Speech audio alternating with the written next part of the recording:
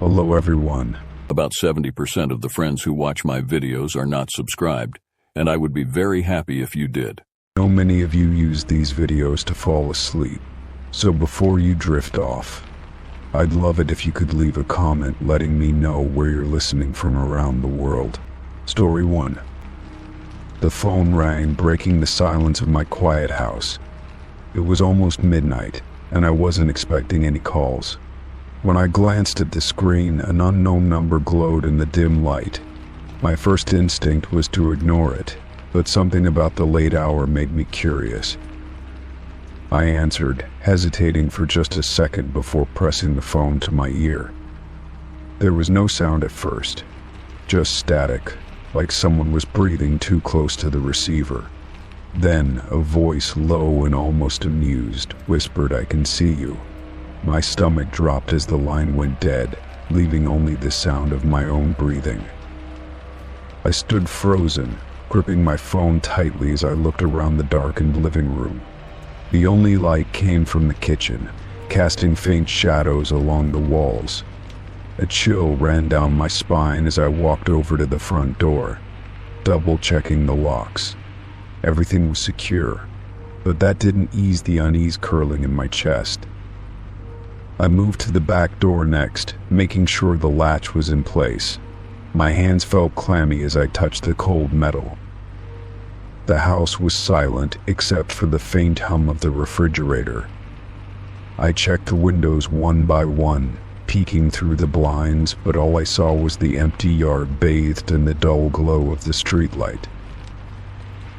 Just as I turned away from the last window, the light outside flickered. A brief moment of darkness swallowed the yard before the bulb buzzed back to life.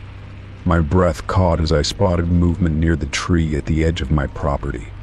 A dark figure stood just beyond the reach of the light, unmoving. My heart pounded against my ribs as I strained to make out any details. The figure didn't shift or step forward, it just stood there, watching. A cold sweat broke out along my skin, and I slowly backed away from the window. I grabbed my phone again, my fingers trembling as I hovered over the keypad. I could call the police, but what would I even say? There was someone standing outside doing nothing. They'd probably dismiss it unless the person made a move toward the house. My mind raced through my options as I forced myself to breathe deeply. Another flicker from the streetlight made my stomach clench. When the light steadied again, the figure was gone. I scanned the yard, but there was no sign of movement, no rustling leaves or crunching gravel. The sudden absence was almost worse than the presence itself. I stepped away from the window, every muscle in my body tense. I needed to do something, anything, to shake this unsettling feeling. I walked to the front door and pressed my ear against it, listening for any signs of movement outside. The only sound was the occasional creak of tree branches in the wind. After a few moments, I moved toward the kitchen and pulled a knife from the drawer. It felt ridiculous standing in my own home holding a weapon against an invisible threat, but it made me feel slightly more in control. I checked the back door again, my pulse still hammering. Then, my phone rang. I nearly dropped it, my nerves already frayed. The same unknown number flashed across the screen, and for a second, I debated ignoring it. But I needed to know.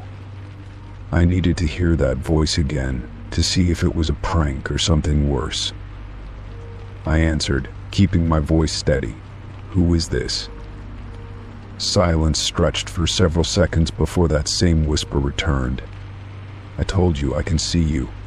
My grip on the knife tightened as I felt a prickling sensation crawl up my spine. Then, just before the call disconnected, the voice added, "You left the back porch light on." I felt the blood drain from my face. My back porch light was on. I had turned it on earlier that evening. I hadn't mentioned it, and it wasn't visible from the front yard. Whoever was watching me wasn't just standing at a distance. They had been close enough to see something inside my property. I spun around, staring at the back door, half expecting to see a face pressed against the glass. The porch light cast a dull glow over the wooden deck, but nothing seemed out of place. I swallowed hard, my hands shaking as I locked every deadbolt in the house. I considered calling someone, but I didn't know who. My nearest neighbor was a few houses down, and I wasn't sure if they'd even answer this late. I could call a friend, but what would they do besides tell me to stay inside? I had no proof of anything, no damage, no forced entry. Just an eerie call and the weight of a gaze I couldn't see. I stepped into the living room and turned off all the lights, leaving only the glow of the street lamp outside. Maybe if I stayed in the darkness, I'd be harder to see. I sat on the couch, phone in one hand, knife in the other, and tried to slow my racing thoughts. Minutes passed, maybe even an hour. I kept my eyes on the windows, waiting for anything to happen. The tension sat heavy in my chest, but nothing changed. No more calls, no more flickering lights. The yard remained still. Eventually, exhaustion started creeping in, but I refused to let my guard down. I forced myself to stay alert, scanning every shadow, listening for every sound. The night stretched on, and finally, just as the first hints of dawn touched the sky, I let out a shaky breath.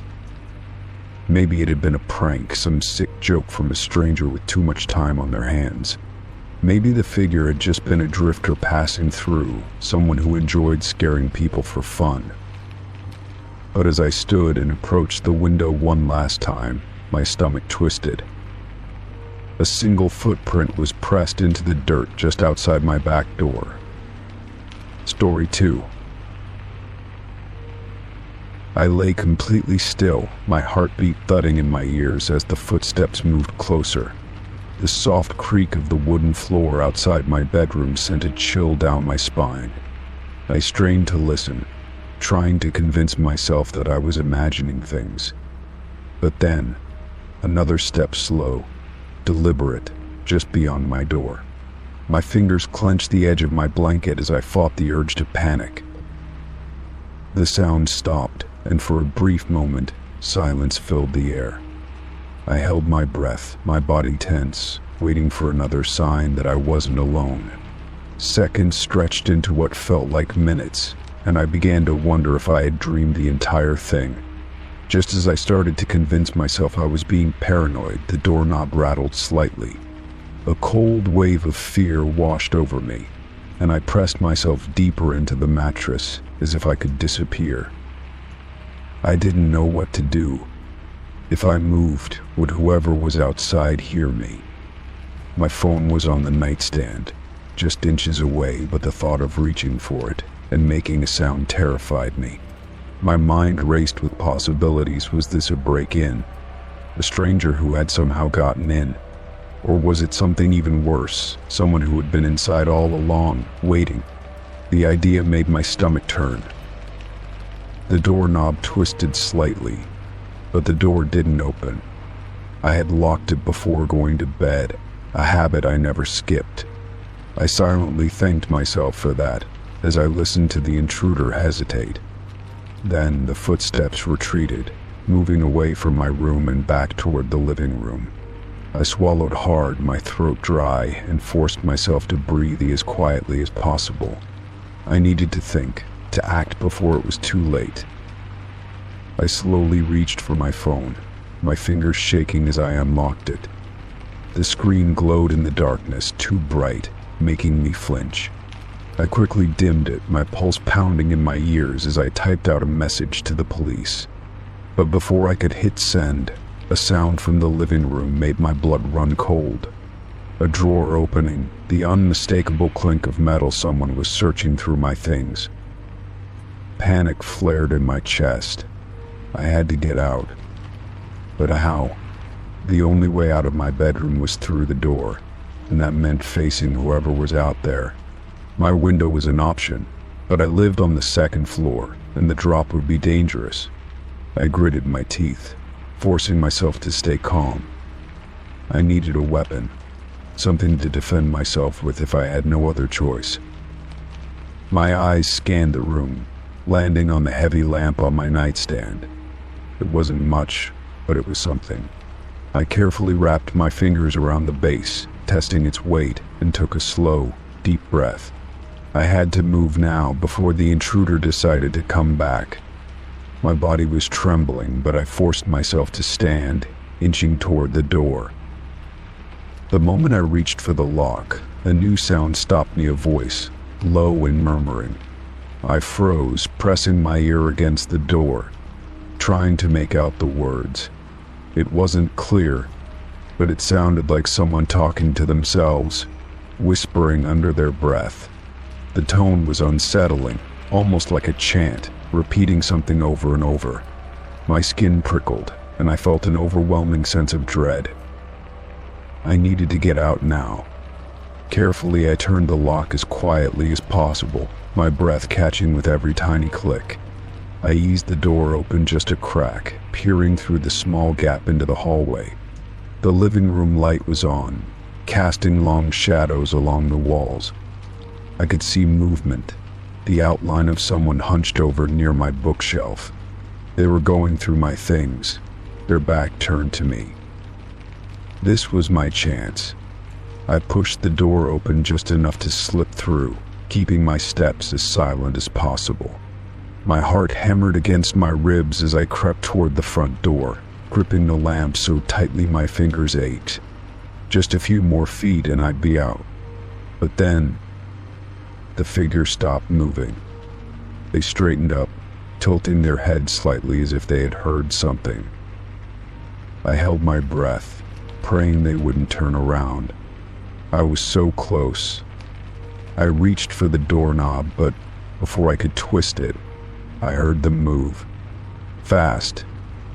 A sudden rush of footsteps, the sound of something being knocked over. I had no choice. I turned, swinging the lamp with everything I had. It connected with a sickening crack, and the person let out a grunt, stumbling backward.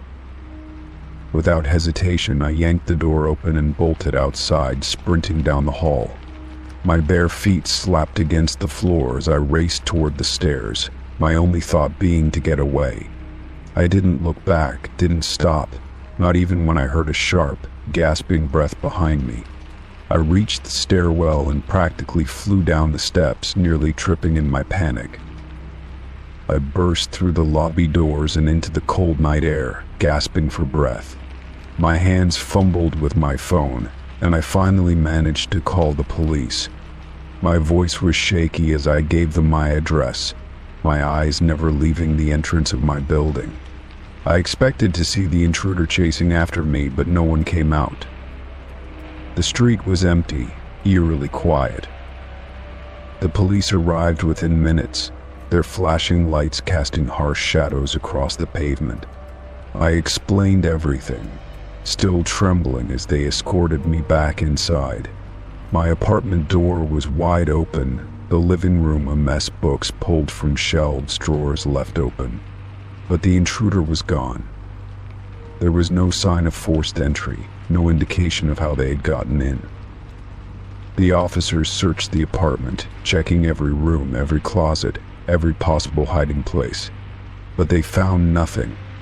Whoever had been there had disappeared without a trace. The only thing left behind was a single object on my coffee table, something that hadn't been there before. A small, old-fashioned key, tarnished with age, sitting in the center of the table as if placed there intentionally. The officers asked if it belonged to me, but I had never seen it before in my life. I stared at it, an uneasy feeling creeping into my stomach. Someone had broken in, gone through my things, and left this behind. But why? What did it mean? None of it made sense, and the more I thought about it, the more disturbed I felt. That night I couldn't sleep. I kept every light on, every door locked, every possible entrance checked twice. But no matter how much I tried to reassure myself that the intruder was gone, I couldn't shake the feeling that I wasn't alone. The memory of that voice, the way they had whispered something I couldn't understand, echoed in my mind. Story 3.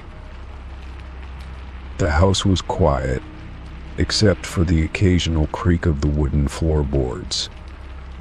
I had been watching TV, half listening to the hum of the refrigerator and the soft ticking of the clock on the wall. It was late, and the darkness outside pressed against the windows, making the living room feel smaller. The silence was comforting, the kind that settled over the house when I was alone. My phone rang, the sudden sound making me jump. I reached for it, expecting to see a familiar name, but the screen only showed an unknown number.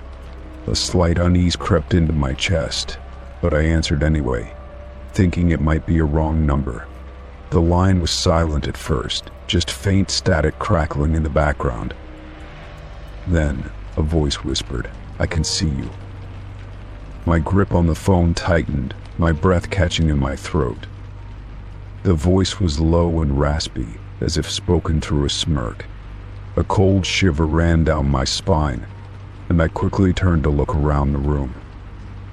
The curtains were drawn, the doors were locked, but the feeling of being watched made my skin crawl. I hung up and stood still, my ears straining for any sound beyond the walls. The clock continued its steady ticking, the fridge hummed on, but the night felt different now. I took a deep breath and forced myself to think logically. It was probably a prank call, some bored person trying to get a reaction. Still, I checked all the doors, making sure the deadbolts were in place. I moved through the house quickly, double-checking each window to ensure they were locked. The night outside was still, the trees unmoving, the street empty. I tried to shake the paranoia creeping into my thoughts. As I reached the front window, I hesitated before pulling the curtain back. The street light in front of my house flickered once, twice, then dimmed. My heart pounded as my eyes scanned the yard. For a moment, nothing seemed out of the ordinary, just the empty street, the sidewalk, the quiet houses. Then, I saw it. A figure stood at the edge of my yard, just beyond the reach of the flickering light. It was motionless, almost blending into the shadows, but I could make out the outline of a person. They weren't moving, weren't shifting their weight or taking a step forward, just standing there watching. I dropped the curtain and stumbled back, my pulse racing. My mind scrambled for an explanation, but nothing made sense. A prank? A coincidence? Someone just passing through? But why had they called me? And why were they standing there, completely still? I grabbed my phone again and dialed a friend's number. The ringing felt unbearably slow, and I kept glancing back at the window, my breath shallow. When they answered, I whispered urgently, "I think someone's outside my house." "Are you serious?" My friend's voice immediately sharpened with concern. "Did you call the cops?" "Not yet," I said, gripping the phone tighter. I don't know if it's just some creep messing around, or I swallowed, unwilling to finish the thought. They called me. They said they could see me. "Lock your doors. Don't go near the windows," my friend said firmly. "Call the police." I hesitated, still trying to convince myself I was overreacting. But when I peeked through the curtain again, my stomach lurched.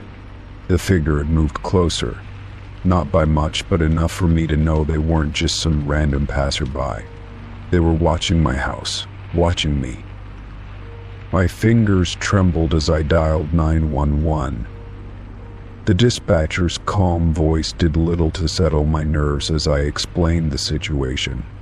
They assured me an officer would be sent to check the area, but I could hear the underlying doubt in their tone. I wasn't even sure what I was reporting. A person standing outside wasn't exactly a crime. After hanging up, I backed away from the window and turned off the lights. Maybe if they couldn't see inside, they'd lose interest and leave. I sat on the floor with my back against the wall, phone clutched in my hands. The silence felt heavier now, like the house itself was holding its breath. Minutes passed, stretching unbearably long. My mind raced with possibilities. Who was out there? What did they want? Had they been watching me longer than just tonight? I felt trapped, waiting for the flashing lights of a patrol car, for something to break the tension. Then, a noise. A soft tap on the glass. I froze, my body locking up as my blood ran cold. The tapping was light, deliberate, just enough to let me know they were still there. I squeezed my eyes shut, my breath coming in shallow gasps. This wasn't a prank. This wasn't a mistake. Someone wanted me to know they were there. I forced myself to look at the window, dread twisting in my stomach. The curtain was still drawn, but the tapping had stopped. Slowly, I stood up, my legs shaking beneath me. I reached for the edge of the curtain, and with a deep breath, pulled it back. Nothing. The yard was empty. The streetlight had stopped flickering, casting an eerie glow over the sidewalk. The figure was gone. I pressed my forehead against the cool glass, trying to steady my breathing. Had they left? Had they ever been there at all?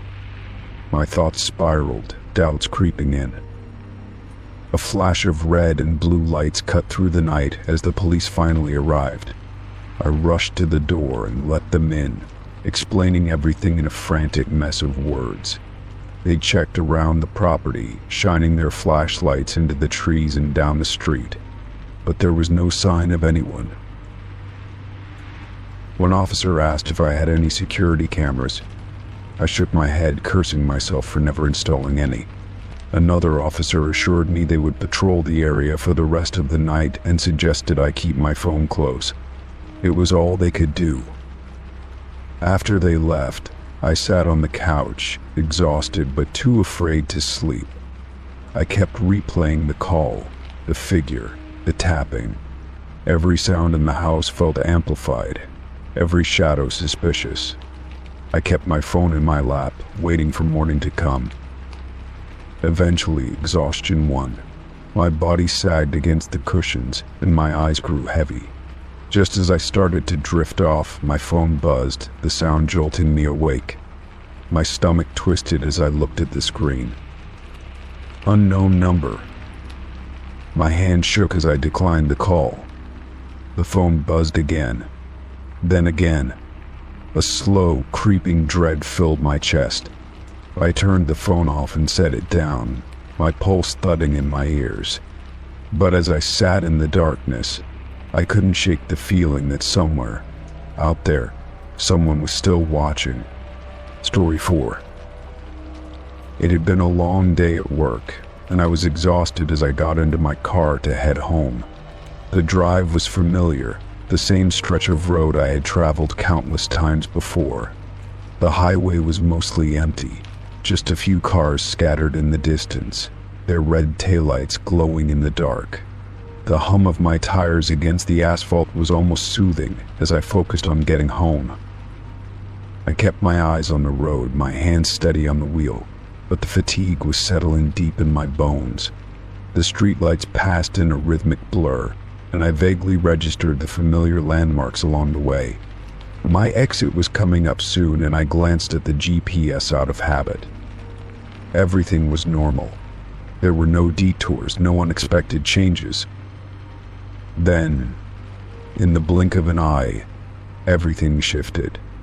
One moment I was approaching my exit. The next I was somewhere completely different. My hands were still on the wheel, my foot still pressing the gas, but the road in front of me was unfamiliar.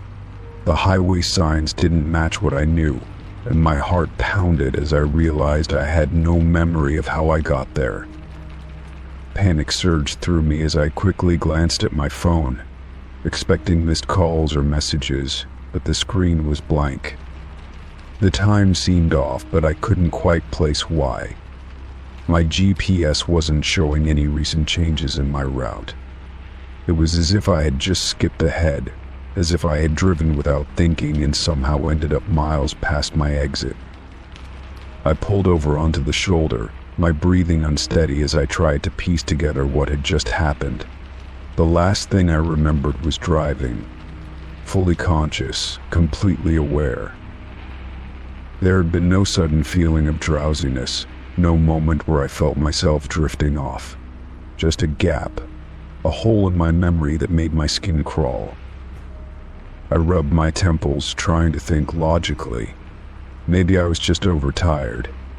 Maybe I had zoned out and driven on autopilot, something people did all the time. But that didn't explain the GPS. It should have at least recorded my movements, recalculated the route. But it hadn't. There was nothing. The highway around me was eerily quiet, the kind of silence that felt unnatural. No cars had passed in either direction since I had pulled over, and the stretch of road ahead seemed almost too empty. The air felt heavy, thick, as if something unseen was pressing down on me. I glanced at the clock again, my stomach twisting as I realized more time had passed than I thought. I shook my head and forced myself to focus. I needed to get home. I could figure all of this out later. Taking a deep breath, I put the car in drive and pulled back onto the road. The headlights cut through the darkness, illuminating nothing but empty highway. The unease lingered, settling deep in my chest. I kept checking my mirrors, half expecting to see anything that could explain what had happened. But there was nothing behind me, nothing ahead. Just an endless stretch of road that felt like it was swallowing me whole. My grip tightened on the steering wheel as I forced myself to stay alert, to not let my mind drift again. After what felt like an eternity, I finally recognized a familiar exit. I took it without hesitation, relief washing over me as I saw the small town lights in the distance. My home wasn't far now.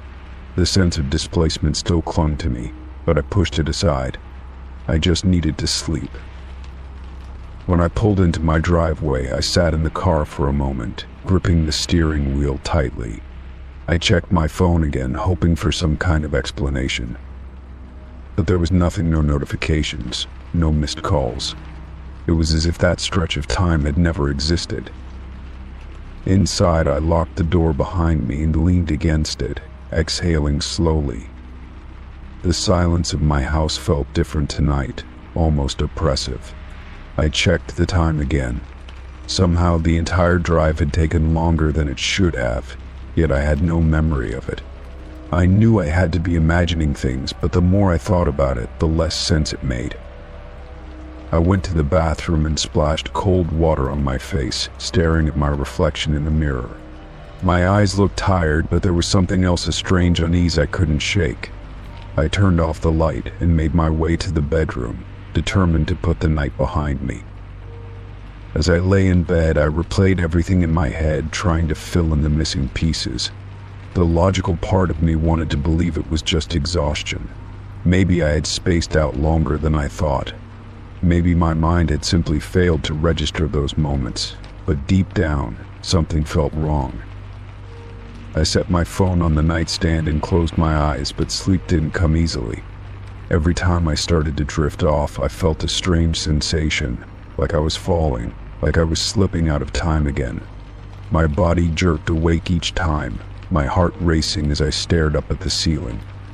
The silence in the room felt unnatural, like the house itself was holding its breath. At some point, exhaustion won out, and I finally fell into a restless sleep. When I woke up the next morning, the unease was still there, lurking beneath the surface. I checked my phone again, but there were no new messages, no calls, no signs that anything had happened. I got dressed and went outside, hoping the fresh air would clear my mind. My car sat in the driveway, just as I had left it, but as I walked around it, I noticed something strange. The odometer reading was higher than it should have been. There were more miles on my car than I could account for. A chill ran down my spine as I stared at the numbers, my breath catching in my throat. I had only driven home, yet the mileage suggested I had gone much farther. My hands trembled as I touched the hood, as if expecting to feel something out of place, but everything seemed normal. I stepped back, my mind racing. Had I really driven somewhere else? Had I been somewhere I couldn't remember? The thought made my skin crawl. I needed answers, but I had no idea where to start. For the rest of the day, I couldn't shake the feeling that something was watching me. Every time I glanced out the window, I expected to see someone standing there waiting, but there was never anything. Just an empty street, a quiet house, and the lingering sense that something had followed me home. Story 5. I first noticed the sounds late at night, when the rest of the apartment building had gone silent. At first they were faint, soft scraping noises like something being dragged across the floor. I told myself it was probably nothing, just an old building settling. But as the nights passed, the noises grew more distinct, more deliberate, and harder to ignore. Sometimes I heard muffled voices, low and strained, as if someone was arguing behind a closed door. Other times I heard heavy thuds, like furniture being knocked over. It was strange because the apartment next door had been quiet for months. My neighbor, an older man named Mr. Holloway, had always kept to himself. I hadn't seen him in so long that I had started to wonder if he had moved out. One evening, curiosity got the better of me. I pressed my ear to the thin wall that separated our apartments and held my breath. The noises were clearer now, shuffling footsteps, the unmistakable creak of floorboards, and a faint whispering that sent a chill up my spine. I hesitated, debating whether to do anything about it. Maybe he had visitors. Maybe he was just moving things around. But something about it felt wrong. The next day, I asked the building manager if he had seen Mr. Holloway recently. He frowned, scratching his head. Not in a while, he admitted, but his rent's paid, and as far as I know, he still lives there. I left the office with more questions than answers, the uneasy feeling in my gut only growing stronger. That night, the noises were louder than ever. I was lying in bed when I heard a loud scraping sound, followed by a heavy thud that rattled the wall. It was as if something had fallen or been thrown across the room next door. I sat up, heart pounding. The whispering was back too, hushed and urgent, but I couldn't make out any words. I knew I couldn't ignore it anymore. Taking a deep breath, I walked to my neighbor's door and knocked. The hallway was eerily silent, the dim overhead light flickering slightly. I knocked again, louder this time. Footsteps approached from the other side, slow and deliberate. The door creaked open, revealing Mr. Holloway standing in the dim light. He looked exactly the same as I remembered, tall, thin, with deep lines carved into his pale face. But something about him was off. His clothes were neat but slightly outdated, as if they hadn't been changed in a long time. His eyes, usually sharp and observant, seemed dull, unfocused. I swallowed hard, suddenly unsure of what to say. I just wanted to check in, I said, forcing a small smile.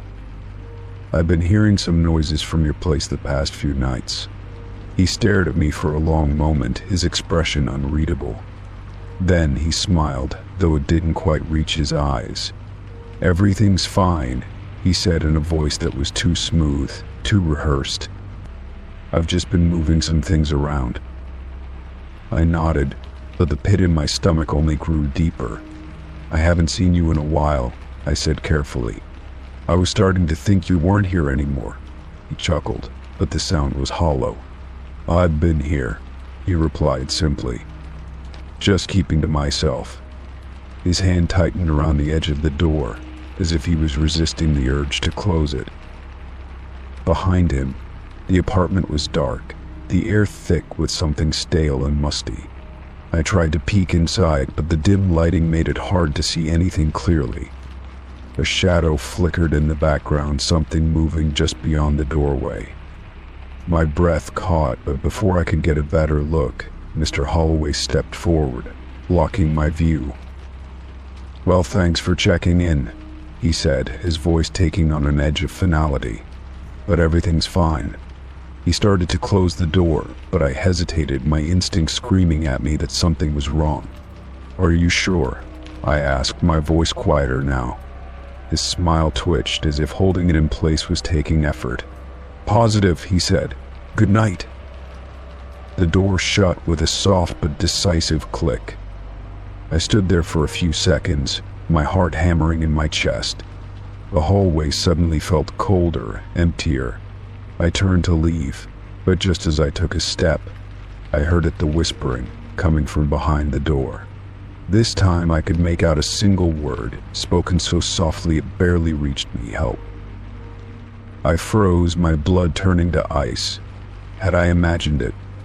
I turned back to the door, pressing my palm against the wood. "Hello?" I whispered, but there was no response. Just silence, thick and suffocating. I swallowed hard and backed away, my mind racing. I needed to do something. That night, I barely slept. The whispering played over and over in my head, making me question whether I had really heard it at all. I wanted to believe it was just my imagination, that I was overthinking things. But deep down I knew better. Something wasn't right in that apartment. The next day I decided to act. I knocked on his door again, but this time there was no answer. I knocked harder, then called his name, but the apartment remained silent. My gut told me to call the police, but what could I even tell them? That my neighbor, who I hadn't seen in months, was acting strangely. That I heard whispers behind his door. It wasn't enough. As the sun set, I paced my apartment, debating what to do. Then, just as night fell, the noises started again. The scraping sound, the heavy thuds, the muffled voices, it was all back, louder than before. I couldn't take it anymore. I grabbed my phone and dialed the building manager's number. When he answered, I spoke quickly, explaining everything: the noises, the strange conversation, the whisper I had heard. There was a pause before he sighed. "That's not possible," he said slowly. "Mr. Holloway, he passed away months ago." My stomach dropped. "What?" I whispered. "They found him in his apartment," he continued. "Heart attack, they said. The place has been empty ever since." I couldn't breathe. "That's not possible," I said, my voice shaking. "I spoke to him last night." There was silence on the other end. Then, he said something that made my blood run cold. "Are you sure?" I turned toward the wall that separated our apartments. The whispering had stopped. The scraping was gone. Everything was silent, but the weight of unseen eyes still pressed against me, watching, waiting. Story 6. The parking garage was nearly empty, the dim overhead lights flickering slightly as I walked toward my car.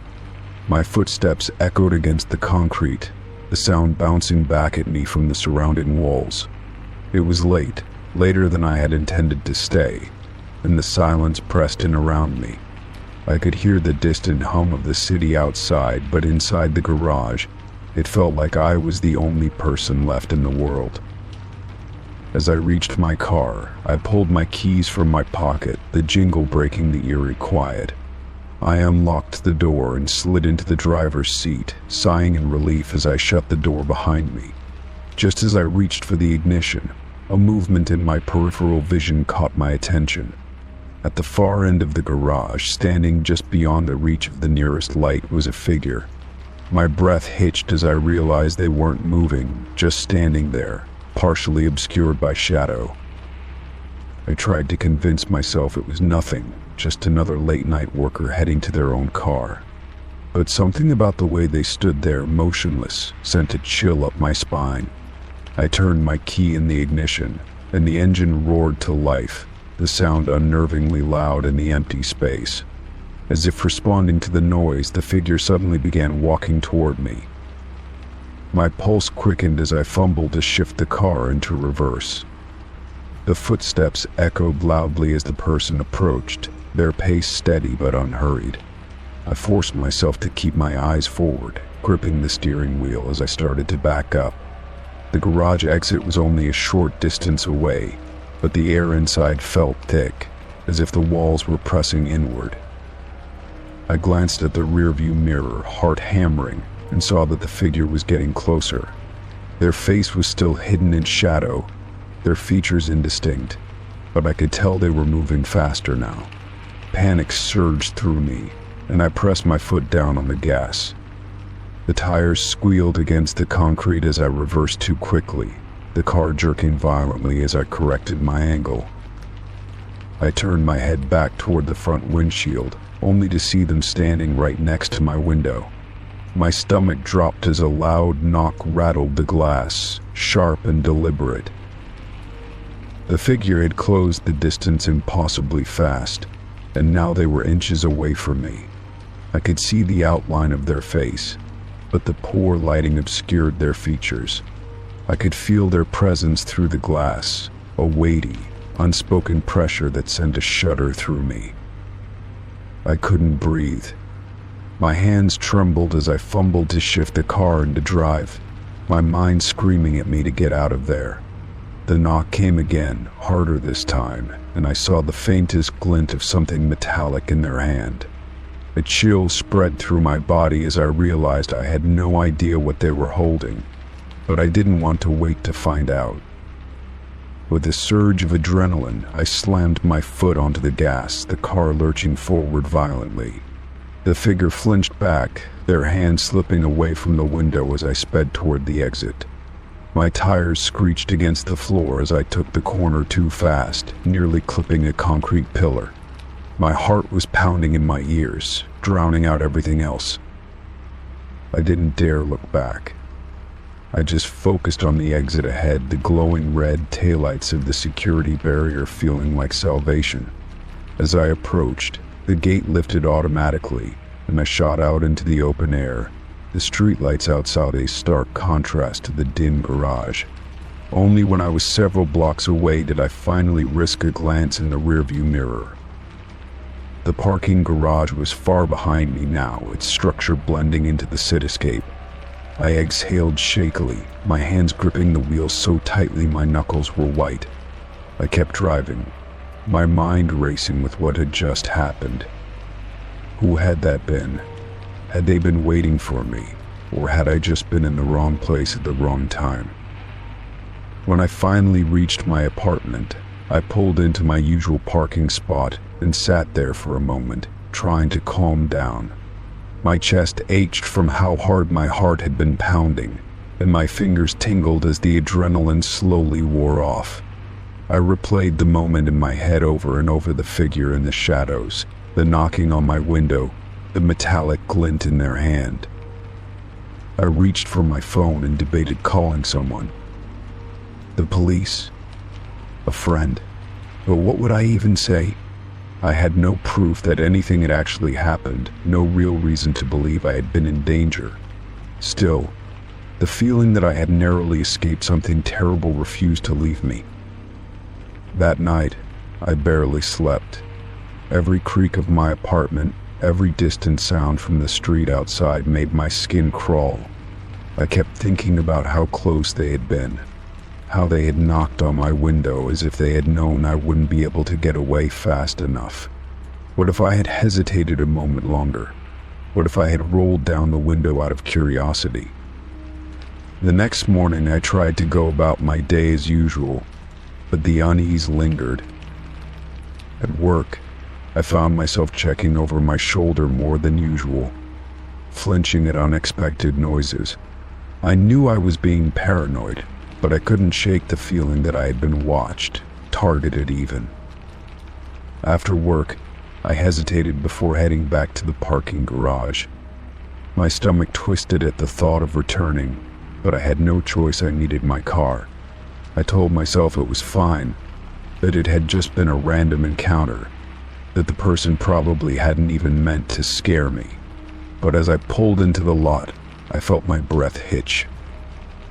The same car was parked near the entrance.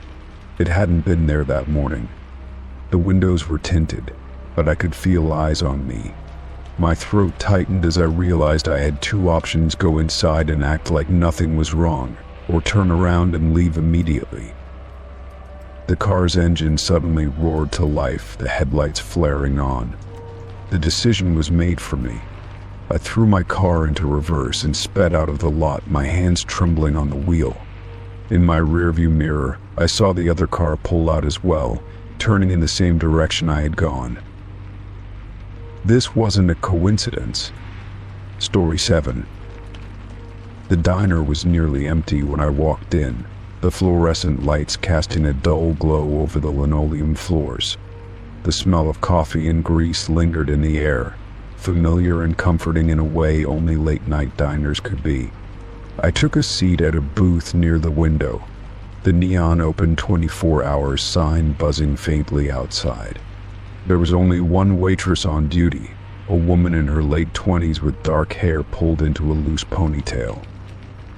She walked over with a tired smile, holding a notepad in one hand and a coffee pot in the other. "What can I get you?" she asked, her voice quiet but steady. I ordered a burger and a cup of coffee, and she nodded before walking back behind the counter. Something about her felt oddly distant, like she was only half present. I watched as she moved behind the counter, her steps slow and deliberate. She poured coffee into a cup, but she never brought it over. Instead, she stood there, staring at me, her expression unreadable. It wasn't the kind of casual glance a waitress gives to a customer. It was intense, unwavering, as if she were studying me. A shiver ran down my spine, but I tried to brush it off. Maybe she was tired or lost in thought. I pulled out my phone, scrolling absent-mindedly while waiting for my food. A few minutes passed, and when I looked up again, she was gone. The counter was empty, the coffee pot still sitting there, steam rising from its spout.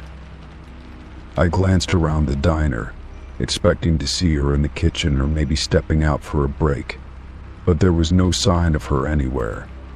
The silence felt heavier now, the hum of the lights the only sound filling the space. I shifted uncomfortably in my seat, my appetite fading. My burger never arrived, and the coffee remained untouched behind the counter. I waited a little longer, thinking maybe she had gone to the restroom. But as time stretched on, a strange unease settled in my chest. I stood up and walked toward the counter, leaning over to peek into the kitchen. The grill was off, the fryer empty. No one was there. "Hello?" My voice echoed slightly unnatural in the stillness. No response. I checked my phone again, realizing nearly 20 minutes had passed since I first sat down. There was no way a waitress would just leave in the middle of her shift without a word. A creeping sense of wrongness filled my stomach as I pulled a few bills from my wallet and placed them on the counter. It felt strange leaving money for a meal I never received, but something told me I shouldn't just walk out without doing so. As I turned to leave, I hesitated. The counter was clean, too clean. There was no notepad, no pen, no signs that anyone had been working there at all. I pushed open the door, the night air cold against my skin. The neon sign flickered slightly as I stepped onto the sidewalk. My car was parked a few feet away, but I hesitated before getting in. The whole thing felt surreal, like I'd imagined the entire encounter. I glanced back at the diner, my stomach tightening. Through the window, I could see my booth, the coffee pot still sitting on the counter, but the waitress was nowhere in sight.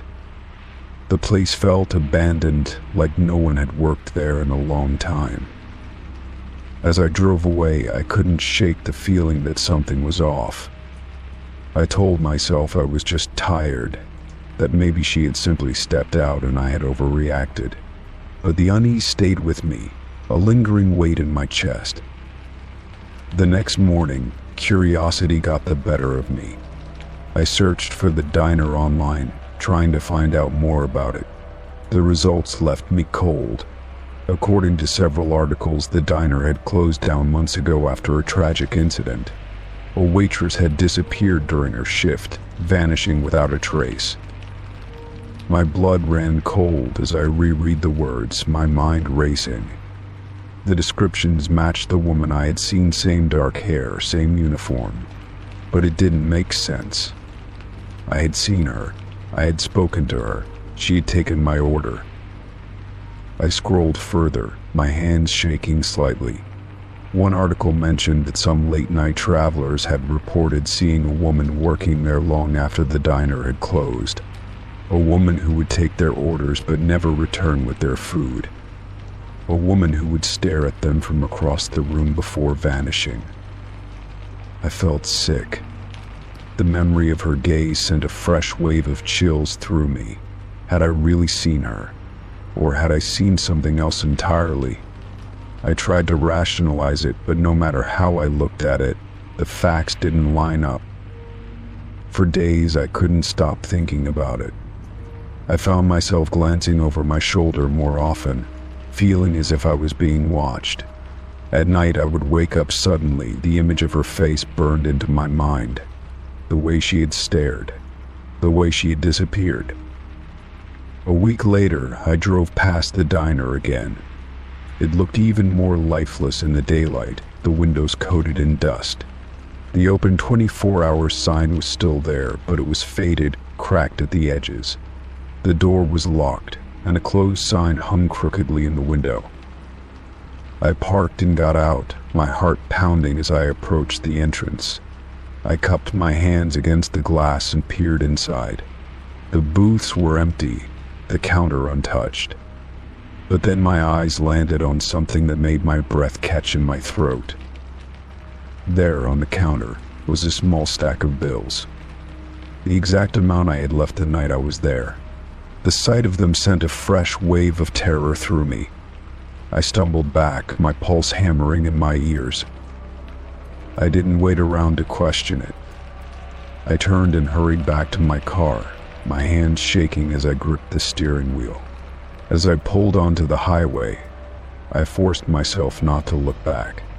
Whatever had happened that night, I didn't want to understand it any more than I already did. Story 8. The office was nearly empty, the hum of my computer the only sound breaking the silence. The overhead lights cast a dim glow over my desk, the clock on my screen reading just past midnight. I had stayed late to finish up reports, the quiet making it easier to focus. The entire floor felt hollow, the usual bustle of the day replaced by an eerie stillness. I stretched in my chair, rubbing my eyes before glancing out the window. The city was a blur of distant lights. The streets below nearly deserted. The occasional car passed by, headlights cutting through the dark. It felt strange being up here alone, the only presence being the echo of my own movements. The silence was thick, pressing against me in a way that felt unnatural. Then, the alarm went off. It wasn't a blaring, ear-piercing sound like I had expected, but rather a soft, persistent ringing that filled the air. I froze, my hands hovering over my keyboard, listening intently. The lights didn't flicker, the doors didn't lock, nothing else happened.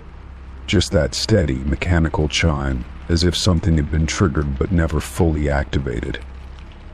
I reached for my phone, my fingers slightly unsteady as I dialed the security line. The phone rang 3 times before a voice answered, casual and unconcerned. I explained what was happening, describing the alarm and the lack of any visible signs of trouble. The guard on the other end assured me they would send someone up, but sounded skeptical, as if they thought I was overreacting. As I waited, I stood from my desk and walked toward the security monitors near the front of the office. The feeds showed the building's hallways, stairwells, and entrance, each one completely empty. There was no movement, no flickering shadows, nothing to indicate anything was wrong. Still, the alarm continued its steady, rhythmic chime, unwavering and unnatural.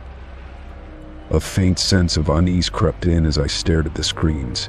Something felt off, but I couldn't place it.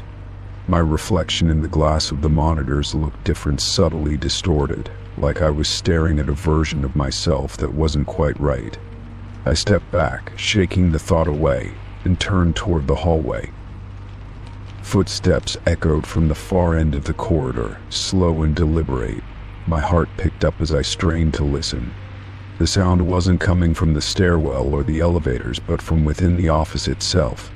I peered down the hall, but it was empty. The sound had no source. I forced myself to take a step forward, my pulse hammering in my ears.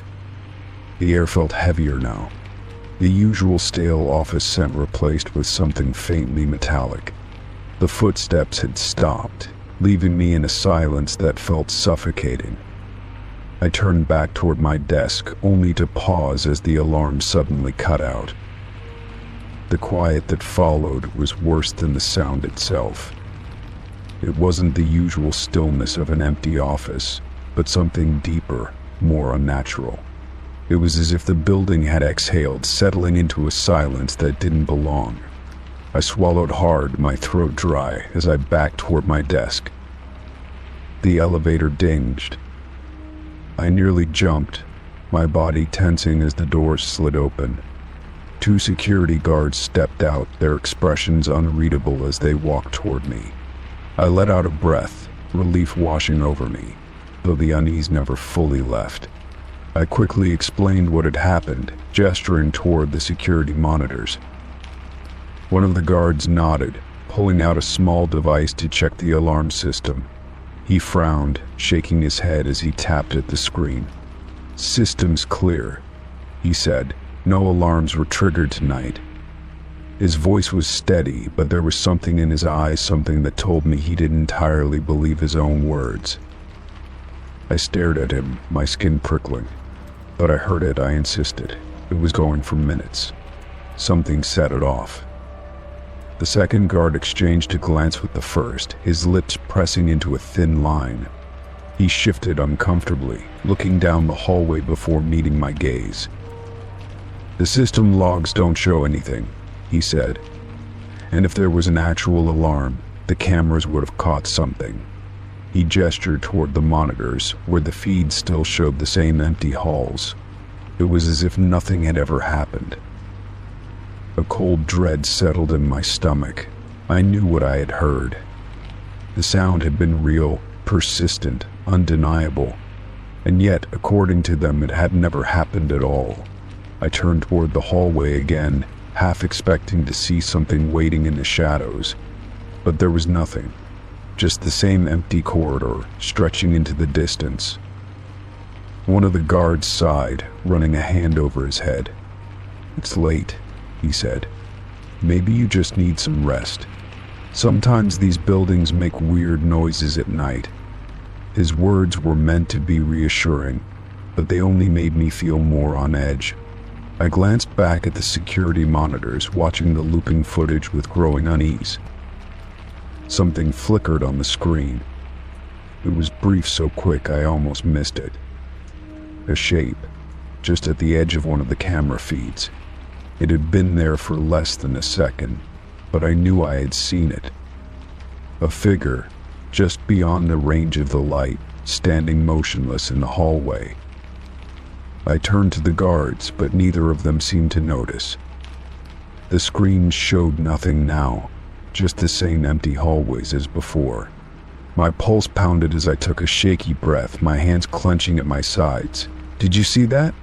I asked. They both turned toward the monitors, but the footage remained unchanged. The first guard exhaled, rubbing his temple.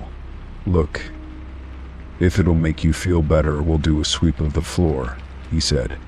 "But I promise there's nothing here." I nodded numbly, unsure of what else to do. I watched as they walked down the hall, their figures growing smaller until they disappeared around a corner. I stood alone in the office, the silence wrapping around me like a thick fog. The unease hadn't left, it had only deepened. I didn't know what had happened tonight, but I knew one thing for certain. The alarm had gone off. The footsteps had been real, and something had been in this building with me. The guards returned minutes later, shaking their heads. "All clear," one of them said. "Nothing out of the ordinary." But his tone was different now, more cautious. I could see it in his expression, the way he avoided looking directly at the monitors. He had seen something. He just wasn't saying it. I nodded, gathering my things with unsteady hands. I had no intention of staying here any longer. As I walked toward the elevators, I cast one last glance at the hallway, half expecting to see something watching me. The corridor remained empty, but the silence felt heavier, like it was holding on to something I couldn't see. The elevator doors closed, and I let out a slow breath, my heart still pounding. The office had never felt threatening before, but now I wasn't sure I ever wanted to be alone here again. The alarm may have stopped, but the feeling it left behind lingered, settling into the walls like a whisper that refused to fade. Story 9. The night was cool, the streets empty except for the occasional flickering street lamp. I had taken this route home countless times before, never thinking twice about the silence that stretched between the distant hum of cars. The air smelled faintly of rain, the pavement still damp from an earlier drizzle. My footsteps echoed softly, the only sound in an otherwise still night. As I walked, I noticed a man approaching from the opposite direction. He was dressed in dark clothing, his hands stuffed into his pockets, his pace unhurried. At first glance, he seemed unremarkable, just another pedestrian heading wherever he needed to go. But as we passed, he turned his head slightly and smiled at me. It wasn't a normal smile. It lingered too long, stretched too wide, as if it were trying too hard to be friendly. There was something off about it, something that sent a cold sensation creeping up my spine. I looked away quickly, not wanting to engage, but even after I had passed him, I could feel the weight of that expression in my mind. A few steps later, an uneasy feeling settled in my chest. The street was empty again, but I suddenly felt as if I wasn't alone. My heart picked up speed as I glanced over my shoulder. The man was gone. There were no footsteps behind me, no sign that anyone had been there at all. I frowned, slowing my pace. There hadn't been any alleys or turns nearby where he could have disappeared. The street was lined with closed shops and empty sidewalks. It didn't make sense. The uneasiness in my chest grew stronger, pressing against my ribs like a warning. Shaking off the feeling, I kept walking, trying to focus on reaching home. I told myself I was overreacting, that I had misjudged the situation. But no matter how much I tried to rationalize it, I couldn't erase that smile from my mind. It had felt too deliberate, too unnatural. I quickened my pace. My footsteps hurried against the pavement. My apartment wasn't far now, just a few more blocks, and I'd be inside, away from the empty streets. But the silence around me felt different now, like something was lurking just beyond my line of sight. The streetlights above me flickered briefly, casting odd shadows along the sidewalk. Then I heard it. A soft, shuffling noise, distant but distinct, as if someone was matching my steps. I turned sharply, my breath catching in my throat. Again, there was nothing. The street remained empty, still and silent, just as it had been moments before. A cold sweat broke out along my neck as I faced forward again, moving even faster. My eyes darted to the shop windows, hoping for a reflection, some proof that I wasn't imagining things. But all I saw was my own face, slightly distorted in the glass, my expression tense. The air felt heavier, pressing down on me like a weight I couldn't shake. I couldn't explain it, but I knew something was wrong. Every instinct in me screamed that I was being watched, followed, even though I saw no one. The logical part of me fought against the fear, but my body refused to listen. I turned the corner onto my street, my apartment building finally in view. Relief washed over me for a brief second, but then something made me stop. Just ahead, standing near the entrance to my building, was the man. He was facing me, waiting, and he was still smiling. Panic surged through me, my heart hammering against my ribs. He hadn't been behind me. There was no way he could have gotten ahead so quickly. I hadn't seen him take any other route, hadn't heard anything. Yet there he was, standing in the dim glow of the street lamp.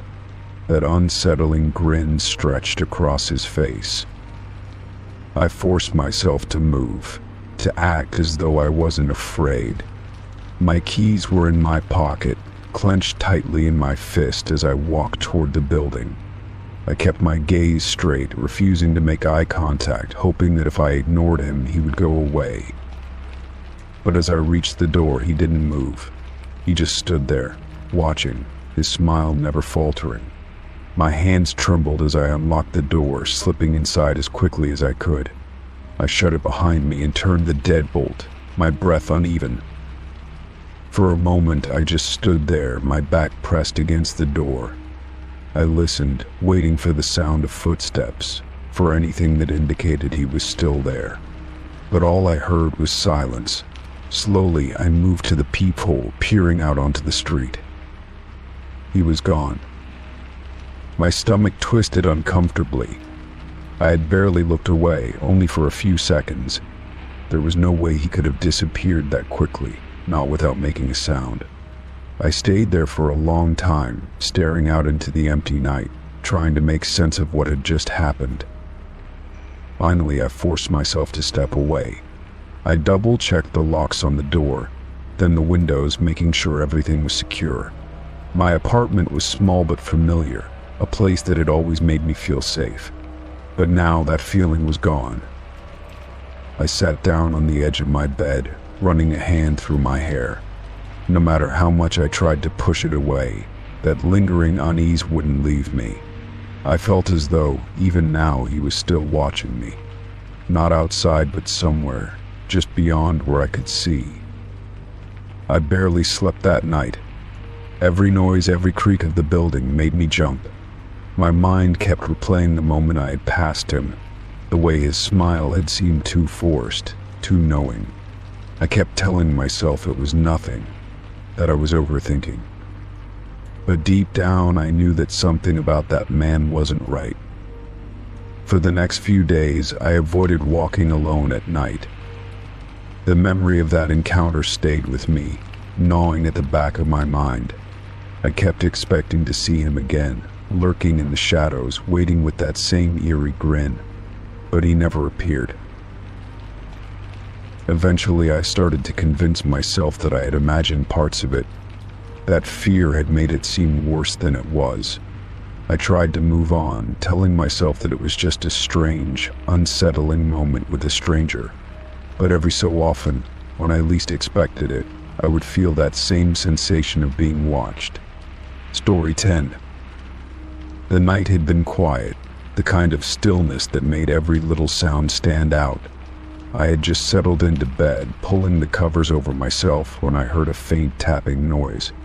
At first, I ignored it, thinking it was nothing more than a loose branch brushing against the window. But as the minutes passed, the tapping continued, steady and deliberate, like fingers drumming against the glass. Annoyed, I turned onto my side, trying to block out the sound, but it only seemed to grow louder. With a sigh, I sat up and swung my legs over the side of the bed. The room was dimly lit by the street lamp outside, casting long shadows across the walls. I walked to the window, rubbing my eyes, convinced I would find a swaying tree branch, or maybe even a bird. When I pulled back the curtain, my breath caught in my throat. A man's face was pressed against the glass, his skin pale under the yellowish glow of the streetlight. His eyes were wide and unblinking, staring directly at me. I stumbled backward, my heart hammering in my chest, unable to scream at first. My throat felt tight, my breath shallow. Then, as if snapping out of a trance, I let out a blood-curdling scream. The man didn't move. He didn't flinch. He just stood there, his face so close to the window that the glass fogged slightly with his breath. I scrambled for my phone, my hands shaking as I dialed 911. The operator picked up almost immediately, but I could barely get the words out. There's a man at my window. He's just standing there. He won't move. The dispatcher tried to calm me down, asking for my address and details, but my eyes remained fixed on the window. The man's gaze didn't waver. He didn't react to my screaming or my panicked movements. It was as if he was waiting for something. The dispatcher assured me that officers were on their way, but every second felt unbearably long. Then, just as suddenly as I had noticed him, the man stepped away from the window. I barely saw him move. One moment he was there. The next he had melted into the darkness beyond the glass. I pressed my face against the window, scanning the yard, but there was nothing. No footsteps, no lingering shadow. He was just gone. The police arrived within minutes, their flashing lights casting eerie patterns across my front yard.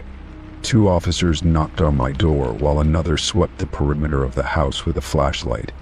I let them in, still shaking, and told them everything I had seen. They took my statement, asked questions, but there was little they could do.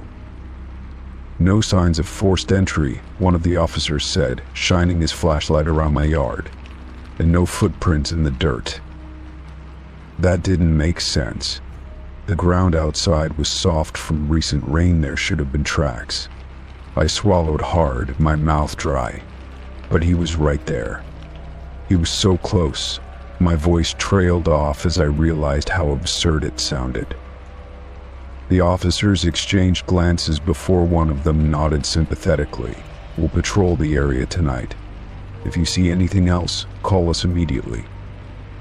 I nodded, still feeling dazed, and thanked them as they left. Locking the door behind them, I walked back to my room, my nerves still on edge. I hesitated before looking at the window again, half expecting to see that face staring back at me. But the glass was empty, reflecting only my own pale, shaken expression. Sleep did not come easily that night. Every creak of the house, every rustle of wind against the walls sent my heart racing. I kept the lights on, afraid that if I let the darkness in, I would find him there again, waiting. The next morning, I tried to convince myself that maybe I had imagined it. Maybe the shadows had played tricks on me. Maybe my mind had filled in details that weren't really there. But then I stepped outside, and a cold dread washed over me. On the ground beneath my window was a single, muddy handprint. I felt my stomach drop, my hands clenching into fists at my sides. The police had said there were no footprints, no sign that anyone had been there. But the evidence was right in front of me. Someone had been watching me. Someone had stood there long enough to leave a mark. I went back inside and locked every door, every window, drawing the curtains tight. The unease stayed with me all day, making it impossible to focus on anything else. I kept checking my phone, half expecting another call from the police, but none came. That night I lay in bed, exhausted but too afraid to sleep. I kept my phone close, my body tense at every small sound. Hours passed, and just when I thought I might finally drift off, I heard it again. Tap, tap, tap. A slow, deliberate rhythm against the glass. My blood turned to ice. I didn't move, didn't breathe. I felt my pulse hammering in my ears, the air thick with fear. I forced myself to turn my head, my heart slamming against my ribs as I glanced at the window.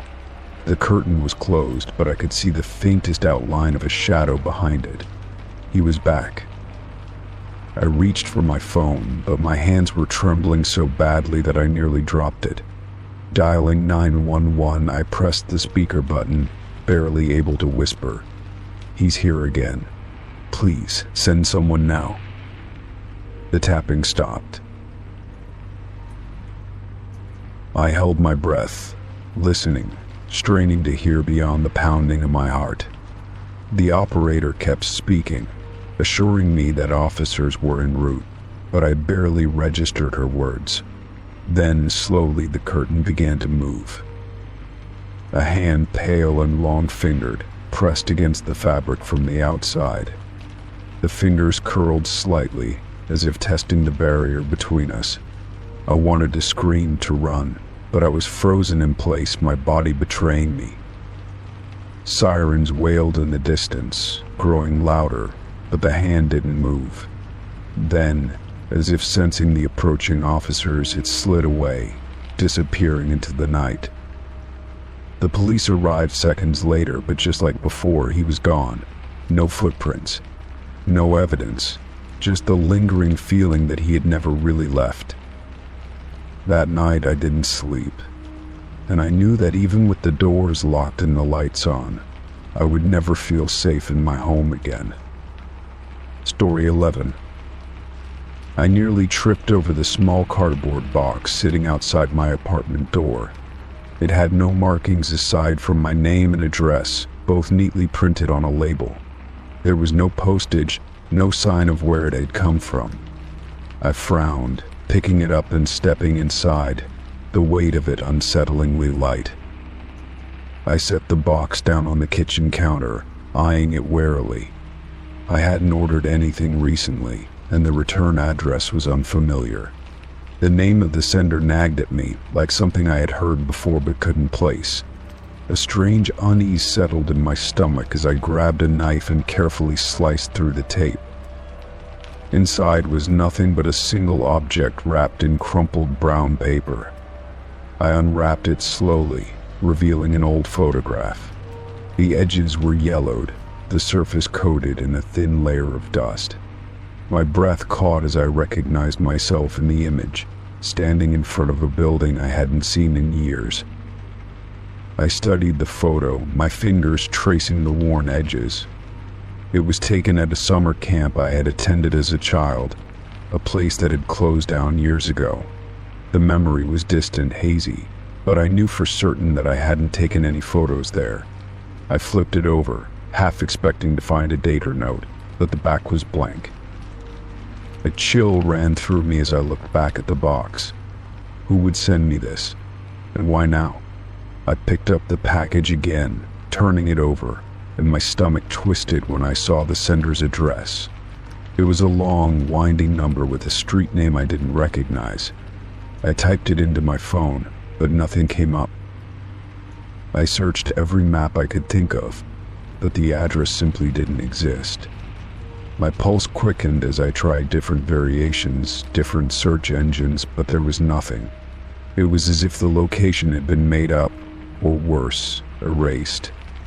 I set the phone down, the weight of the package suddenly feeling heavier. I took the photograph and held it under the light, searching for anything unusual. The longer I stared, the more I noticed something strange in the background. A figure, barely visible, stood near the tree line behind me. Their face was blurred, almost smudged, as if they hadn't been there at all. A shiver ran down my spine as I turned the photo in my hands. The more I looked at it, the more unsettled I became. I tried to brush it off. Maybe it was just an old camp counselor. Maybe it was nothing, but the eerie feeling wouldn't leave. I placed the photograph back in the box, telling myself I'd deal with it later. That night, I struggled to sleep. Every sound in my apartment felt amplified, every creak of the floorboards sending my nerves on edge.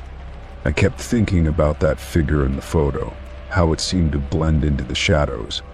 At some point, exhaustion took over, and I drifted into an uneasy sleep.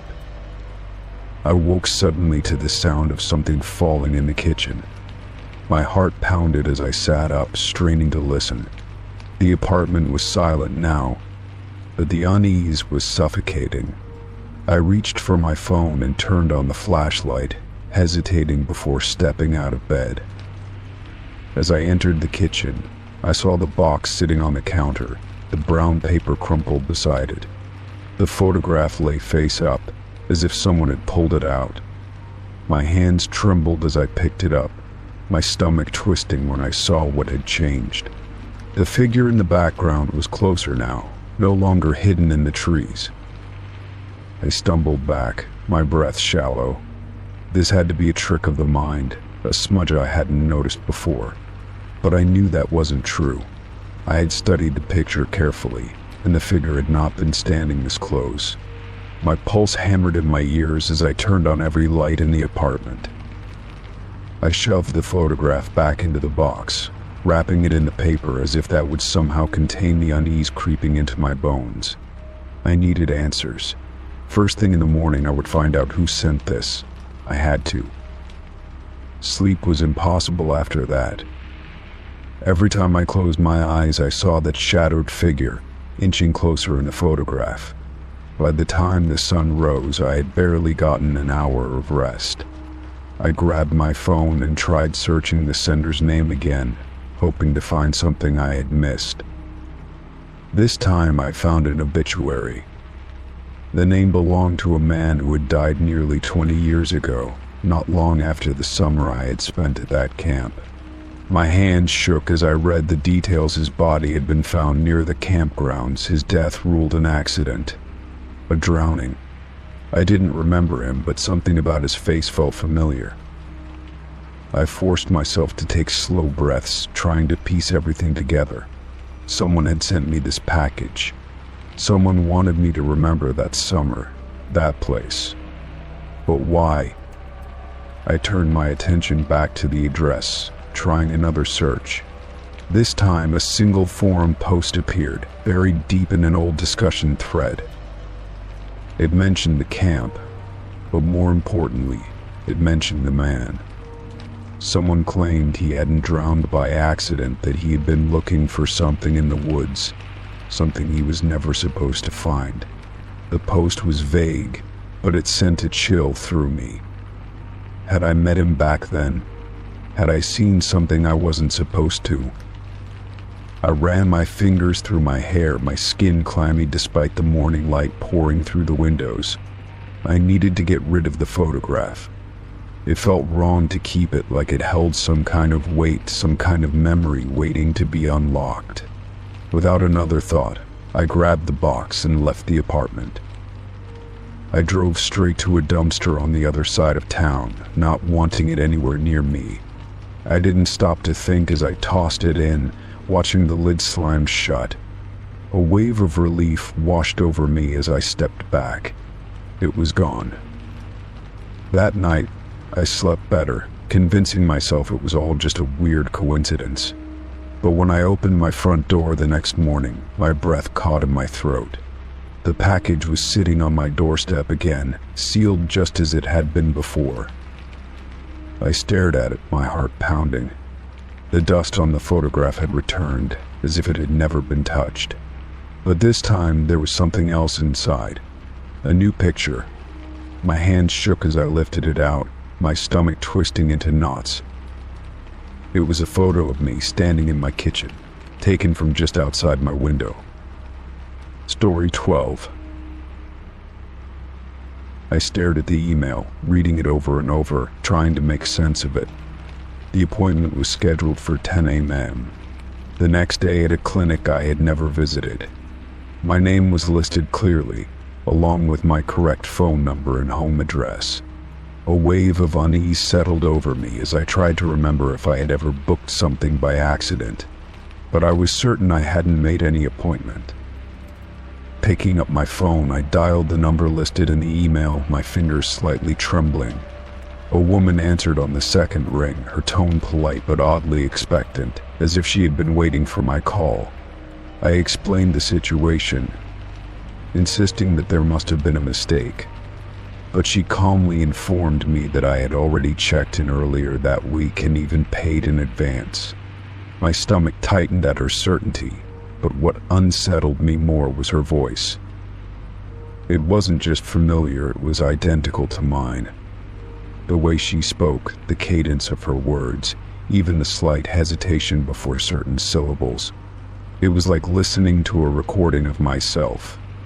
I forced out a nervous laugh, asking if this was some kind of joke.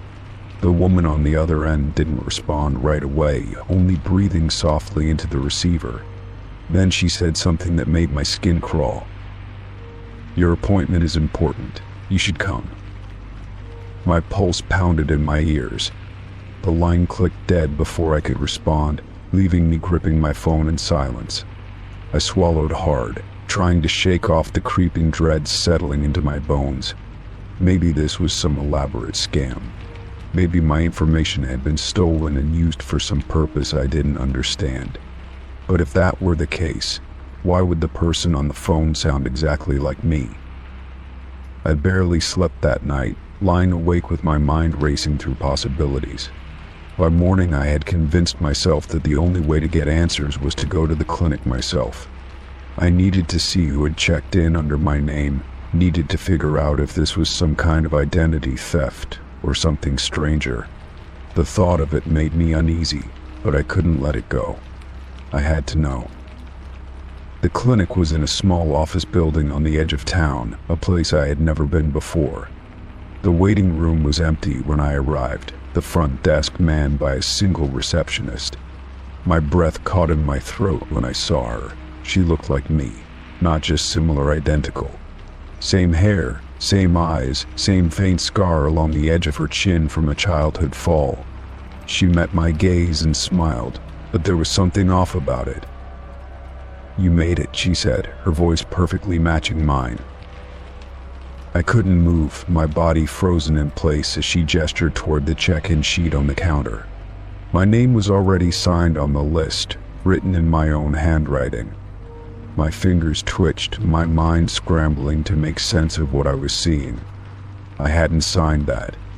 I hadn't been here before. But the evidence said otherwise. "I don't understand," I whispered. "Who are you?" The woman tilted her head, studying me with an expression I couldn't decipher. "You should go in," she said simply, nodding toward the hallway behind her. "The doctor is waiting." My entire body screamed at me to leave, to turn around and run, but my feet moved forward instead. I had to know. I had to see this through. The hallway was long and quiet, lined with closed doors. I could hear a faint hum of something machinery, maybe, coming from further down. My hands curled into fists at my sides as I pushed open the door with my name on it.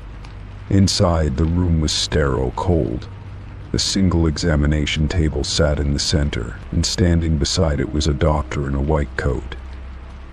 He smiled when he saw me, but there was no warmth in it. "You're right on time," he said. "Go ahead and take a seat." My throat felt tight as I stepped inside, my eyes darting around for any sign of what was happening. There were no medical tools, no charts, nothing to indicate a real appointment. Just the table, the doctor, and a single chair in the corner. "Why am I here?" I asked, my voice barely above a whisper. The doctor simply gestured toward the chair. "Because you were meant to be." The door clicked shut behind me, and I spun around, my pulse spiking. The receptionist, my twin, my copy, stood there, her face unreadable. My heart pounded as she moved past me, stepping toward the doctor like she belonged there, like she had been waiting for this moment.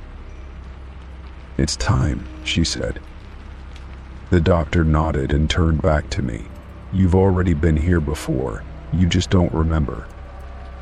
My head swam as I tried to process his words. That didn't make sense. I had never been here. I had never met these people. But the certainty in his voice, the familiarity of the woman beside him, it made doubt creep into my mind. What if they were telling the truth? What if somehow I had been here before? I took a step back, my breath coming in quick, shallow gasps. "I need to go," I said, reaching for the door. The receptionist moved faster than I expected, blocking my path. "You already paid," she murmured, her voice eerily calm. "It's already done." The room seemed to tilt as panic set in. I shoved past her, my hands fumbling with the doorknob. It wouldn't turn. The doctor sighed behind me, his voice patient, almost amused. "You're not leaving," he said. "Not until we finish what we started." I slammed my shoulder into the door, adrenaline surging through me. It didn't budge. My hands were shaking as I turned to face them, my double watching me with a quiet, knowing expression. "You'll understand soon," she said softly. Darkness clouded my vision as the hum in the room grew louder. My knees buckled, my body suddenly too heavy. The last thing I saw before I lost consciousness was the receptionist's face, my face smiling down at me. I woke up in my own bed, my sheets damp with sweat. My phone buzzed on the nightstand. A new email notification. "Your follow-up appointment has been scheduled." Story 13. The city was quiet at 2 a.m., the kind of silence that only came in the dead of night. Streetlights flickered along the empty road outside my apartment, casting long, unmoving shadows. I had been lying in bed, scrolling through my phone, when I heard the low rumble of an engine pulling up outside. It wasn't unusual to hear cars passing by at odd hours, but something about this one made me pause. I got up and peered through the blinds, my breath catching when I saw a delivery truck idling in front of my building. It wasn't one of the usual carriers, no familiar logos, no markings at all. The headlights remained on, illuminating the cracked pavement, but no one stepped out right away. I watched for a moment, expecting it to leave, but then the driver's side door swung open. A man climbed out, dressed in dark clothing, his cap pulled low over his face. He moved with purpose, heading straight for my building entrance without hesitation. My stomach tightened as I stepped back from the window, trying to convince myself it was nothing. Maybe a neighbor had ordered something, or maybe it was just a mistake. But then there was a knock at my door. It was firm, steady, not urgent but not hesitant either. I hesitated, glancing at the peephole, but the angle didn't give me a clear view. Another knock followed, this time sharper. My fingers hovered over my phone, debating whether to call someone, but curiosity got the better of me. Taking a deep breath, I unlocked the door and opened it just enough to see outside. The man stood there, holding a small package in his gloved hands. His face was partially hidden by the shadow of his cap, but I could see the faintest hint of a smirk on his lips. Without a word, he extended the package toward me. It was plain, unmarked, no labels or tracking numbers. No indication of where it had come from. I didn't reach for it right away. "Who's it from?" I asked, my voice quieter than I intended. The man didn't answer. He simply tilted the package slightly, as if urging me to take it. Something about his silence unnerved me, but I didn't want to let on that I was rattled. Slowly, I took the package from his hands, feeling its surprising lightness.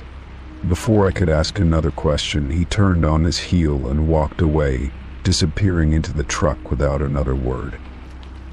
I closed the door quickly, locking it as I exhaled. The sound of the truck's engine roared back to life, and I listened as it pulled away, leaving nothing but silence in its wake. My fingers tightened around the package as I stared down at it. It was wrapped neatly in brown paper, sealed with a single piece of tape. There was no handwriting, no indication that it belonged to me. A cold unease settled over me as I carried it to the kitchen and set it on the counter. I wasn't expecting anything, no online orders, no late-night deliveries from friends. I ran my fingers along the edges, debating whether to open it. Every instinct told me that something about this wasn't right, but my curiosity overpowered my hesitation. I grabbed a knife and carefully sliced through the tape, peeling back the paper. Inside was a plain white box. No branding, no markings. My heart pounded as I lifted the lid. There was no object inside, no item wrapped in bubble wrap or cushioned with packing material. Just a single piece of folded paper. I picked it up, unfolding it with shaky fingers. In the center of the page, written in bold, black ink, were 7 words. "You should have left when you had the chance." My breath hitched as my mind raced. My fingers gripped the paper tighter, as if trying to convince myself it wasn't real. I read the words over and over, searching for some meaning, some explanation. The message was vague, but the weight behind it was suffocating. I spun around, suddenly feeling exposed, as if someone was watching me. The apartment was still, the only sound my own breathing. I moved back to the window, carefully pulling the blinds aside to look out onto the street. It was empty. The truck was gone, but I couldn't shake the feeling that someone was still there. My mind went to every possible scenario. Was this a prank? A mistake? Had the package been meant for someone else? But the more I thought about it, the more I realized that wasn't the case. The man had knocked on my door. He had waited for me. This was intentional. I grabbed my phone and texted a friend, trying to put my unease into words. The typing bubble appeared for a moment before disappearing. No response. I tried calling, but it rang until voicemail picked up. The isolation pressed down on me, making my pulse throb in my ears. A sudden creak from the hallway made me jump. I held my breath, listening intently. The sound had been faint, but unmistakable. Someone was out there. I moved toward the door, careful not to make a sound. I pressed my ear against the wood, straining to hear. Nothing. My mind was playing tricks on me. It had to be. I turned back toward the package, but the sight of that note made my stomach churn. I needed to get rid of it. I grabbed the box, the wrapping, the note, and shoved it all into a plastic bag. My hands were unsteady as I tied it shut. I had to get it out of my apartment. Slipping on my shoes, I moved to the door and listened again. The hallway was silent. I unlocked the door as quietly as possible and stepped outside, my heart pounding against my ribs. The building was eerily still, the dim glow of the exit sign casting strange shadows along the walls. I made my way to the trash chute at the end of the hall, my grip tight around the bag. As I lifted the metal lid, a shiver ran down my spine. It felt like someone was watching me. I turned sharply, my breath catching in my throat. The hallway was empty. I forced myself to drop the bag inside and let the lid slam shut. The sound echoed through the hallway, louder than I expected. Without wasting another second, I hurried back to my apartment and locked the door behind me. The weight of the night pressed down on me as I leaned against the door, my mind racing. I didn't sleep. I couldn't. Every noise, every shadow sent my nerves on edge. The words from the note repeated in my head like a warning, a threat that I couldn't ignore. I had no idea who had sent it or why. Story 14. I had always made it a habit to pull the blinds before going to bed. It wasn't out of fear, just a routine I never really thought much about. My apartment was on the 2nd floor, overlooking a quiet street where hardly anything ever happened. But that night I had forgotten, and when I turned toward the window, I saw someone standing below. A dark figure was motionless on the sidewalk across the street facing my apartment. I couldn't make out any features, but the way they stood sent an uneasy chill through me. There were no streetlights directly above them, leaving them shrouded in shadow. Still, I could tell they were looking up, staring straight at me. I swallowed hard, my heart pounding as I stepped back from the window. My first thought was that it was some random passerby, but something about them felt off. They weren't moving, weren't checking their phone or walking toward a destination. They were just there, standing, watching. I pulled the blinds shut quickly, my fingers trembling slightly. I told myself it was nothing, just a trick of my tired mind, but I couldn't shake the uneasy feeling creeping over me. I stood still for a moment, listening, as if expecting to hear footsteps approaching. But the silence in my apartment was thick and unbroken. After a few minutes, I peeked out again, just to check. The figure hadn't moved. They were still in the exact same spot, facing my window, completely still. My stomach twisted, a sharp discomfort spreading through me. Why were they just standing there? I grabbed my phone and considered calling someone, but what would I even say? There was a person standing across the street, and they were creeping me out. It felt silly, but at the same time, I couldn't shake the dread pooling in my chest. I checked the time, just past midnight. I forced myself to step away from the window, turning off the lights in my apartment. Maybe if I wasn't visible, they'd get bored and leave. I sat on the edge of my bed, trying to focus on something else, but my mind kept drifting back to the shadowy figure outside. The thought of them still standing there made my skin crawl. Minutes passed, then an hour. I couldn't take it anymore. I walked back to the window, moving the blinds just enough to see out. My breath caught in my throat. They were gone. The sidewalk was empty, the street completely still. A strange relief washed over me, but it was tainted by something else: discomfort, unease. I should have felt better knowing they had left, but instead I felt exposed, vulnerable. I stared out for a few more seconds before shutting the blinds tightly, locking the window for good measure. I crawled into bed, determined to put it out of my mind. I was letting my imagination get the best of me, turning a random person into something more sinister. But even as I closed my eyes, I couldn't shake the feeling that something was off. Sleep came slowly, restless and uneasy. Sometime in the middle of the night, I woke up suddenly, my heart pounding for no reason. The room was dark, the air heavy. I listened closely, unsure of what had pulled me from sleep. Then I heard it, a faint sound just outside my window. It was soft, almost imperceptible, like the rustling of fabric or the shifting of feet against pavement. My breath caught in my throat as I turned toward the window, my mind racing. The blinds were shut, but that didn't stop the overwhelming sense that someone was standing just outside. I lay completely still, my body rigid with fear. My apartment was on the second floor. No one should be able to stand outside my window. The thought made my stomach churn. My pulse hammered in my ears as I forced myself to stay calm. Minutes passed, the sound fading into silence. I wanted to believe it had been my imagination, but I knew better. I reached for my phone and checked the time: 3:12 a.m.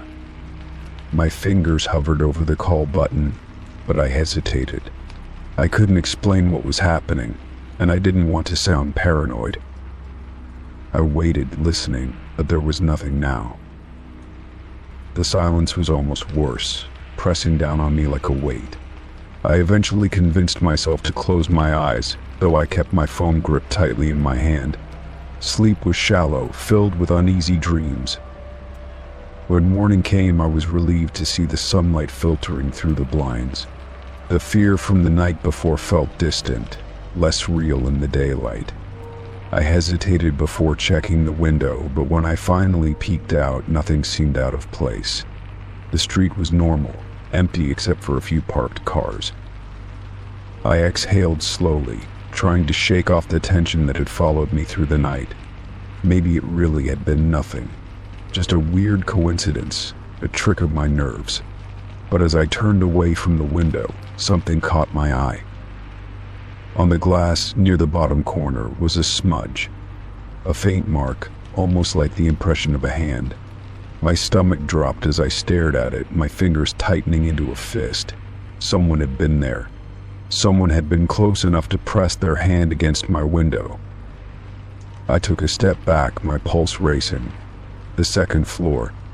There was no way anyone should have been able to reach that high, unless they had climbed, or used something to lift themselves up. The thought sent a shudder through me. I grabbed my phone, my hands shaking slightly as I snapped a picture of the smudge. I didn't know what I was going to do with it, but I needed some kind of proof that I wasn't losing my mind. I checked the lock on my window again, ensuring it was secure before stepping away. For the rest of the day, I couldn't shake the unease that clung to me. Every sound made me jump. Every shadow felt like it was hiding something. I tried to go about my usual routine, but the image of that figure standing outside of the handprint on my window wouldn't leave me. That night, I double-checked every lock, pulled the blinds down tightly, and made sure there were no gaps. I told myself I was safe, that nothing was going to happen. But as I lay in bed, the feeling of being watched returned, pressing in from beyond the walls. Story 15. The party was lively, filled with laughter and the steady hum of conversation. I wasn't particularly close with the host, but a friend had invited me, and I figured it would be a good way to unwind after a long week. The house was packed, people milling from room to room with drinks in their hands. Music thumped through the walls, and outside, small groups gathered on the patio, talking in low voices. I had just grabbed a drink from the kitchen when someone tapped my shoulder. Turning, I found myself face to face with a man I didn't recognize. He was tall, lean, with dark hair that fell just past his ears. His clothes were simple, a dark sweater and jeans, but something about him felt out of place. He smiled, though it didn't quite reach his eyes. "I heard you work at Winslow Company," he said, tilting his head slightly. I hesitated. I hadn't mentioned my job to anyone at the party yet. "Yeah," I replied cautiously. "Why?" His smile widened slightly. "I used to work there," he said, "a while back. Ever hear about the incident?" The way he said it made my skin prickle. "What incident?" I asked. He studied me for a moment before taking a slow sip of his drink. "Strange thing," he murmured. "A guy went missing right from the office, just vanished. No security footage, no explanation. 1 minute he was there, the next gone." A chill ran down my spine. I frowned, trying to recall anything like that, but nothing came to mind. "I don't think I've heard about that," I said. His expression didn't change, but something flickered in his eyes. "Maybe they don't talk about it anymore," he said. "Might be for the best." The conversation unsettled me, but before I could press further, someone called my name from across the room. When I turned back, the man had already moved away, blending into the crowd. I watched him for a moment before getting pulled into another conversation, his words lingering in the back of my mind. As the night went on, I realized I couldn't remember his name.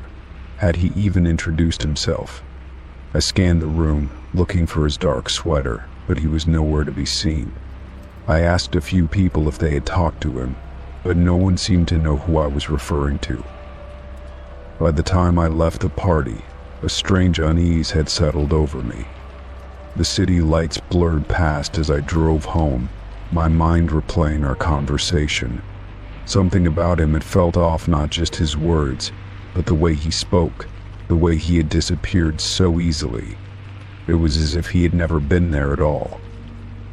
The next morning, I arrived at work feeling restless. The office was the same as always, rows of desks, the hum of computers, the occasional ringing of a phone. I considered bringing up the man's story to a coworker, but it felt ridiculous. A missing person case from years ago. If it was real, someone would remember. Still, curiosity got the better of me. During lunch, I searched through old company records, looking for any mention of a disappearance. Nothing came up. No news articles, no internal memos, not even office gossip. It was as if the man had made it up entirely. That afternoon, I asked around casually, bringing up past employees. My manager, an older woman who had been with the company for over a decade, furrowed her brow. "No one's ever gone missing," she said. "Not that I've heard of." Something about the way she said it felt deliberate, like she wanted to end the conversation. The unease from the party grew heavier. If no one had gone missing, then why had the man lied? And why had no one else at the party seen him? I thought about checking security footage from the event, but it had been a private gathering. There wouldn't be any. That night, as I lay in bed, I tried to recall his face. The details were already fading: his voice, the exact shade of his sweater, even the way he had smiled. It felt like trying to remember a dream. The harder I focused, the blurrier it became. A few days later, I went back to the house where the party had been held. The host, a guy named Alex, greeted me at the door. "I didn't expect to see you," he said, stepping aside to let me in. The house felt emptier now, quieter. "I wanted to ask you something," I said. There was a guy at the party. Dark hair, about my height, wearing a sweater. He said he used to work at Winslow Company. Alex frowned, thinking. "I don't remember anyone like that," he said slowly. "You sure he was here?"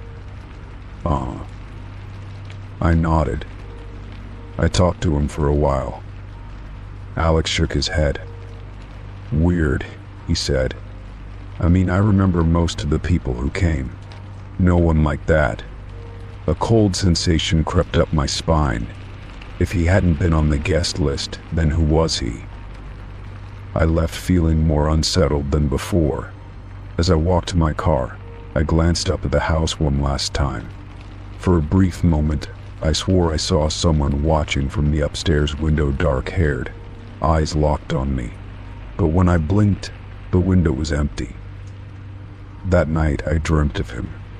He stood at the end of my bed, staring, his expression unreadable. "You shouldn't have asked," he whispered. I woke up drenched in sweat, my heart hammering. The room was empty, but the feeling of being watched lingered. Over the next few weeks, small things started happening. I'd catch glimpses of someone in reflection shop windows, elevator doors, but when I turned, no one was there. At work, my computer screen flickered, files disappearing and reappearing. A few times, my name appeared in messages I hadn't sent. One evening, as I was leaving the office, I caught movement out of the corner of my eye. Someone stood at the far end of the hallway, partially hidden in the shadows. The shape was familiar, tall, lean, dark-haired. My breath caught in my throat.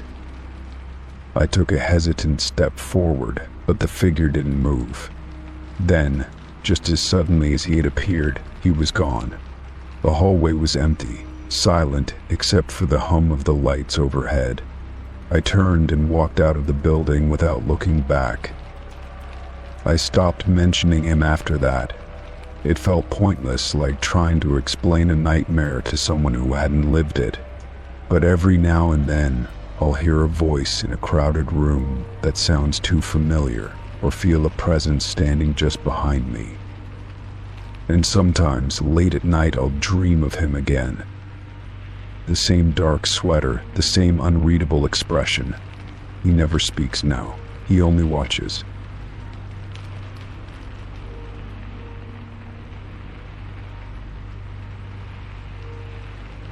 Story 16.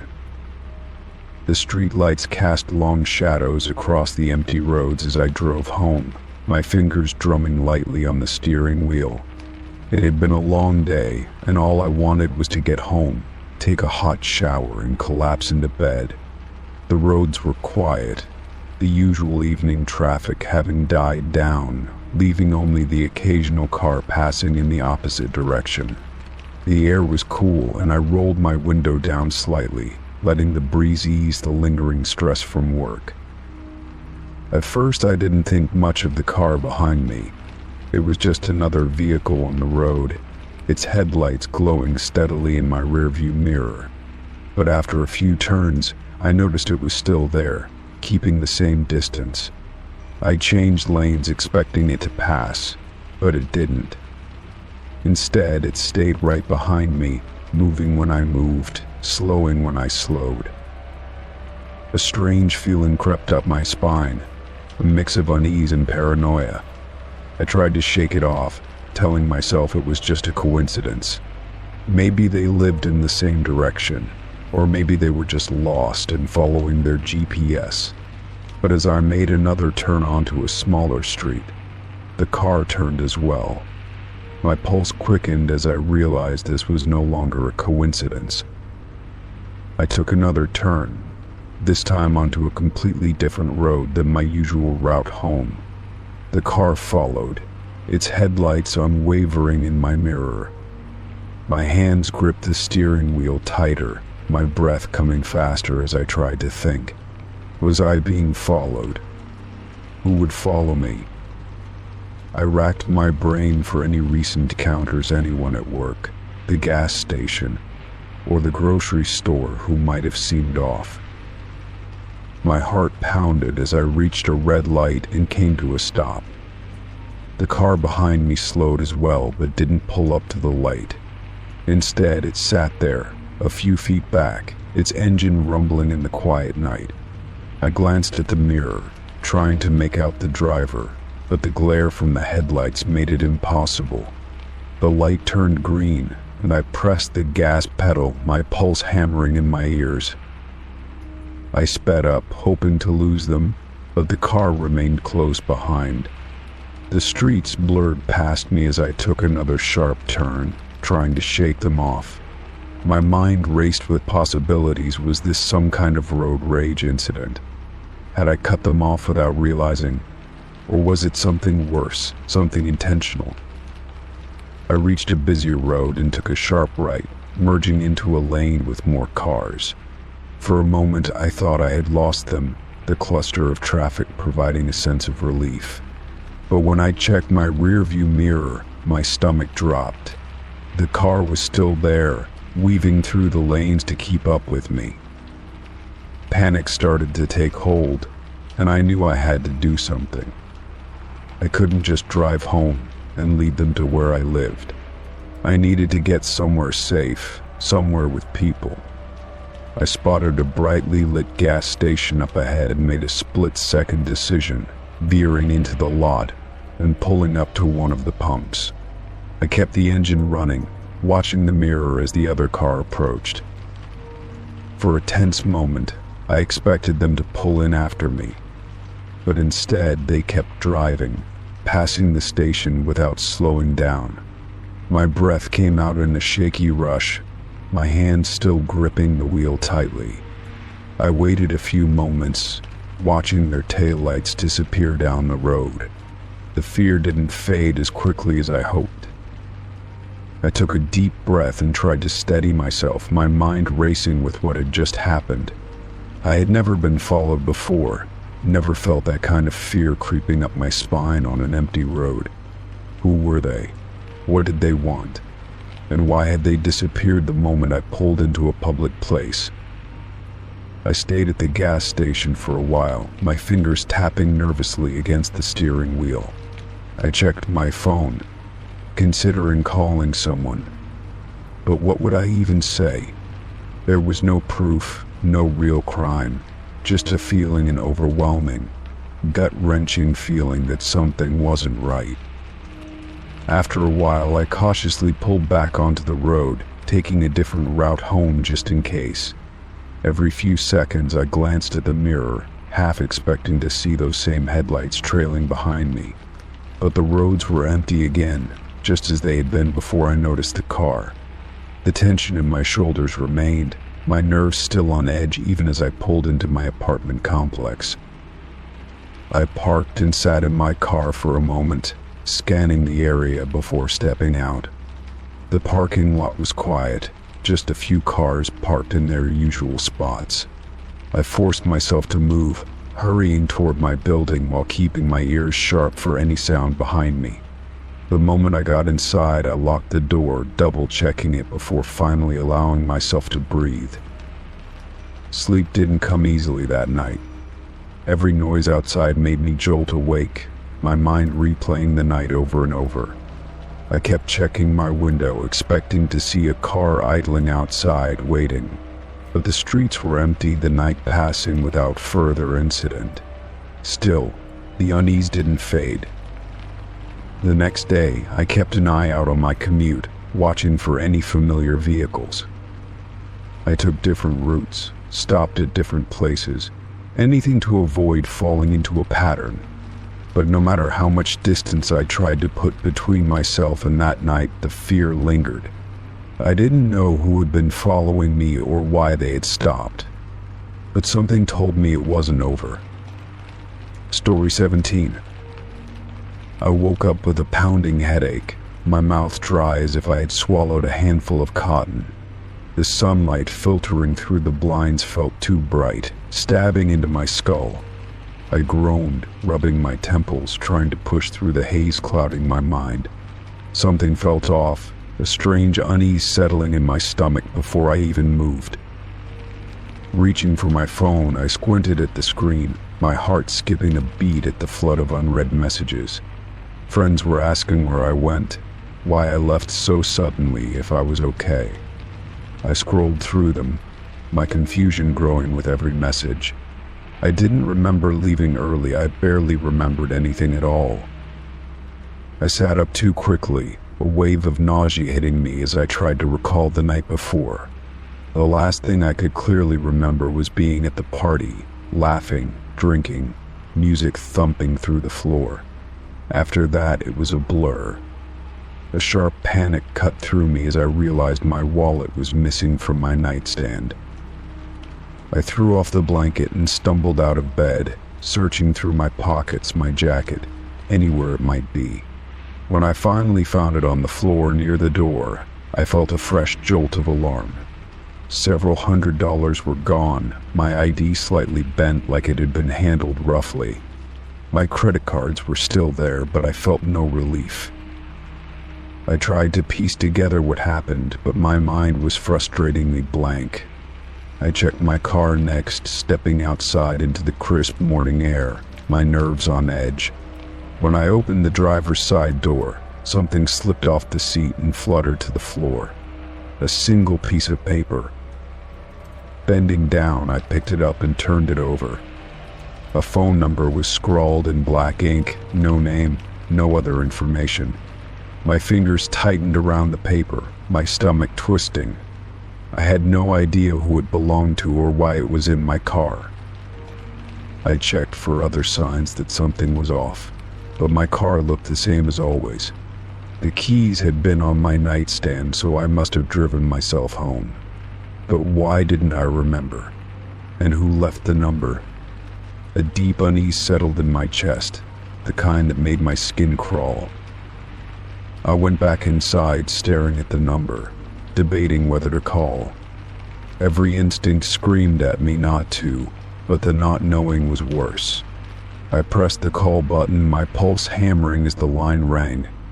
A few seconds later, someone picked up, but they didn't say anything. Hello? My own voice sounded uncertain, almost shaky. Silence stretched on the other end, just the faint sound of breathing. My grip tightened on the phone, a cold dread creeping up my spine. Who is this?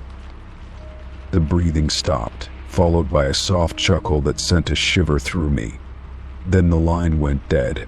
I stared at my phone, my hands clammy, my stomach twisting with unease. Whoever they were, they knew I would call. I tried to shake it off, telling myself it was some kind of prank. Maybe a drunk joke from the party, something I had agreed to without remembering. But that didn't explain the missing money. It didn't explain why I left early or why my memory was blank. I spent the rest of the day trying to retrace my steps. I texted a few friends asking what they remembered, but the details were fuzzy.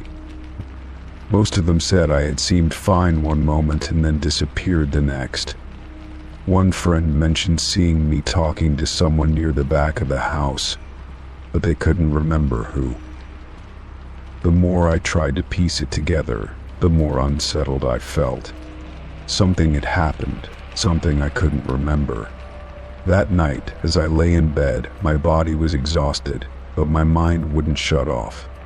Every time I closed my eyes, I saw flashes of something I couldn't fully grasp.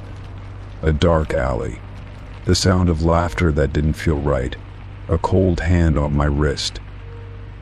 I woke up gasping, my heart racing, the feeling of that unseen presence lingering in my bones. My phone buzzed on my nightstand, and I grabbed it, my breath catching in my throat. A text message from an unknown number. "You should stop asking questions." I sat up, my skin crawling, my fingers tightening around the phone. I typed out a response, but my hands were shaking too much to hit send. The message disappeared a few seconds later, as if it had never been there at all. I didn't sleep after that. Every noise outside my window made me jump. Every shadow felt like something watching me. By morning, I made up my mind I needed to find out what really happened. I started by calling my bank, checking my card activity. No charges I didn't recognize, which meant whoever took the money had done it in cash. Next, I drove back to the party house, my stomach twisting as I pulled into the empty driveway. The place looked normal in the daylight, no sign of anything wrong. But as I walked around the back, my breath caught in my throat. A single scrap of paper sat near the back steps, fluttering slightly in the breeze. It was identical to the one I had found in my car, the same handwriting, the same phone number. My pulse pounded in my ears as I picked it up, my fingers cold. Someone had left this here for me to find. Someone knew I would come back. I looked around, my skin prickling, but there was no one in sight. Just the faint hum of traffic in the distance, the occasional rustling of leaves. I clenched the note in my fist, swallowing hard. I wasn't imagining this. Someone had been in my car. Someone had taken my money. Someone was watching. I didn't go to the police. I don't know why. Maybe I thought they wouldn't believe me, or maybe I didn't want to explain that I had no real proof. But I changed my locks that same day, added extra security to my doors and windows. I stopped going out late, stopped drinking too much. I became more careful. Days passed, then weeks, and nothing else happened. No more texts, no more strange notes. But I never forgot. Sometimes I still wake up in the middle of the night with that same gnawing sense of dread, like something is just out of reach. And sometimes when I check my phone, I swear I see a message flash across my screen for just a second before it disappears. See you soon.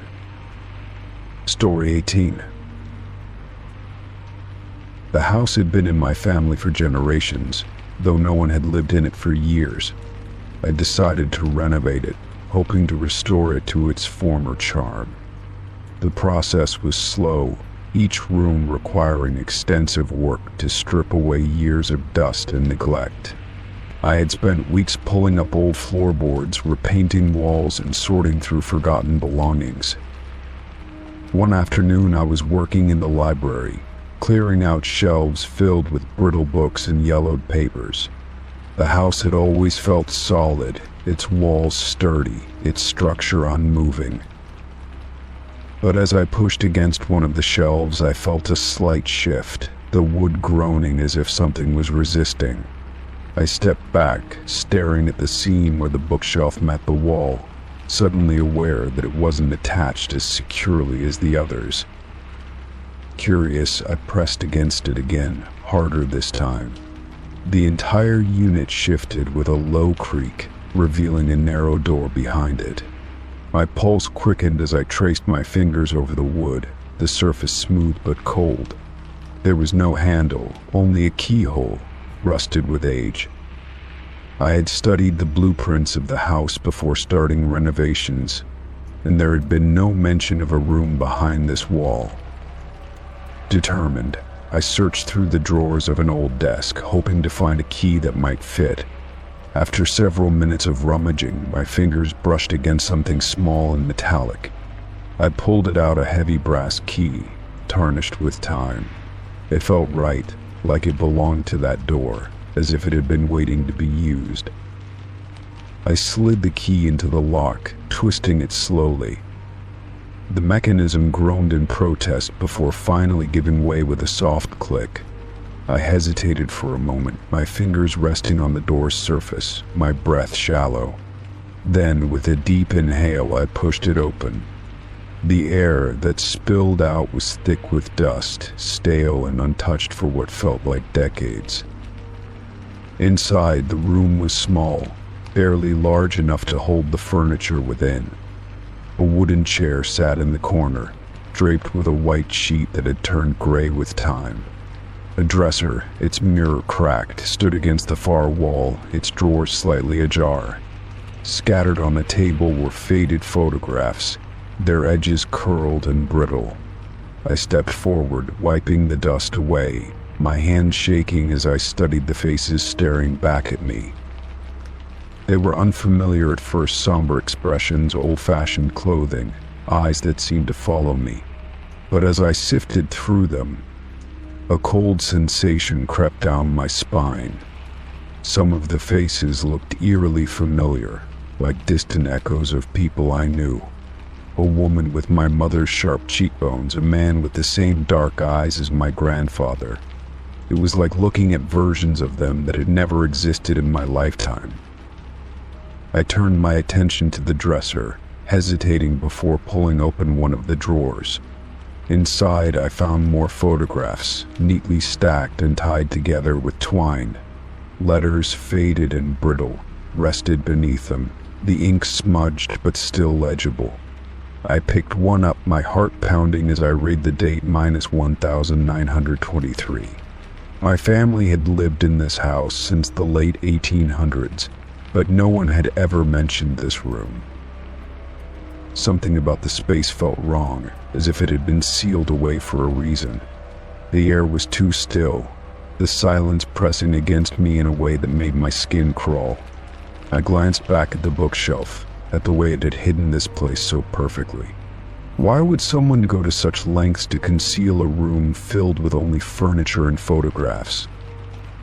I picked up another photograph, this one showing a man standing in front of the house. He was dressed in a long coat, his hands in his pockets, his face unreadable.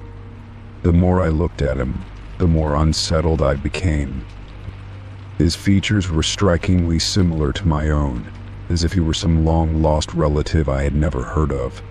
My stomach twisted at the thought. A noise from behind made me freeze, a soft rustling, like fabric shifting in the still air. I turned sharply, my breath catching in my throat. The sheet that had covered the chair was now on the floor, crumpled in a heap. My chest tightened as I scanned the room, my mind scrambling for a logical explanation. Had I brushed against it? Had a draft disturbed it?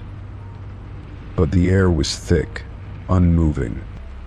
There had been no draft. I swallowed hard, suddenly aware of how alone I was in this house, how deep into its forgotten spaces I had wandered. I backed toward the door, my fingers gripping the frame. The room felt smaller now, the walls pressing in, the faces in the photographs watching. I stepped out, pulling the door shut behind me with more force than necessary.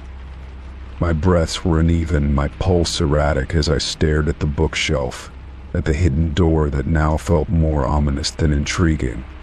I should have left it alone. Whatever secrets had been buried here were meant to stay that way. For the rest of the evening, I tried to push the discovery out of my mind. But as I lay in bed that night, the images of the photographs burned behind my eyelids. The resemblance, the hidden room. The way the air had felt wrong, I couldn't shake the feeling that I had disturbed something that had been waiting. something that had been watching. The next morning, I decided to board up the door. I moved the bookshelf back into place, securing it firmly against the wall. I told myself it was just an old storage space, a forgotten relic of the past. But deep down, I knew better. The house had kept its secrets for a reason, and I had no intention of uncovering any more. Days passed, and I tried to focus on other parts of the renovation, but the feeling never left me. At night, I would hear faint creaks from the library, as if the house was settling in ways it never had before. Once I thought I heard a whisper, soft and indistinct, coming from behind the bookshelf. My blood ran cold, and I refused to go back into the room after dark. One evening, as I walked past the library, I noticed something that made my breath hitch. The bookshelf, which I had secured so tightly, was slightly ajar. A sliver of darkness peeked through the gap, an invitation, a warning. I stepped back, my skin crawling. I left the house that night, checking into a motel a few miles away. Something about that room, that door, that presence, none of it felt right. I wasn't sure if I had found something forgotten or something waiting, but I knew I had no desire to find out. The house remains unfinished, my renovation project abandoned. Sometimes I think about selling it, letting someone else uncover whatever secrets lie behind that door. But a part of me knows that some things aren't meant to be found, and some doors should never be opened again. Story 19. The night was quiet except for the low hum of the television. I had been watching a movie, only half paying attention as the glow from the screen flickered across the living room walls. The house felt unusually still, the kind of silence that made every little sound seem louder. I shifted on the couch, pulling the blanket over me, trying to ignore the strange sensation creeping over my skin. It started as a subtle feeling, like an itch at the back of my mind. It wasn't fear. Not at first, just a nagging awareness that something felt off. I glanced around the room, scanning the dimly lit corners as if expecting to see something out of place. But everything was normal, just me, the TV, and the quiet hum of the refrigerator in the kitchen. Still, the feeling didn't go away. It grew stronger, more persistent, until I couldn't ignore it any longer. I shifted again, suddenly uneasy, my eyes drawn to the large front window. The blinds were halfway open, revealing a view of the dark street outside. My stomach clenched as I leaned forward, peering out into the night. A figure stood across the street, motionless. The streetlight cast a faint glow, just enough to outline the shape of a person. I couldn't make out any features, couldn't tell if they were looking directly at me, but something deep inside me knew they were. A chill ran through my body, my breath catching in my throat. I told myself it was nothing, maybe just a neighbor out for a late-night walk. But they weren't walking. They weren't moving at all. They just stood there, facing my house, their posture stiff and unnatural. A deep unease settled in my chest, my fingers tightening around the edge of the blanket. I glanced at my phone on the coffee table, debating whether I should call someone. Maybe I was overreacting. Maybe if I looked away for a moment, they would be gone. I turned back to the TV, forcing myself to focus on the screen. But I couldn't shake the feeling that I was still being watched. After a few minutes, I couldn't resist the urge to check again. My heart pounded as my eyes flicked back to the window. The figure was still there, still staring, still unmoving. The longer I looked, the more my skin crawled. It wasn't just that they were standing there, it was the way they stood, like they had no reason to be anywhere else, as if watching my house was the only thing that mattered. I reached for my phone, my fingers trembling slightly as I unlocked the screen. I considered calling the police, but what would I say? That someone was standing outside? They weren't doing anything illegal. Still, my gut told me that something wasn't right. Deciding not to take any chances, I got up and turned off the lights in the living room. Maybe if they thought I had gone to bed, they would leave. I moved cautiously to the window, standing off to the side so I could still see outside without being easily seen. The figure hadn't moved an inch. I watched them for what felt like forever, my pulse hammering in my ears. Then, just as I was about to look away, they took a single step forward.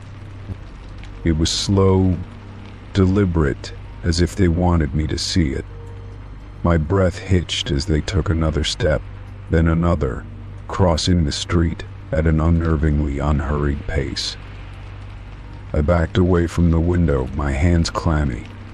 I wanted to run upstairs, lock my bedroom door, and pretend this wasn't happening, but fear kept me frozen in place.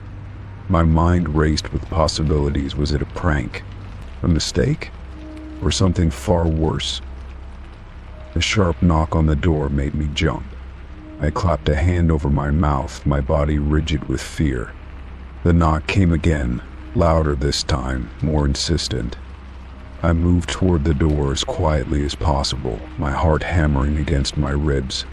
Peering through the peephole, I felt the blood drain from my face. The figure stood just outside, their face still obscured in the darkness. They weren't knocking anymore, they were just standing there, waiting. My hand hovered over the deadbolt, every instinct screaming at me to stay silent. I didn't know what they wanted, and I had no intention of finding out. Minutes passed, the silence stretching unbearably. Then, without warning, the figure turned and walked away, disappearing into the night. I didn't relax. I didn't move. I stayed by the door, listening, waiting for something else to happen. But nothing did. I barely slept that night, jumping at every sound, every creak of the house settling.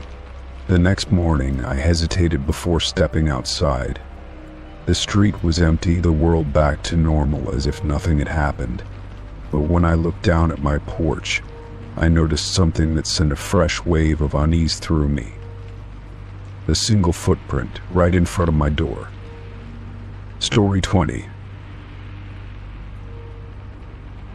The envelope was plain, with no return address, just my name scrawled in careful, slanted handwriting. I hesitated before opening it, running my fingers over the worn edges. Something about it felt off, like a whisper from the past slipping through the cracks of time. Inside, the letter was written in blue ink, the handwriting familiar yet distant. The words unfolded memories from years ago, childhood afternoons spent in the backyard. The old swing set, the games played until the sun dipped below the trees. The neighbor spoke of moments I barely remembered, things only a handful of people could have known. As I read, my stomach twisted, the tone shifting subtly, like a shadow lengthening in the evening light. The last line was short, yet it clung to my mind like a stubborn echo. I always knew you'd turn out just like him. The air around me felt suddenly heavier, the room too small, the walls pressing inward. I reread the letter, my hands gripping the paper a little tighter each time. Who was him? My father? My grandfather? Neither had left any remarkable legacy, at least not one that would warrant such a statement. But there was something unsettling in the way it was written, an unspoken weight beneath the words. I hadn't seen my old neighbor in years, not since they packed up and left without much of a farewell. The house had been empty for a while before a new family moved in, filling it with unfamiliar voices. I tried to remember the last time we spoke, but the memory was hazy, buried beneath the years. Setting the letter down, I stared at the wall, my mind racing through the past. There had always been something strange about that neighbor, something watchful in the way they had looked at me. I never questioned it as a child, but now, with this letter in my hands, the unease crept in like a slow-moving fog. I spent the next few days thinking about the letter, turning it over in my mind like a puzzle missing its key piece. I avoided telling anyone about it, unsure of what to even say. It felt too personal, too tied to something just out of reach, like a memory half-formed and incomplete. One evening I walked past the house where they used to live, staring at the windows as if expecting to see some remnant of the past staring back. The current owners had changed things, new paint, new landscaping, but beneath it all, the foundation remained the same. A house doesn't forget, even when people do. I thought about the nights I had spent in my backyard, feeling the weight of unseen eyes from a neighboring window. As a child, I had chalked it up to paranoia, the way kids sometimes feel watched when they're alone. Now I wasn't so sure. Days passed, and the letter remained on my nightstand, a silent presence in the room. I considered throwing it away, but each time I reached for it, I hesitated. Some part of me needed to understand why it had been sent, why my past had suddenly resurfaced in this cryptic way. Unable to let it go, I decided to do something I hadn't done in years. I dug through the old boxes in my attic, searching for anything that might connect me to my neighbor. Dust coated my hands as I sifted through childhood belongings, old photographs, and forgotten trinkets. Eventually, I found an old scrapbook, its pages yellowed and edges frayed. Inside were photos of my childhood home, birthday parties, and neighborhood gatherings. Flipping through, my breath caught when I found a picture of my old neighbor standing in the background, watching me. It wasn't just one photo, it was several. In each one they were there, always at a distance, always watching. A chill ran through me as I realized how many times they had been present, unnoticed yet ever observant. It wasn't normal. It wasn't coincidence. I studied their face, trying to recall anything meaningful about them, but all I could remember were the occasional conversations, the polite smiles. Yet, the way they had looked at me in these photos, there was something else there. Something deliberate. The words from the letter echoed in my head, that final line sinking deeper into my thoughts. Just like him. I turned the phrase over and over, trying to force it to make sense. If my neighbor had been watching me for so long, what had they seen? Sleep became restless, my nights filled with fragmented dreams of my childhood home.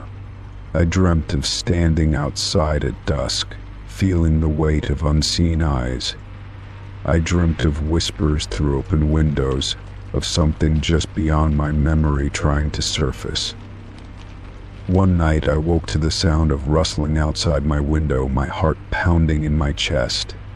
The rational part of me said it was just the wind, but I didn't move, didn't breathe. I listened, waiting, feeling that same suffocating sense of being watched. When morning came, I checked the yard, finding nothing out of place, yet the unease remained. I couldn't shake the feeling that the letter had been more than a message, it had been a reminder. Of what? I wasn't sure. Determined to get answers, I searched online for any mention of my old neighbor, but their name brought up nothing relevant. No social media, no records, nothing to explain why they had resurfaced after all this time. It was as if they had vanished the moment they left. Frustration grew, and I found myself driving past the house again, staring at the windows. I wanted to knock, to ask the new owners if they had ever received anything strange. But what would I even say? That an old neighbor had sent me a cryptic letter about my past. I went home, exhausted by the endless questions. Sitting at my desk, I unfolded the letter once more, tracing the words with my fingertips. This time I noticed something I hadn't before, a faint indentation beneath the ink, as if something had been written and erased. Grabbing a pencil, I shaded lightly over the paper, my breath catching as faint letters emerged. A single word, written in shaky strokes, basement. The realization hit me like a punch to the gut. I had barely thought about the basement of my childhood home in years.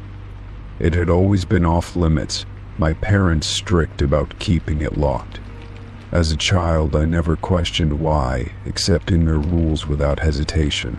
Now, it felt like a missing piece waiting to be uncovered. The next day, I made the drive back to my childhood home, my hands gripping the steering wheel tightly. The new owners were kind but hesitant when I asked about the basement. "It's mostly empty," they said, "but you're welcome to take a look." Stepping inside felt surreal, the house familiar yet altered by time. I walked down the narrow steps into the basement, the air thick with dust and something old. In the far corner, a wooden panel was slightly ajar, revealing a small hidden compartment. Inside, I found a single, yellowed envelope, much like the one I had received. My hands trembled as I opened it, my breath catching at the first line. "I always knew you'd find this. The past had never let me go, it had only been waiting." Story 21. The road stretched endlessly before me, empty and silent beneath the setting sun. I hadn't seen another car in miles, just open fields and the occasional abandoned farmhouse. The radio crackled with static, and I reached down to turn it off, letting the hum of my tires fill the silence. That was when I saw a lone car parked on the shoulder, its doors swung wide open.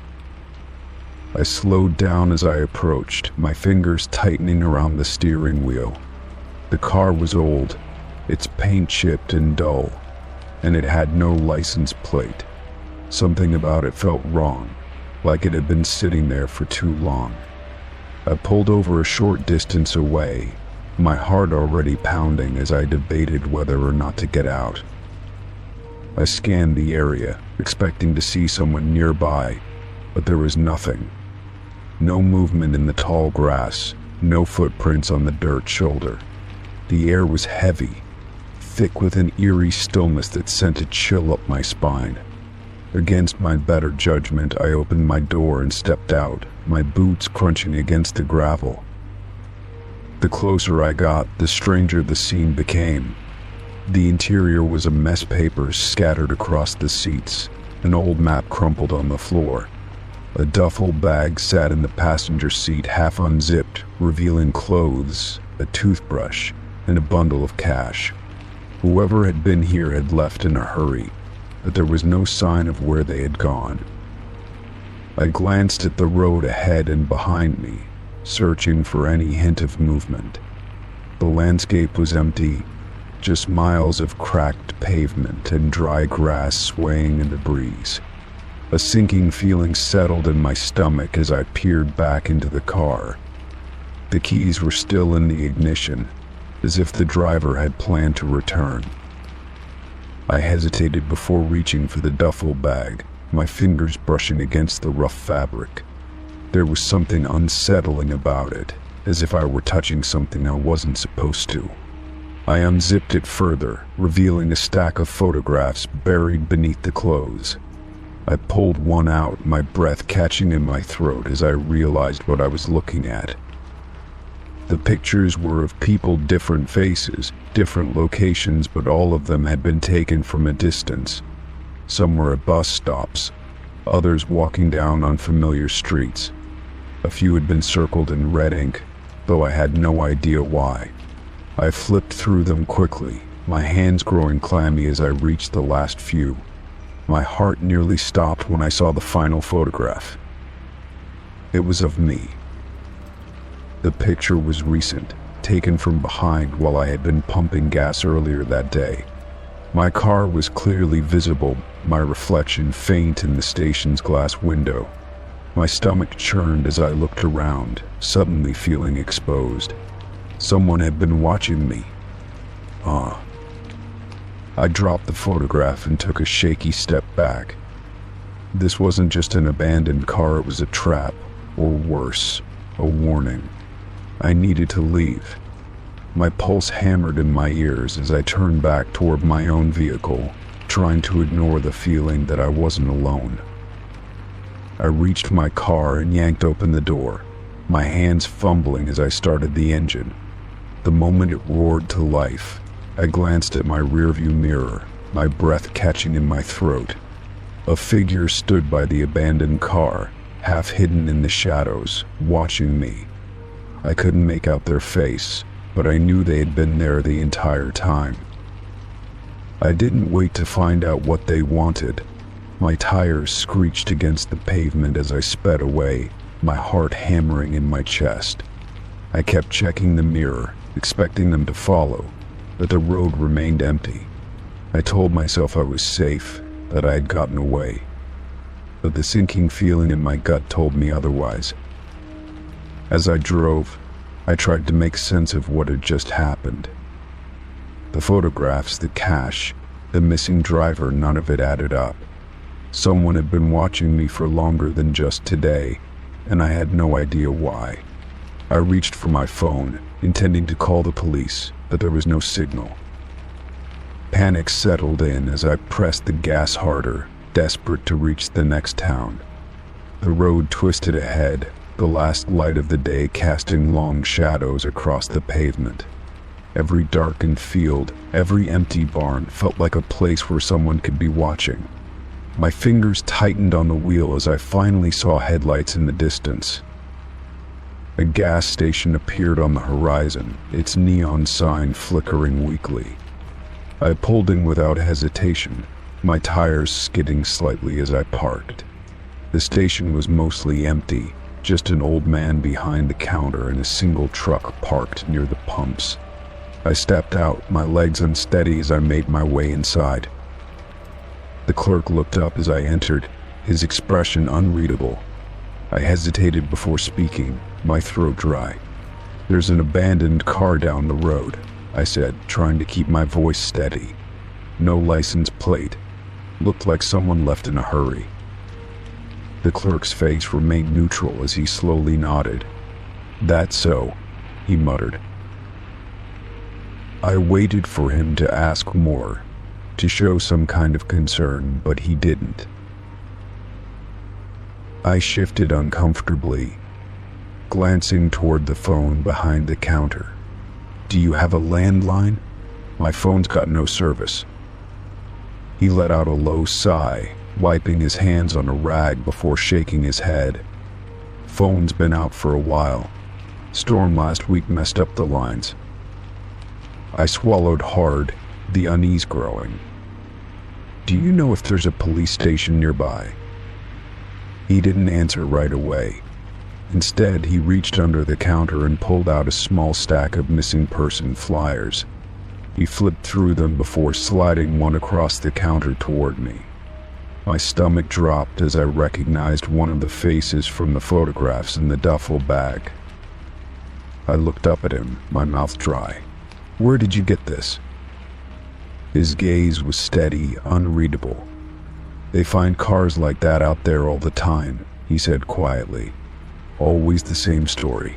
Empty, no driver, just gone." A cold shiver ran down my spine as I stared at the flyer. I suddenly wanted to be anywhere but here. I stepped back, nodding quickly. "Thanks," I muttered before turning toward the door. As I stepped outside, the air felt heavier, thick with something I couldn't name. I climbed into my car and locked the doors, my fingers trembling as I started the engine. I didn't look back at the gas station. I didn't look back at the empty road. I just drove, pushing the speedometer higher, desperate to leave whatever had happened there behind me. But even as I left the town behind, the feeling never faded. I couldn't shake the thought that somewhere, someone was still watching. And no matter how far I drove, I had the sinking feeling that I hadn't truly gotten away. Story 22. I sat cross-legged on the living room floor, surrounded by old photo albums my mother had given me. The pages smelled of dust and age, each one filled with moments frozen in time. Smiling faces, birthday parties, family trips, all familiar memories. But as I flipped through the pages, one particular photo made my stomach drop. It was a picture of me as a child, no older than 5, standing in the backyard of our old house. I wore a red sweater, my small hands clutching a toy airplane. The setting was unmistakable, the large oak tree and white picket fence exactly as I remembered. But standing behind me, slightly out of focus, was a figure I didn't recognize. Their face was blurred, not like an old photograph fading over time, but as if the person themselves didn't want to be seen. The distortion was unnatural, as though something had intentionally obscured their identity. My chest tightened as I checked the date written on the back of the photo. It had been taken 10 years before I was born. I stared at the image, my mind racing with questions. How could I be in a picture that existed before my birth? And who was the person behind me? My fingers trembled slightly as I traced the blurred outline, a strange chill creeping up my spine. It felt as though I had stumbled upon something I wasn't meant to see. I flipped through more pages, searching for other photos from the same time period. Most were ordinary, my parents in their younger years, family gatherings, holiday celebrations. But then I found another. This time it was a picture of my mother standing in the kitchen, her hand resting on the counter. In the reflection of the window behind her, the same blurred figure was there, watching. A shudder ran through me as I shut the album, my pulse quickening. I had never heard my parents mention anything strange about our old house. There had never been talk of an intruder or an unknown visitor. But the presence in those photos felt deliberate, like it had always been there, unseen. I decided to call my mother, my fingers gripping my phone tightly. When she answered, I hesitated, unsure of how to bring it up. "Mom, I was looking through the old photos you gave me," I finally said, trying to keep my voice steady. "There's one of me in the backyard, but the date says it was taken before I was born." There was a pause on the other end, then a quiet exhale. "That's not possible," she said, but her tone carried a hint of something else, something I couldn't quite place. I swallowed hard, pressing forward. "There's someone standing behind me in the picture. Their face is blurred, but they show up in another one too, in the window behind you." Silence stretched between us before she spoke again, her voice softer this time. "You should put those photos away." Her response sent a ripple of unease through me. "Who is it, Mom?" I asked, gripping the phone tighter. "Do you know who they are?" She hesitated again, and when she finally spoke, her voice was barely above a whisper. "I don't know," she said, "but we weren't alone in that house." A cold chill settled in my chest. "What do you mean?" She sighed, the sound heavy, tired.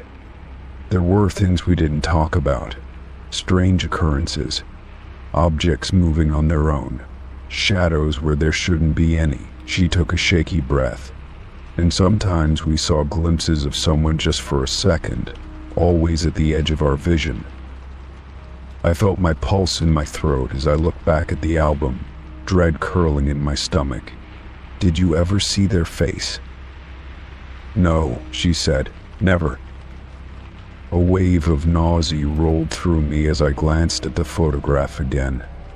The blurred figure stood so close, just a few feet behind my younger self. If I hadn't noticed them, would they still have been there watching? The thought made my skin crawl. That night, I couldn't shake the feeling that something was off. Every creak of my apartment felt louder, every shadow stretched too long. The photos sat on my desk, the edges curling slightly from age. I wanted to forget about them, but my mind wouldn't let me. At around midnight, I heard a soft rustling sound. My heart pounded as I turned toward the desk, my breath catching in my throat.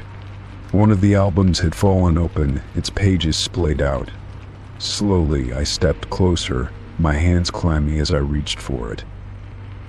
The page that had flipped open held another photo I didn't remember seeing before. It was of my old bedroom, my childhood bed tucked against the wall. And standing just outside the doorway, half hidden in the shadows, was the figure. This time, their face wasn't blurred. My stomach twisted painfully as I took in the details. The figure's features were eerily familiar, the same nose, the same shape of the eyes. My breath hitched as realization dawned on me. The person in the photo was me.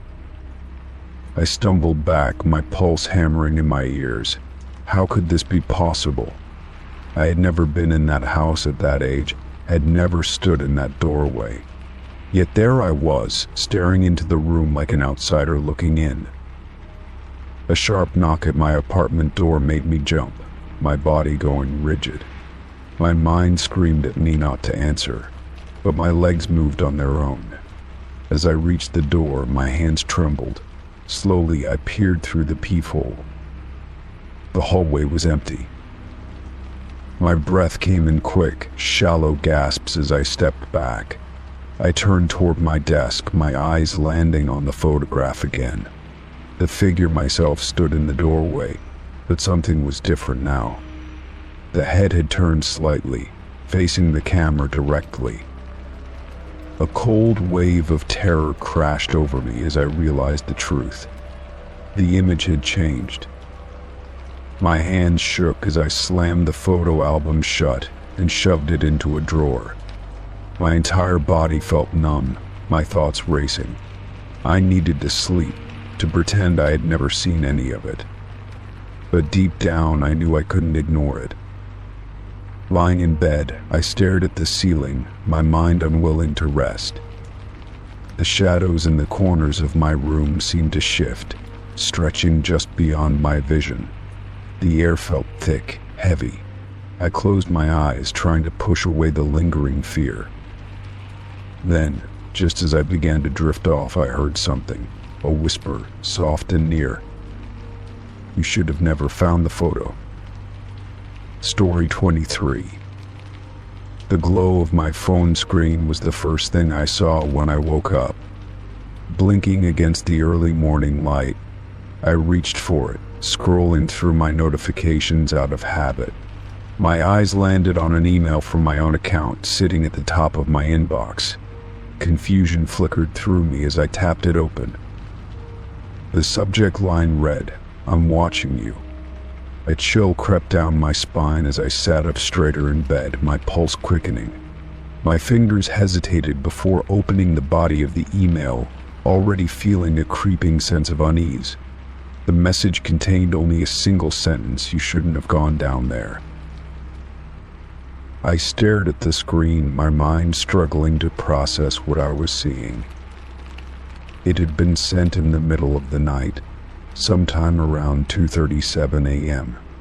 My stomach twisted as I tried to remember if I had been awake at that time. I didn't recall sending anything, and I was certain I hadn't typed those words. A rational part of me tried to dismiss it. Maybe my account had been hacked, or maybe it was some elaborate prank. But deep down, I knew that wasn't it. The words carried a weight that felt disturbingly personal. And worse, they referenced something I had tried to forget. 3 nights ago, I had gone exploring beneath an abandoned building on the outskirts of town. It wasn't something I had planned, just a spur-of-the-moment decision after hearing rumors about a hidden basement. The entrance had been boarded up, but a gap near the foundation allowed me to squeeze through. Once inside, I found a rusted door leading underground. The air had been thick with dust, the smell of decay clinging to the damp concrete walls. My flashlight barely cut through the darkness, illuminating crumbling bricks and old, rotting wooden beams. I had only gone a few feet in before I felt something. A presence. A shift in the air that made the hairs on my neck stand on end. I had turned back before going too deep, telling myself it was just my imagination. But now, sitting in my bed with this email staring back at me, I wasn't so sure. My hands felt clammy as I locked my phone and tossed it onto the nightstand. The idea that someone or something knew what I had done sent a fresh wave of anxiety through me. Pushing back the covers, I stood up and walked to the window, peering outside. The street was quiet, the early morning sky still a shade of gray. Everything looked normal, yet I couldn't shake the feeling that I was being watched. I turned away and grabbed my laptop, determined to check my email account settings. The login page loaded slowly, the seconds dragging on as I tapped my fingers against the desk. When I finally got in, I checked the sent folder. My stomach dropped. The email was there, clear as day, sent from my own account, but I hadn't sent it. My hands hovered over the keyboard as I scrolled through my activity log. There was no sign of unauthorized access, no new logins, no suspicious IP addresses. It was as if I had sent the email myself, but I knew that was impossible. My thoughts raced, trying to piece together a reasonable explanation. Maybe I had been sleepwalking, though I had never done that before. Maybe someone had found a way to remotely access my device. Or maybe it was something else. I shut the laptop and ran a hand through my hair, my breathing unsteady. I needed to shake this feeling, to convince myself it was just some elaborate glitch. But the words in that email wouldn't leave my mind. You shouldn't have gone down there. A sudden noise from the hallway made me freeze. A soft creak like weight shifting on the old wooden floor. I lived alone. My apartment was small, with no pets, no roommates. My breath caught in my throat as I turned my head toward the door. Silence. I moved cautiously, each step deliberate as I approached the door and pressed my ear against it. The hallway beyond was still, but something felt off. I reached for the doorknob, hesitating before twisting it open. The hallway stretched out in both directions, empty and undisturbed. But then I noticed something that made my stomach lurch. My front door was unlocked. I was certain I had locked it the night before. My hands shook as I checked the latch, confirming that it had been undone from the inside. A fresh wave of dread settled over me as I slowly backed away. Someone had been inside. Someone had been in my apartment while I slept. I quickly checked every room, my pulse hammering in my ears. Nothing was out of place, no sign of forced entry. But that only made it worse. Whoever had been here hadn't needed to break in.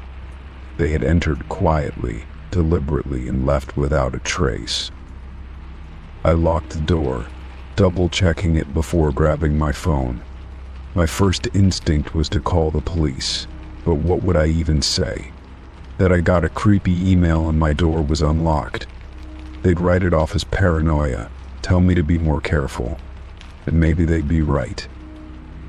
But deep down, I knew something was wrong. For the rest of the day, I couldn't shake the sense that I was being watched. Every time I glanced out the window, I expected to see someone standing on the sidewalk, staring up at my apartment. Every time my phone buzzed, I flinched, afraid it would be another message, but nothing came. That night, sleep didn't come easily. I lay awake, staring at the ceiling, every small noise sending my nerves into overdrive. At some point, exhaustion finally won and I drifted off. But my sleep was restless, filled with fragments of dreams I couldn't quite remember. Then, at 3:14 a.m., I woke up. The air in my room felt heavier, charged with something unseen.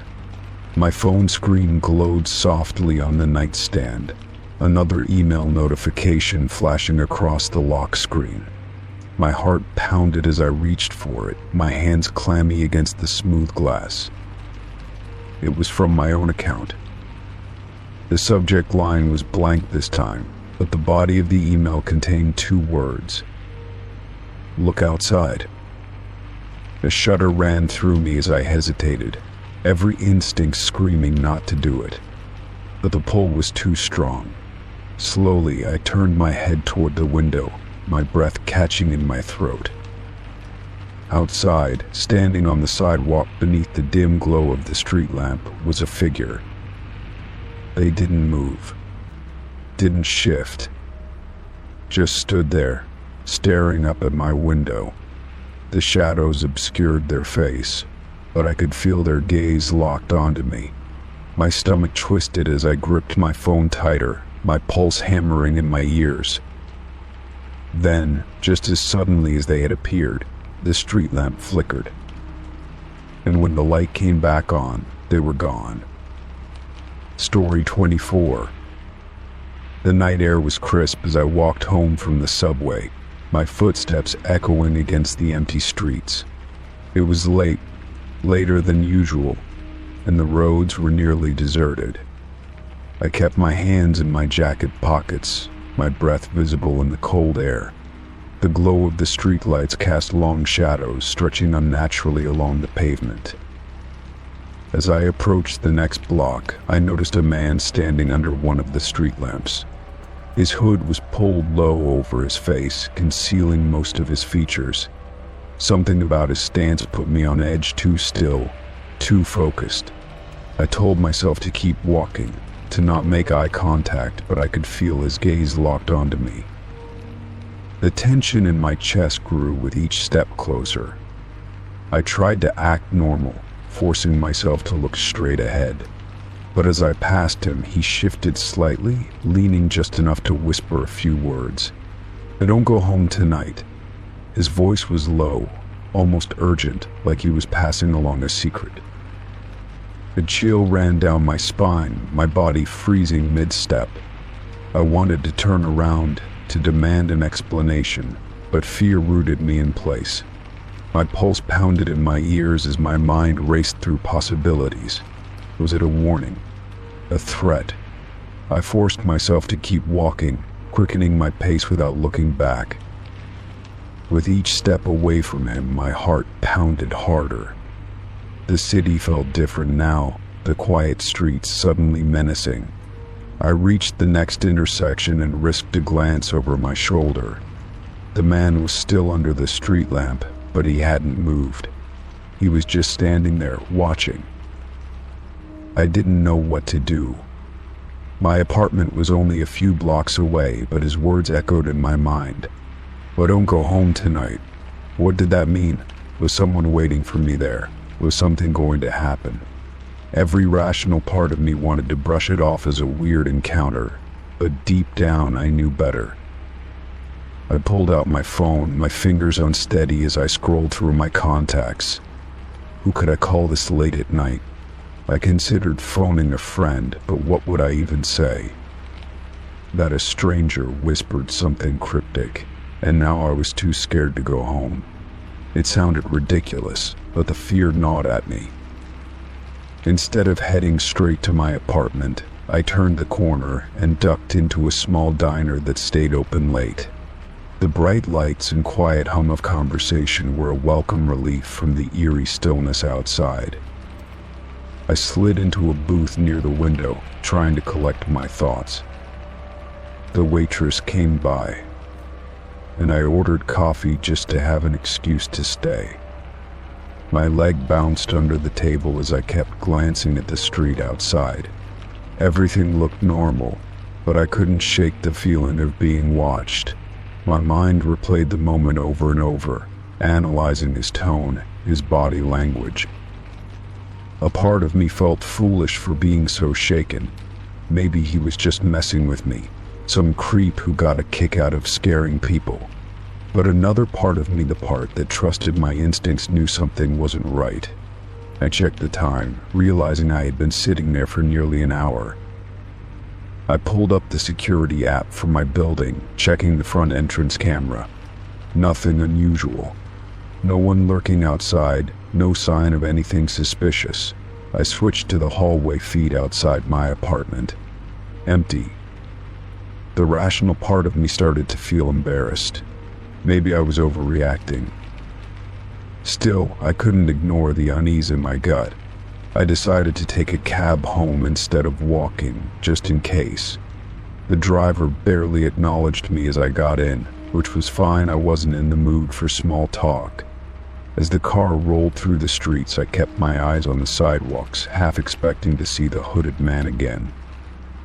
When we pulled up to my building, everything looked normal. The lobby was empty, the street quiet. I hesitated before getting out, scanning the area for anything off. Nothing. Just the usual stillness of a late night. I took a deep breath and stepped out, my keys ready in my hand. The elevator ride up felt suffocating, the air thick with my own nerves. When I reached my floor, I hesitated in the hallway, listening for anything unusual. Silence. My apartment door looked untouched, the lock intact. I exhaled and let myself in, flipping on every light as I went. Everything was exactly how I had left it. No signs of a break-in, nothing out of place. The familiar comfort of home should have put me at ease, but it didn't. I locked the door behind me, double-checking it before setting my phone on the counter. My mind was still racing. I walked to the window, peeking through the blinds just to be sure. The street below was empty. No sign of the hooded man, no strange figures lurking in the shadows. Maybe I had been paranoid for nothing. Maybe he really was just some weirdo trying to scare me. Despite the reassurance, I couldn't shake the feeling of unease. I left the lights on as I got ready for bed, my ears alert to every creak and shift in the apartment. As I lay down, my phone buzzed, making me jolt upright. A notification from the security app. My stomach twisted as I opened it. The front entrance camera had picked up movement. I clicked on the feed, my breath catching in my throat. Standing just outside the building was a figure in a hoodie, looking up at the windows, looking up at me. My body went cold, my fingers gripping the phone too tightly. He had followed me. He had known where I lived. A sickening realization hit me. If I had walked home like usual, I would have run right into him. The warning hadn't been a threat. It had been real. I stayed frozen, watching the screen as the figure lingered. Then, after what felt like an eternity, he turned and walked away, disappearing into the night. My hands were shaking as I locked my phone, my pulse still racing. I wasn't sure if I would ever sleep again. I never saw the hooded man again after that night, but I never walked home alone again either. And no matter what, I always listened to my instincts, because sometimes the warnings you don't understand are the ones that save your life. Story 25. The stomping started again at midnight. It was always the same heavy, deliberate steps pacing back and forth across the ceiling. Sometimes they paused near what I assumed was the kitchen, then resumed, moving to the opposite side of the apartment. It had been happening for weeks, always at odd hours, waking me up and leaving me lying in bed, staring at the ceiling in frustration. I had never spoken to my upstairs neighbor before. I wasn't even sure who lived there. The building was old, and people moved in and out frequently, but I figured it was time to finally address the issue. Pushing aside my hesitation, I got out of bed, put on a hoodie, and made my way upstairs. The hallway on the third floor was dimly lit, the flickering overhead light casting long shadows on the peeling wallpaper. I hesitated for a moment, then knocked firmly on the door. The stomping stopped immediately, replaced by an eerie silence. I waited, shifting my weight from foot to foot, until finally the door creaked open. A man stood in the doorway. He was tall and thin, with hollow cheeks and dark eyes that seemed to sink into his face. His clothes were old, slightly wrinkled, and there was something off about the way he stared at me, like he was studying me, trying to figure out why I was there. The air that drifted from inside was stale, tinged with a faint, musty scent. "Can I help you?" His voice was calm, but oddly emotionless. I cleared my throat. "Hey, sorry to bother you this late, but I live downstairs and I keep hearing footsteps at night. It's been waking me up." I forced a small smile, trying to keep the interaction friendly. "I was hoping you could keep it down a bit." He didn't respond right away. His dark eyes flickered past me, down the hallway, before settling back on my face. "I'm sorry," he said finally. "I wasn't walking around." I frowned. "I hear it almost every night," I said. "It's definitely coming from up here." He tilted his head slightly, as if considering something. "I've lived here for years," he said, his tone oddly flat. "It's always been quiet." A strange chill crept down my spine. There was something unsettling about his choice of words, the way he said them without any real emotion. I glanced past him into the apartment, expecting to see furniture, personal belongings, something that indicated someone actually lived there. But the space was nearly empty. The walls were bare, yellowed from age. The living room held only a single chair and a small table, both covered in a thin layer of dust. There were no decorations, no television, no signs of life at all. It didn't look like someone had been living there for years. If anything, it looked abandoned. I swallowed, suddenly feeling an overwhelming urge to leave. "Right," I said slowly. "Well, if you hear anything, just try to keep it down." He didn't respond, just kept staring at me with that same unreadable expression. I nodded awkwardly and turned away, walking quickly down the hallway before he could say anything else. Back in my apartment, I locked the door and exhaled, my heart still pounding. Something about that conversation had felt wrong, though I couldn't quite put my finger on it. I told myself I was overreacting. Maybe he was just an odd guy, maybe his apartment was just sparsely furnished. But the unease lingered, refusing to fade. That night, I lay in bed, waiting. Hours passed, and for the first time in weeks, there was no sound from upstairs. No footsteps, no pacing. The silence should have been comforting, but instead it made my skin crawl. The next day, I decided to ask my landlord about the tenant upstairs. It felt strange bringing it up, but something about that conversation wouldn't leave my mind. When I called, the landlord hesitated before answering. "There shouldn't be anyone living up there," he said. A cold sensation settled in my stomach. "What do you mean?" I asked. "I just talked to him last night." He sighed. "That apartment has been vacant for months. The last tenant moved out in the fall, and no one's rented it since." I sat there in stunned silence, gripping my phone. That couldn't be right. I had just spoken to someone. I had seen him standing there in the doorway. My mind raced, trying to make sense of it. Had I imagined the whole thing? That night, I barely slept. I kept listening for any sound from upstairs, but the silence stretched on, thick and suffocating. Around 3 a.m., I finally drifted off, only to jolt awake an hour later to the sound of footsteps. They were louder than before, heavier, almost angry.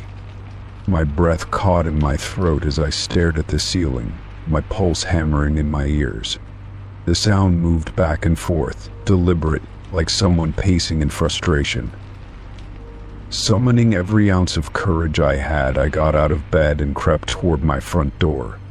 The hallway outside was eerily quiet, the only sound my own unsteady breathing.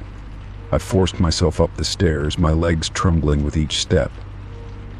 When I reached the 3rd floor, I stopped. The door to the apartment was slightly open, a thin sliver of darkness visible through the crack. My chest tightened as I stepped closer, pushing it open just enough to see inside. The apartment was empty. Completely empty. No chair, no table, no dust. Just bare walls and an open space that smelled of stale air. I stood frozen, my mind struggling to process what I was seeing. Then, somewhere deep inside the apartment, a floorboard creaked. I didn't wait to see what caused it. I turned and ran, nearly stumbling down the stairs in my panic. I locked my apartment door behind me, my hands shaking so badly I could barely turn the key. I didn't sleep for the rest of the night. The footsteps never returned, but the silence felt even worse. It was as if something was waiting, watching. The next morning I packed a bag and left. I told my landlord I was breaking my lease early and didn't care about the penalties. I refused to spend another night in that building. To this day, I don't know who or what I spoke to that night. But sometimes late at night, I still hear the sound of footsteps in my dreams, pacing endlessly above me. Story 26. The ringing phone jolted me awake, my heart pounding in the dark. I squinted at the screen, trying to make out the unknown number flashing across it. A call at this hour couldn't be anything good. Swallowing the uneasy feeling creeping up my spine, I hesitated before answering. A woman's voice came through, shaking and frantic. She was breathing heavily, as if she had been running, and her words came out in a rush. She asked for help, her voice barely above a whisper, laced with something that sounded like fear. I sat up straighter, suddenly wide awake, trying to make sense of what I was hearing. I asked who she was, but she didn't answer. Instead, she spoke my name, her voice trembling as if she were on the verge of tears. My skin prickled, and I felt a strange sense of unease settle over me. Before I could ask how she knew my name, she gave me a warning: don't go to work tomorrow. The line went dead before I could say anything else. I stared at my phone, my pulse thudding in my ears. The room felt colder, the shadows stretching longer than they should. I called the number back, but there was no answer. Just silence stretching on endlessly, as if the call had never happened. Sleep didn't come after that. I lay awake, staring at the ceiling, replaying the woman's voice in my head. I had never heard her before, but the urgency in her tone made it impossible to dismiss. The warning echoed in my mind, leaving me unsettled in a way I couldn't shake. By morning, exhaustion pressed heavily on me, but so did curiosity. I debated whether to call in sick, but the logical part of me argued against it. It had to be some kind of prank or a wrong number. People didn't just receive warnings like that for no reason.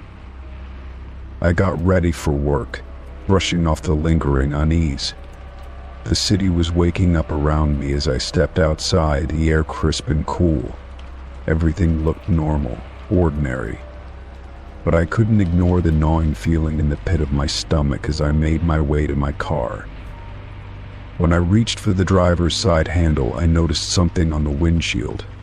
An envelope tucked neatly beneath the wiper, its white surface stark against the glass. My name was scrawled across it in uneven, hurried handwriting. My throat tightened as I pulled it free, my fingers stiff with tension. Inside was my work ID, nothing else. No note, no explanation, just the plastic card I had last seen clipped to my bag the previous evening. A cold sensation crawled up my spine.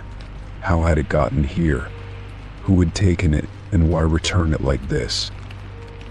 I scanned the parking lot, suddenly hyper-aware of every parked car, every shadow stretching across the pavement.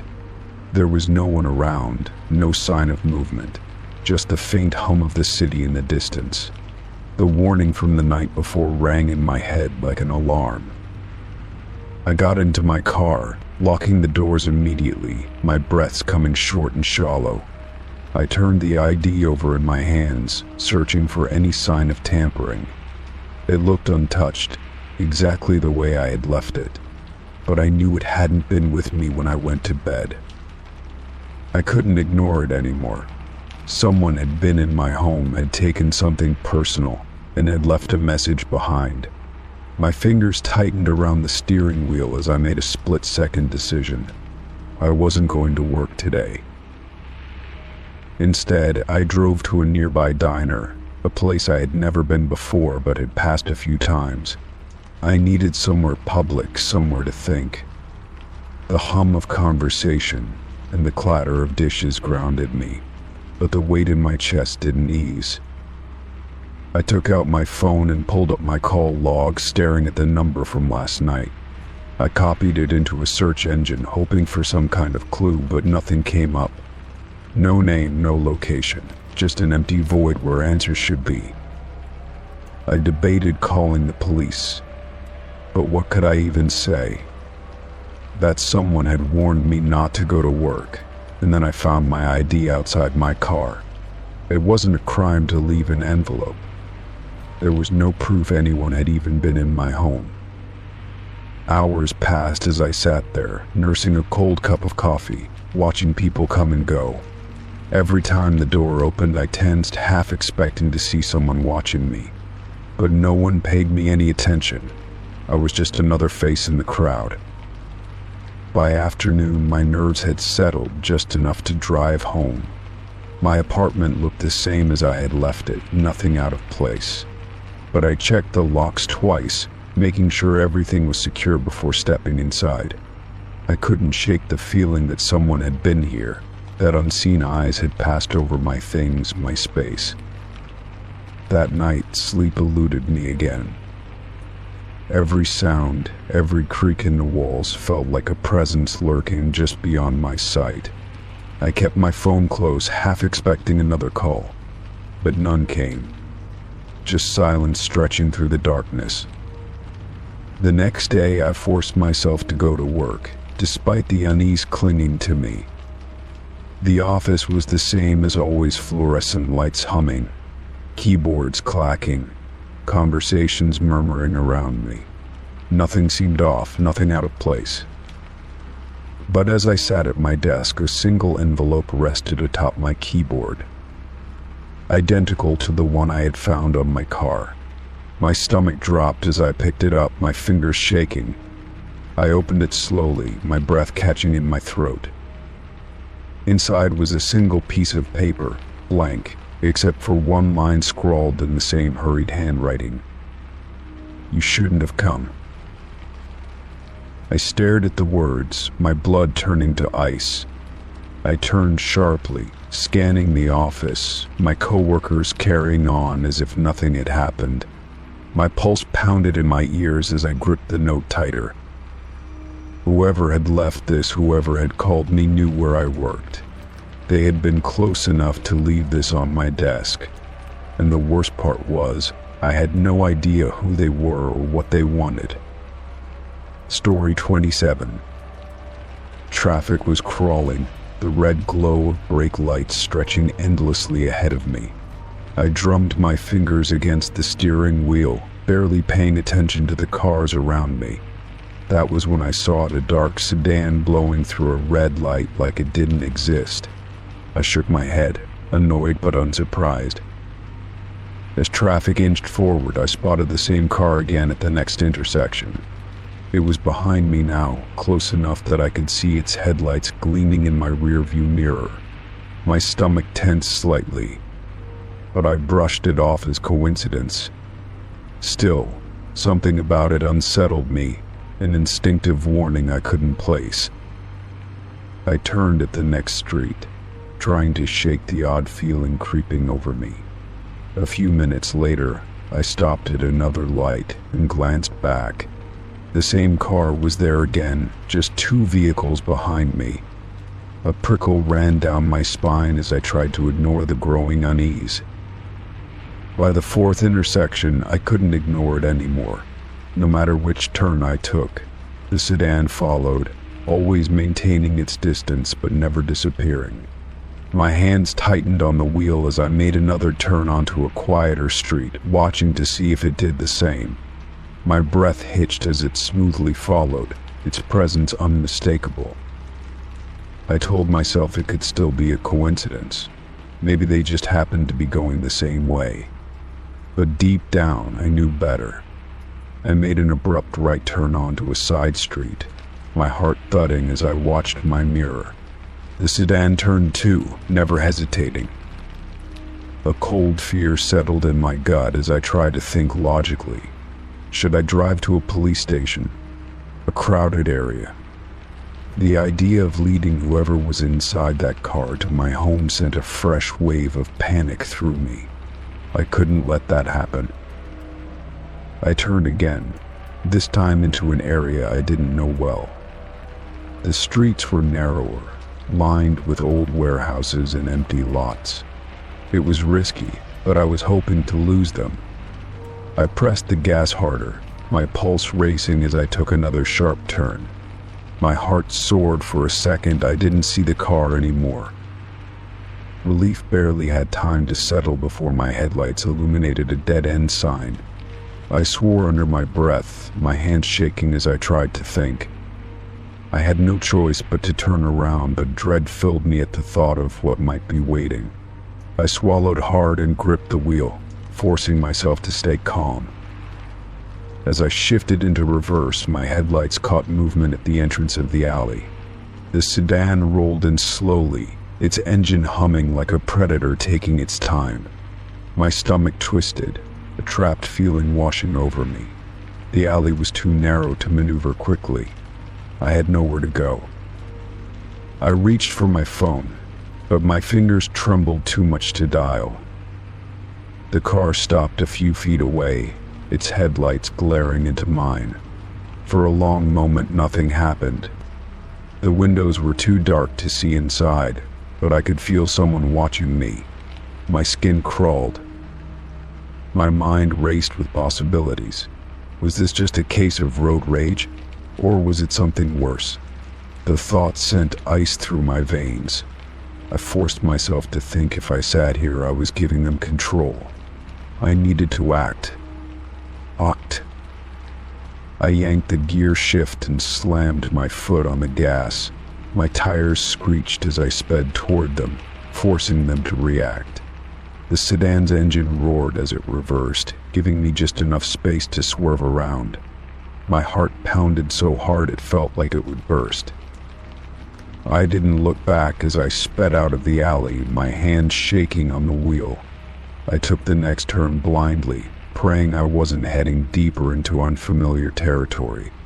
My breath came in sharp gasps as I checked the mirror, terrified they were still behind me. To my shock, the street was empty. No headlights, no sign of the sedan.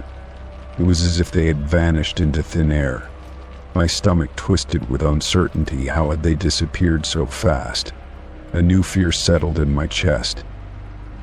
I drove for a while longer, unwilling to stop. I needed distance, needed to be somewhere safe. When I finally pulled into a gas station, my body felt weak with exhaustion.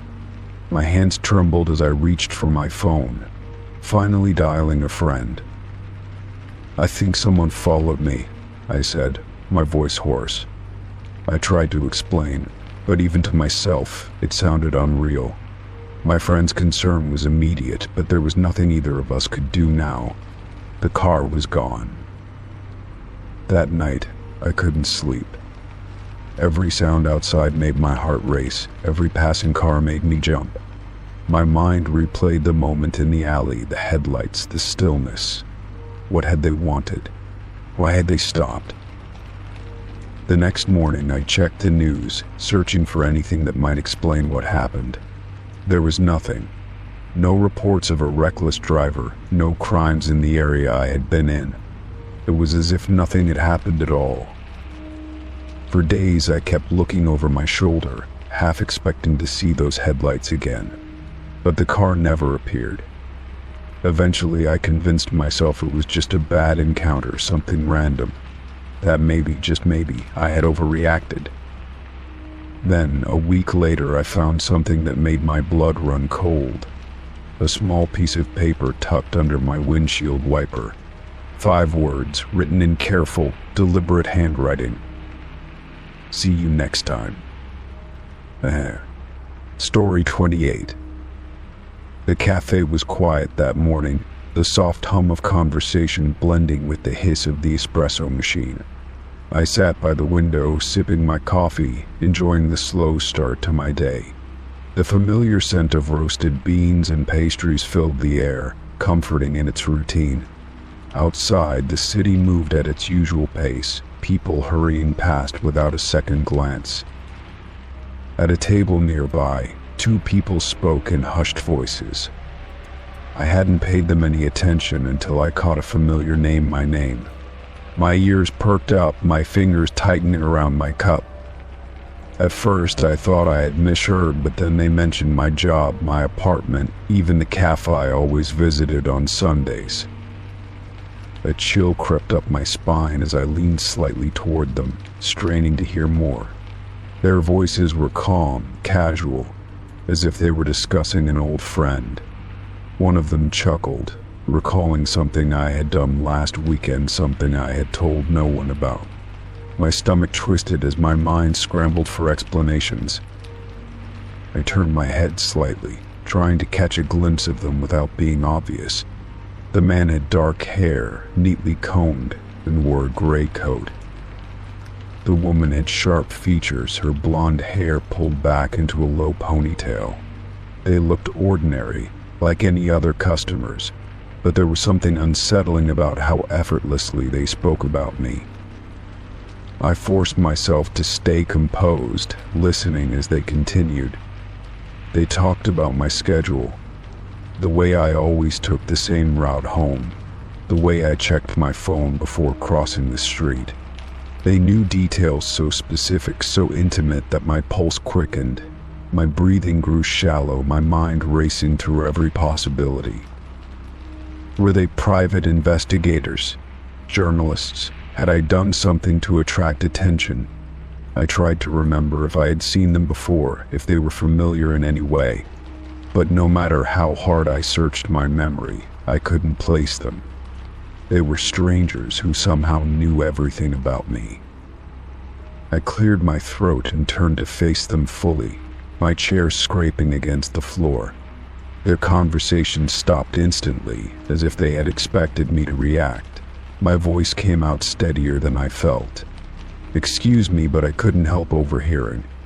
I paused, watching for a reaction. "You were talking about me." The man and woman exchanged a glance, a brief moment of understanding passing between them. Then, almost in unison, they smiled. Not an apologetic smile, not one of surprise, but something else. Something unreadable. Something that sent a shiver through me. Neither of them spoke. They simply stood up, their movements unhurried, deliberate. My heart pounded as I tried to process what was happening. "Wait," I said, louder this time, but they had already turned toward the exit. Their steps were smooth, their posture relaxed, as if nothing strange had happened at all. I shot up from my seat, nearly knocking over my coffee.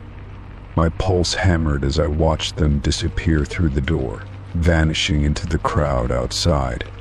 A part of me wanted to chase after them, demand answers, force them to explain, but my body refused to move. I sat back down, my hands gripping the edge of the table.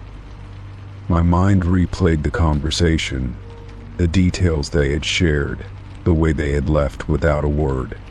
It didn't make sense. There was no logical reason for 2 strangers to know so much about my life. Minutes passed before I realized the barista was staring at me. I forced a weak smile, pretending everything was fine, but I could feel my skin crawling. I checked my phone, scrolling through messages, searching for anything that could explain what had just happened, but there was nothing unusual. For the rest of the day, I felt unsettled. I kept glancing over my shoulder, my nerves frayed at every passing face. The city, once familiar, now felt too open, too exposed. The thought that two people had been watching me, studying me, made my stomach turn. That night, I double-checked the locks on my apartment door. I closed the curtains, leaving no gaps for prying eyes. Sleep didn't come easily. Every small noise made my heart race. Every shadow felt like a presence lingering just beyond my sight. The next morning, I forced myself to go back to the cafe. I needed to see if they would return, if maybe I had imagined something, exaggerated the moment in my mind. The cafe was as normal as ever, filled with customers, the barista greeting me with a nod, but the table where they had sat was empty. I hesitated before asking, "Did you notice the two people sitting here yesterday?" My voice was casual, but I could feel my pulse quicken. A man and a woman. The barista frowned slightly, wiping down the counter. "I don't think so," he said after a moment. "Was it busy when they were here?" I shook my head. "Not really. They left pretty quickly, though." He gave a small shrug. "I don't remember them, but we get a lot of people coming and going." His words were meant to reassure me, but they only made my stomach sink further. If he hadn't noticed them, had they even paid? Had they even been real? For the next few days, I couldn't shake the feeling of being watched. I changed my routine, took different routes home, avoided going to the cafe alone. But no matter how much I tried to push the encounter from my mind, it lingered like a whisper at the edge of my thoughts. Then, a week later, I found something that made my blood run cold. A photograph slipped under my apartment door. My fingers trembled as I picked it up, my breath catching in my throat. It was a picture of me, taken from behind, walking down the street. I turned it over, my pulse hammering. Written in neat, precise handwriting were 3 words: "We are watching." Story 29. My neighbor was a quiet man who lived alone. Every night I would see him sitting at his kitchen table through his window, always in the same chair, always with the same blank expression. He never had visitors, never spoke to anyone in the building, and never seemed to leave his apartment. There was something unsettling about his stillness, like he was waiting for something that never came. One evening, as I was passing by his window, I noticed something different. The kitchen table, which was always empty except for a single plate and cup, was now surrounded by people. Their figures were dark against the dim lighting, their faces turned downward, motionless. There was no conversation, no movement, not even the clinking of utensils. I stopped in my tracks, my breath catching in my throat. The sight of them sitting so perfectly still sent a chill down my spine. It wasn't like a normal dinner gathering. There was something wrong about the way they sat, too rigid, too unnatural. I strained my ears, expecting to hear muffled voices or laughter, but there was only silence. I tried to rationalize it. Maybe he had family visiting, or maybe it was just a group of friends deep in conversation. But as I kept watching, not a single one of them moved. They weren't eating, they weren't talking, they were just sitting there, staring at nothing. My stomach tightened with unease. I turned away, shaking off the strange feeling creeping over me. It wasn't my business. Maybe the man had a life I just didn't know about, and I had spent too much time assuming he was always alone. Still, as I walked back to my apartment, the image of those unmoving figures lingered in my mind. The next day, curiosity got the better of me. I ran into him in the hallway and decided to ask. "Hey, I saw you had some company last night," I said casually, forcing a smile. Looked like a full house. His expression didn't change. He stared at me blankly, as if he didn't understand what I was talking about. "I didn't have anyone over," he said. His voice was flat, distant, like he wasn't really present. "I was alone, like always." I blinked, trying to process his response. But I saw them, I insisted, my pulse quickening. There were people at your table, sitting with you. He shook his head slowly. You must be mistaken. Without another word, he turned and walked back into his apartment, shutting the door firmly behind him. A heavy sense of unease settled over me. I knew what I had seen. There had been people in that apartment sitting in the dim light, completely still. But if he denied it, then who were they? And why had they looked so lifeless? That night, I kept watch from my own window, hoping to catch another glimpse inside. His kitchen light was on, and as expected, he sat alone at the table. No guests, no strange figures, just him in his usual spot. It was as if nothing had happened. But as I looked closer, a shiver ran down my spine. The chairs around the table were still pulled out, as if someone had just been sitting there. He hadn't pushed them back in. It was a small detail, but it sent a deep sense of dread through me. Over the next few nights, I continued to watch. Every evening he sat alone, unmoving, staring at his plate like he wasn't really seeing it. Nothing seemed out of the ordinary until 3 nights later. I woke up in the middle of the night, feeling an inexplicable urge to look outside. When I did, my stomach turned to ice. His kitchen was dimly lit again, and the table was once more surrounded by shadowy figures. They were identical to before, sitting completely still, their faces turned downward. But this time, something was different. One of them had their head turned slightly facing the window, facing me. My breath hitched, and I stumbled backward, my heart hammering against my ribs. I had no doubt now that something was wrong, something beyond explanation. I couldn't look anymore, couldn't bear to see if the figure watching me would move. The next morning, I hesitated before leaving my apartment. I wanted to believe it was just my imagination, but deep down, I knew it wasn't. The memory of those dark, lifeless figures was burned into my mind. I passed his apartment on my way out, trying not to look, but something stopped me in my tracks. The door was slightly open. A thin sliver of darkness stretched into the hallway, as if inviting me to peek inside. My body screamed at me to leave it alone, but against my better judgment, I took a step closer.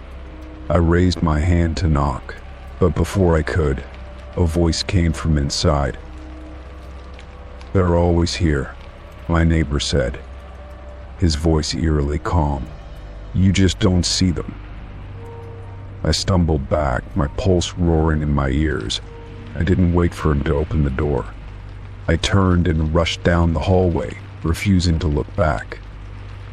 That was the last time I ever looked into his window. Story 30.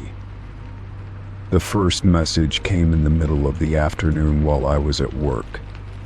I glanced at my phone and saw the words staring back at me. "I saw you today." I assumed it was a wrong number and ignored it, setting my phone aside without a second thought. Minutes later, another message arrived, more specific this time. "I saw where you parked.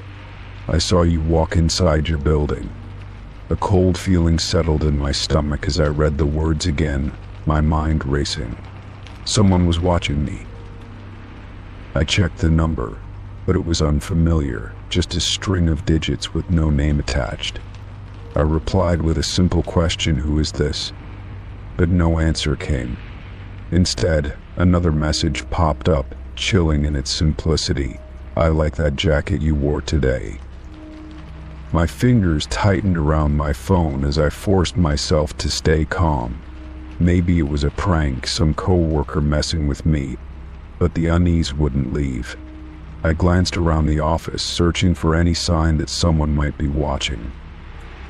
Blocking the number seemed like the best solution, so I did it quickly and tried to focus on my work. Hours passed, and nothing happened, allowing me to convince myself it had been a mistake. But when I left the office that evening, My phone vibrated in my pocket. The new number sent a single message that made my breath hitch. Blocking me won't help. I froze outside the building, my pulse hammering in my ears. My eyes scanned the parking lot, searching for anyone lingering nearby. Hurrying to my car, I locked the doors the moment I got inside. My hand shook as I gripped the steering wheel, trying to make sense of it. Someone had to be messing with me, but I couldn't figure out who or why. The drive home felt longer than usual, every pair of headlights in my rearview mirror making my skin crawl. By the time I pulled into my driveway, exhaustion had settled in, but sleep didn't come easily. The messages replayed in my mind, gnawing at my nerves. Morning came with a brief sense of relief until I checked my phone. Another text from another new number. "Did you sleep well?" My stomach twisted, and for the first time, true fear settled in my bones. I considered going to the police, but what could they do? It was just text messages, there was no real proof of anything. Still, the idea of doing nothing made my skin crawl, so I decided to stay alert, watching for anything unusual. At work, I parked closer to the building and made sure to check my surroundings before stepping inside. The office felt different, like every glance in my direction carried a hidden meaning. My coworkers carried on as usual, oblivious to the dread sitting heavy in my chest. By lunchtime, another message arrived. "Nice choice on the blue shirt." My hands trembled as I read it, my breath shallow. Whoever this was, they were close enough to see me right now. I didn't eat my lunch, too sick with anxiety to swallow even a bite. Instead, I stayed in my office, blinds drawn, my heart hammering with every noise outside my door. The walls of my workplace, once familiar and safe, now felt like a fragile barrier between me and whoever was watching. Determined to catch whoever was behind this, I decided to change my routine. That evening, instead of heading straight home, I took a long, winding route, turning down side streets and doubling back. If anyone was following me, they would have to make themselves known. But when I finally pulled into my driveway, another message was waiting. "Clever, but I still saw you." My stomach dropped, nausea creeping up my throat.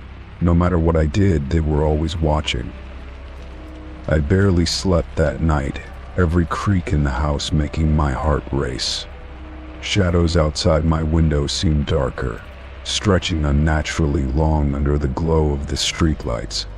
I kept my phone beside me, watching, waiting for another message. At some point, exhaustion won, and I drifted into a restless sleep. When I woke up, my phone screen was glowing with a new message. "You look peaceful when you sleep." The air in my lungs turned to ice as I sat up, heart pounding. They had been outside my house, maybe even looking through my window. The thought made my skin crawl, my mind racing with possibilities. I ran to the windows, checking the locks, peering outside for any sign of movement. I needed help. This wasn't a prank anymore, it was something worse. Grabbing my keys, I drove straight to the police station, gripping the steering wheel so tightly my knuckles turned white. The officer listened as I explained everything, nodding as he took notes. He asked if I had noticed anyone suspicious lately, anyone lingering around my workplace or home. I shook my head, frustration bubbling up inside me. They promised to look into it, but without any real threats or proof of who was behind it, there wasn't much they could do.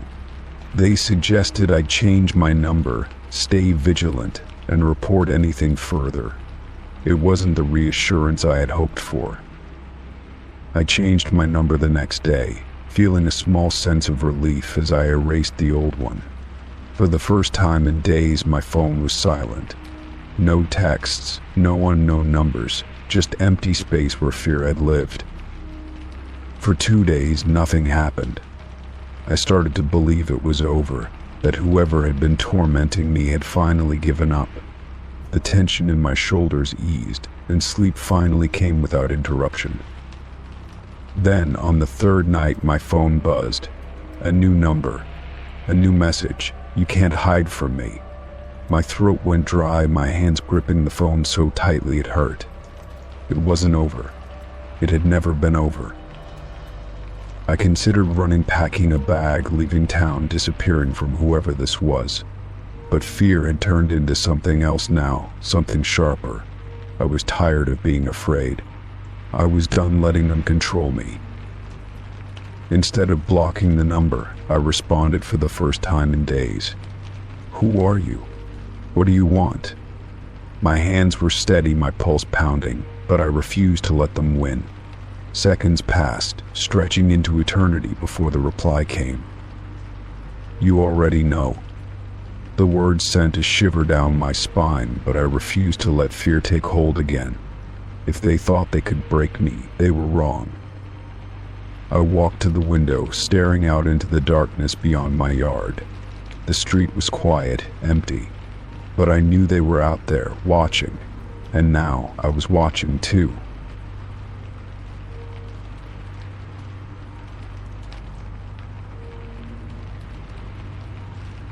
Story 31. The concert venue was packed, the air thick with excitement and the scent of sweat and spilled drinks. People were squeezed together, chatting loudly over the opening act's music. I scanned the rows, searching for my assigned seat, relieved to find it beside an empty chair. I sat down quickly, adjusting my jacket as the lights dimmed slightly.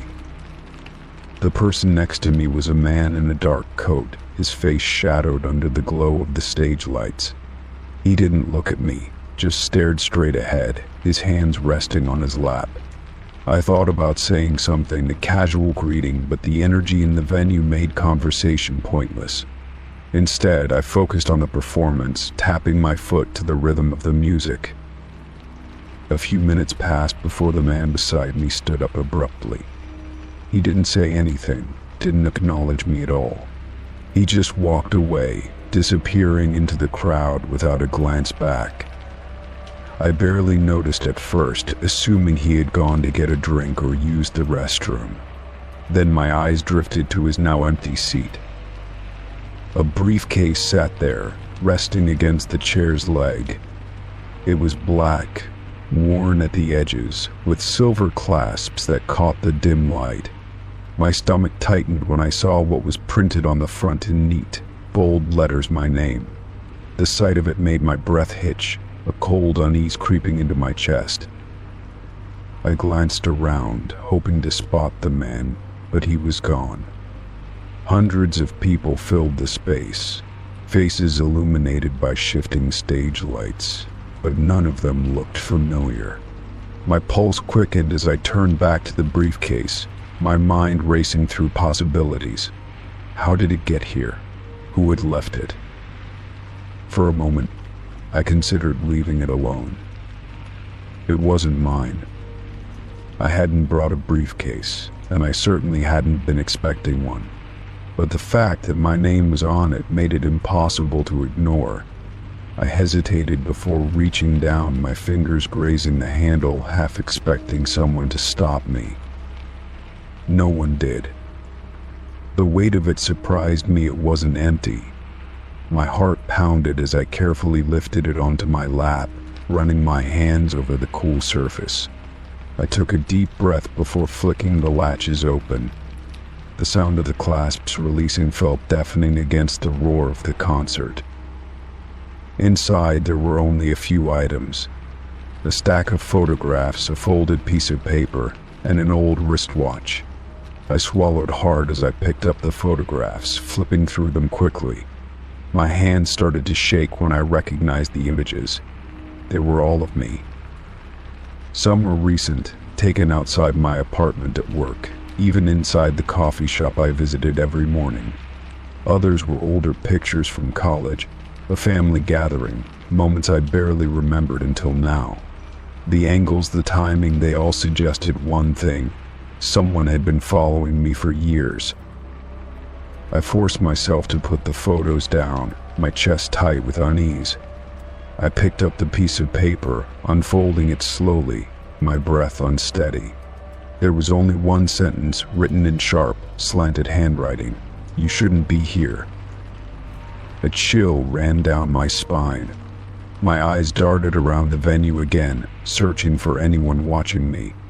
The crowd was lost in the music, faces turned toward the stage, oblivious to the panic crawling under my skin. I turned back to the last item in the briefcase, the wristwatch. It was old, the leather strap cracked and worn. But I knew it instantly. It belonged to my father. He had lost it years ago, a cherished item he had worn daily until the day it vanished. My fingers trembled as I held it, my mind struggling to process what this meant. Someone knew me, my life, my past. But why? The weight of it all pressed down on me, an invisible force making it hard to breathe. I snapped the briefcase shut, my decision made. I needed to leave. I stood quickly, squeezing past the people in my row, ignoring their annoyed glances as I pushed through the crowd. The music pounded in my ears as I reached the exit, my body tense with the overwhelming urge to run. Outside, the air was cool against my burning skin. I moved away from the building, my thoughts tangled with fear and confusion. I needed to call someone, tell someone what had just happened. My hands fumbled for my phone, but before I could dial, I felt it. Someone was watching me. The sensation was unmistakable, that prickling awareness that sent every instinct into high alert.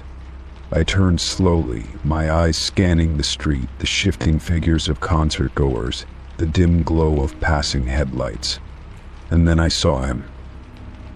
Across the street, half hidden beneath the shadow of a street lamp, was the man from the concert.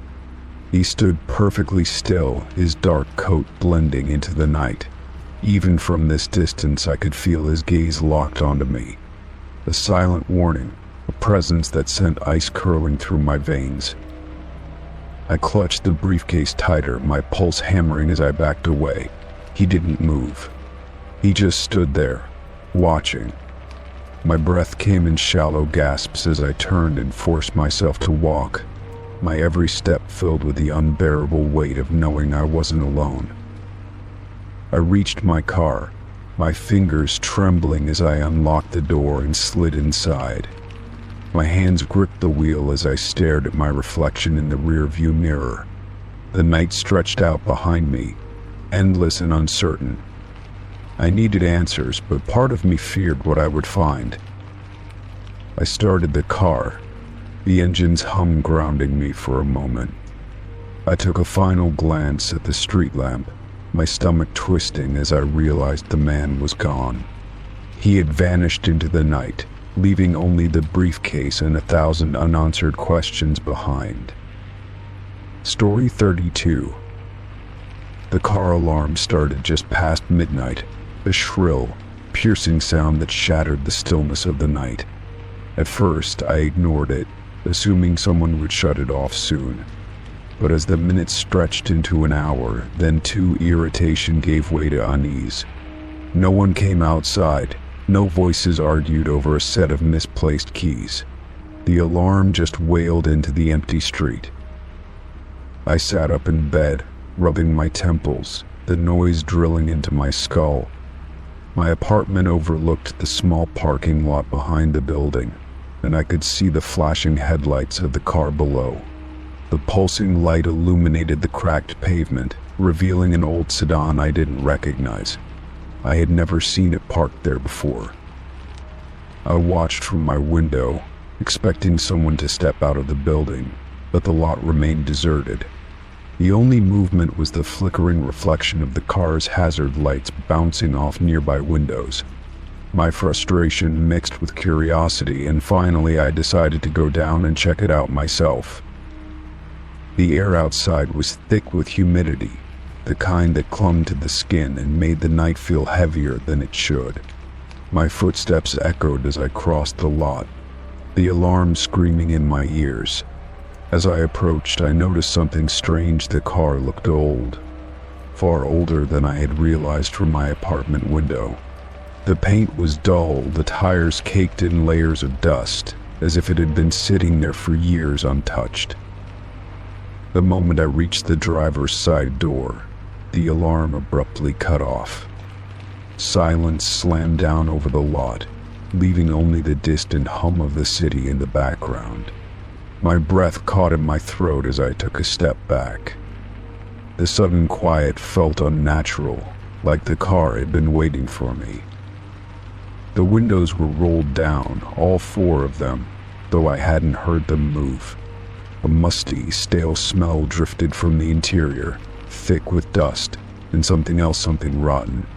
I hesitated before peering inside, my fingers gripping the edge of the open window. The front seat was covered in a thick layer of dust, undisturbed except for a single imprint in the driver's seat. It looked like someone had been sitting there recently, but there were no footprints on the floor, no marks on the door handle. The dashboard was cracked, the radio knobs missing, and the air vents clogged with cobwebs. A shiver crawled up my spine as I stepped back. This car hadn't been driven in years, but if that were true, how had the alarm been going off for hours? My mind struggled to make sense of it, every logical explanation slipping away. I looked around the lot, expecting someone to be watching, but I was alone. I pulled out my phone and snapped a picture of the car, just to prove to myself later that it had really been there. The flash lit up the interior for a brief moment, casting deep shadows across the seats. When I looked at the screen, my stomach dropped. There was a shape in the back seat. It wasn't clear, more of a dark smudge against the dusty upholstery, but it had the outline of something sitting there. My breath came faster as I looked up at the car again, my pulse hammering. The back seat was empty. I didn't stay to investigate further. Turning on my heel, I walked quickly back to the building, resisting the urge to break into a run. The air inside my apartment felt stale when I stepped in, like I had been gone for hours instead of minutes. I locked the door, bolted it, and sat down on the couch, my phone still clutched in my hand. I pulled up the photo again, my fingers trembling as I zoomed in. The shape was still there, solid and unmoving, but as I stared at it, something changed. The smudge looked less like a shadow and more like a person. A person with hollow, sunken eyes staring directly at the camera. I dropped my phone, my chest tightening as a wave of nausea rolled over me. The room felt too quiet, the silence pressing in from all sides. The urge to delete the photo clawed at me, but I couldn't bring myself to do it. I needed proof that this had happened. Sleep was impossible after that. Every time I closed my eyes, I saw those eyes in the back seat, watching. I kept glancing at my window, half expecting the car to be gone or worse, to see someone standing outside, looking up at me. But the lot remained empty, and the car sat motionless, like a corpse left to decay. By morning, exhaustion weighed heavy on me, but I forced myself to go outside again. The sunlight should have made things feel normal, but as I approached the parking lot, my stomach twisted. The car was gone. There were no tire tracks, no marks in the dust where it had sat for so long. It was as if it had never been there. I walked to the spot where it had been, kicking at the dirt, hoping for some kind of proof. Nothing. But when I turned to leave, something made me stop. Lying on the ground where the car had been was a single, dusty key. I picked it up hesitantly, turning it over in my palm. It was old, the metal corroded and worn. A faded tag hung from it, the writing barely legible. My breath caught in my throat as I squinted at the words, my fingers tightening around the key. It was my name. My stomach dropped, my skin prickling with cold sweat. How could this be possible? The key felt heavier in my hand, like it carried something with it, something I didn't want. I dropped it back onto the pavement and stepped away, my heart pounding. I didn't tell anyone what had happened. Who would believe me? That night I locked every door and window, but sleep still wouldn't come. I kept expecting to hear the alarm again, to see flashing lights outside my window, but the night was silent. Just as I began to drift into an uneasy sleep, my phone buzzed on the nightstand. My breath hitched as I reached for it, my fingers numb. A single notification glowed on the screen. One new photo added to gallery. With shaking hands, I opened my phone. It was a picture of the parking lot. The spot where the car had been was empty, but in the corner of the image, just barely visible in the shadows, was a figure. Watching, waiting, wait. And this time, its face was clear. It was me. Story 33. The sharp sound of the doorbell jolted me awake. My eyes flew open, heart hammering in my chest as I reached for my phone. The screen glowed back at me, the numbers reading 4 a.m. I sat up slowly, rubbing the sleep from my eyes, trying to convince myself I had imagined it. Then it rang again. And a cold wave of unease washed over me as I swung my legs over the edge of the bed. My apartment was small, and the front door was just a few steps away from my bedroom. I moved cautiously, straining to hear anything beyond the door. A voice followed a low, unfamiliar murmur that sent chills down my spine. I stepped closer, careful not to make a sound. My fingers hovered over the doorknob, but I hesitated. Who would be at my door at this hour? The voice spoke again, a hushed whisper just on the other side of the wood. I leaned in, my breath shallow, but the words were too soft to make out. Swallowing hard, I shifted my gaze to the peephole. My pulse pounded as I pressed my eye against the glass. The hallway outside was empty. The light flickered faintly, casting long shadows across the worn-out carpet, but there was no one there. My stomach twisted, a deep sense of unease settling over me. I took a step back, my mind scrambling for a logical explanation. Maybe I had misheard. Maybe the person had already walked away. But as I turned, something slid under the door. A thin, pale rectangle of paper. My breath caught as I crouched down, hesitating before picking it up. It's too late to leave. The words were scrawled in shaky, uneven handwriting. My fingers tightened around the paper, my mind racing. Too late to leave. The air in the apartment suddenly felt heavier, pressing in around me. I spun back toward the peephole, half expecting someone to be there now. But the hallway remained empty. I locked the door, securing both the deadbolt and chain, then stepped away. My body felt tense, every nerve on edge as I clutched the paper in my hand. I thought about calling the police, but what would I even say? That someone rang my doorbell at 4 a.m. and left a cryptic note. They'd probably dismiss it as a prank. I took a deep breath, trying to steady my nerves. It was probably just some kid messing around. That was the most reasonable explanation. But deep down, something about it felt deliberate. The voice, the note, the fact that no one was there. I carried the note to my kitchen and placed it on the counter, my fingers lingering over the rough paper. The handwriting was odd, erratic, almost frantic. As I traced the letters with my eyes, a cold prickle crawled up my spine. Something about the way the ink was smudged, as if the writer's hand had been shaking, unsettled me. I turned on the lights, trying to shake the eerie feeling settling over me. My apartment suddenly felt too quiet, too still. I glanced at the clock again. 4:07 a.m. Time seemed to drag, each second stretching into eternity.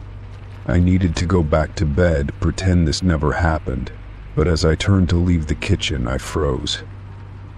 The hallway light flickered again. I swallowed, forcing myself to breathe. The flickering wasn't unusual, the building was old, the wiring questionable. But after what had just happened, it felt like a warning. I stepped back, my instincts screaming that something wasn't right. Then, faintly, almost imperceptibly, I heard it. A soft shuffling sound. It was coming from outside my door. Slow, deliberate movements, as if someone was still there, waiting. My heart pounded against my ribs as I backed further into the kitchen, my mind racing. What do they want? Why haven't they left? Then, the door handle rattled. A sharp gasp escaped me as I pressed myself against the wall. The chain lock held firm, but the sound of metal scraping against metal sent a jolt of terror through me. I clenched my fists, every muscle in my body tensing. Whoever was out there wasn't just playing a prank. They were trying to get in. Seconds stretched into minutes, the rattling eventually stopping, but I didn't move. I stayed rooted in place, ears straining for any sound. Then, just as I thought the nightmare was over, a whisper slipped through the door. "You should have left when you had the chance." My blood ran cold. The voice was barely audible, but every syllable sent a fresh wave of fear through me. I should have left. The words didn't make sense. I had lived here for years, why was it suddenly too late to leave? I grabbed my phone with shaking hands, my fingers fumbling to dial a number. But before I could press call, the hallway light outside my door flickered violently. A shadow passed under the door, stretching across the floor like it was watching me. Then, silence. I didn't sleep for the rest of the night. I sat in the corner of my apartment, every muscle locked in tension, waiting for anything to happen. But nothing did. The light eventually stopped flickering. The sounds ceased, but the dread in my chest never faded. Morning finally arrived, the first rays of sunlight filtering through my blinds. The weight in my chest remained as I forced myself to stand, my limbs heavy with exhaustion. I crept toward the door, every step hesitant. Peering through the peephole, I half expected to see someone still standing there. But the hallway was empty, and I cautiously unlatched the chain and cracked the door open, my breath catching in my throat. Something had changed. The hallway didn't feel right, like the air itself was different. Then I noticed it. Another piece of paper, lying just outside my door. My stomach twisted as I picked it up, my pulse hammering in my ears. The handwriting was the same, jagged and uneven. But this time, there were only 2 words. "Don't run." I slammed the door shut, my breathing ragged. My mind screamed at me to get out, to leave, to never look back. But something told me it was already too late. No matter where I went, I wasn't alone anymore. Story 34. The knock at the door was unexpected. It was late in the evening, and I wasn't expecting anyone. At first, I thought maybe it was a neighbor, but something about the knock felt unfamiliar. Hesitant, I walked to the door and looked through the peephole. A man stood on my porch, his hands tucked into the pockets of a worn-out jacket. He looked normal enough, clean-shaven, short dark hair, an unassuming face. I hesitated for a moment before unlocking the door. As I opened it, he gave me a polite smile. "Sorry to bother you," he said, his voice calm. "I'm a little lost. Could you help me with directions?" His tone was even, his posture relaxed. I didn't feel immediate danger, but something about the way he looked at me made my skin prickle. I nodded slowly, stepping aside to grab my phone from the table. "Where are you trying to go?" I asked, keeping my tone neutral. He didn't answer right away, his eyes scanning the inside of my house. It was subtle, but I noticed. "I was looking for Pinecrest Drive," he finally said. "But I think I might have taken a wrong turn." His voice was too steady, too controlled. I pulled up a map and turned the screen toward him, pointing to a nearby street. He stepped closer, peering at the screen, but he wasn't really looking at it. His focus wasn't on the map at all, it was on me. He was watching the way I moved, the way I held my phone, the way I positioned myself in the doorway. A cold sensation settled in my stomach. I forced a small smile, inching back just enough to put space between us. "It's just 2 blocks down," I said, keeping my tone casual. "Turn right at the stop sign and you'll see it." He nodded, but he didn't look at the screen. His eyes were still locked on me. Then he smiled, a slow, knowing expression that sent a chill through me. "I appreciate it," he said, slipping his hands back into his pockets. He turned slightly, as if to leave, but then he paused. "I'll see you again soon." The words sent a sharp jolt through my chest. My fingers tensed around my phone, and I forced myself to keep my expression neutral. I wanted to ask what he meant, but my gut told me not to engage any further. Instead, I gave a stiff nod and quickly shut the door. I locked it immediately, my hands slightly shaking as I twisted the deadbolt. Stepping back, I took a slow breath, trying to steady myself. I peeked through the peephole, watching as he walked down my driveway. But he didn't turn in the direction I had given him. He just kept walking, disappearing into the night. For several minutes I stood there, listening. My house was silent, but my mind was racing. Had I overreacted? Maybe he had just been a little strange, nothing more. But the way he had watched me, the way he had lingered, it didn't feel right. I checked all the locks in the house, double-checking the windows. I even peeked out the curtains, scanning the street for any sign of him. Everything seemed normal, but the unease wouldn't leave me. I left a light on in the living room, just in case.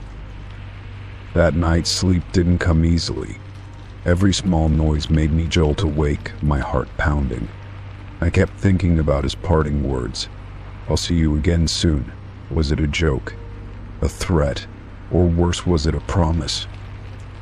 The next day, I couldn't shake the feeling of being watched.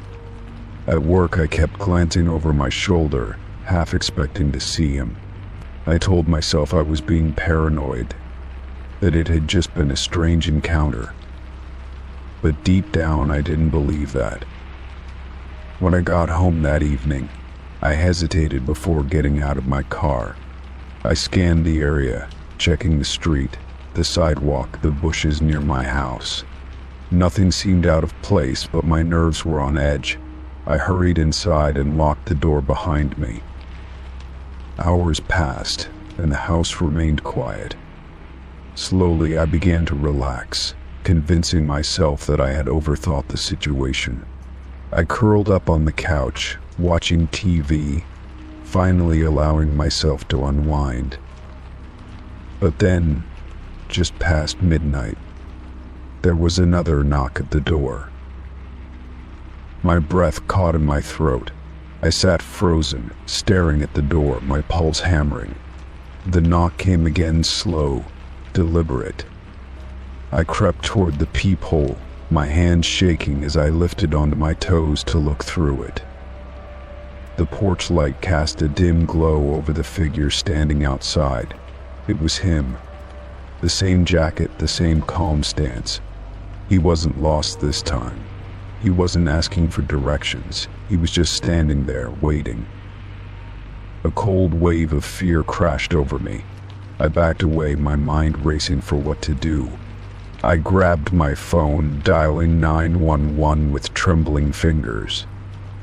The operator's voice was a welcome sound as I whispered that someone was outside my house. "Is he trying to break in?"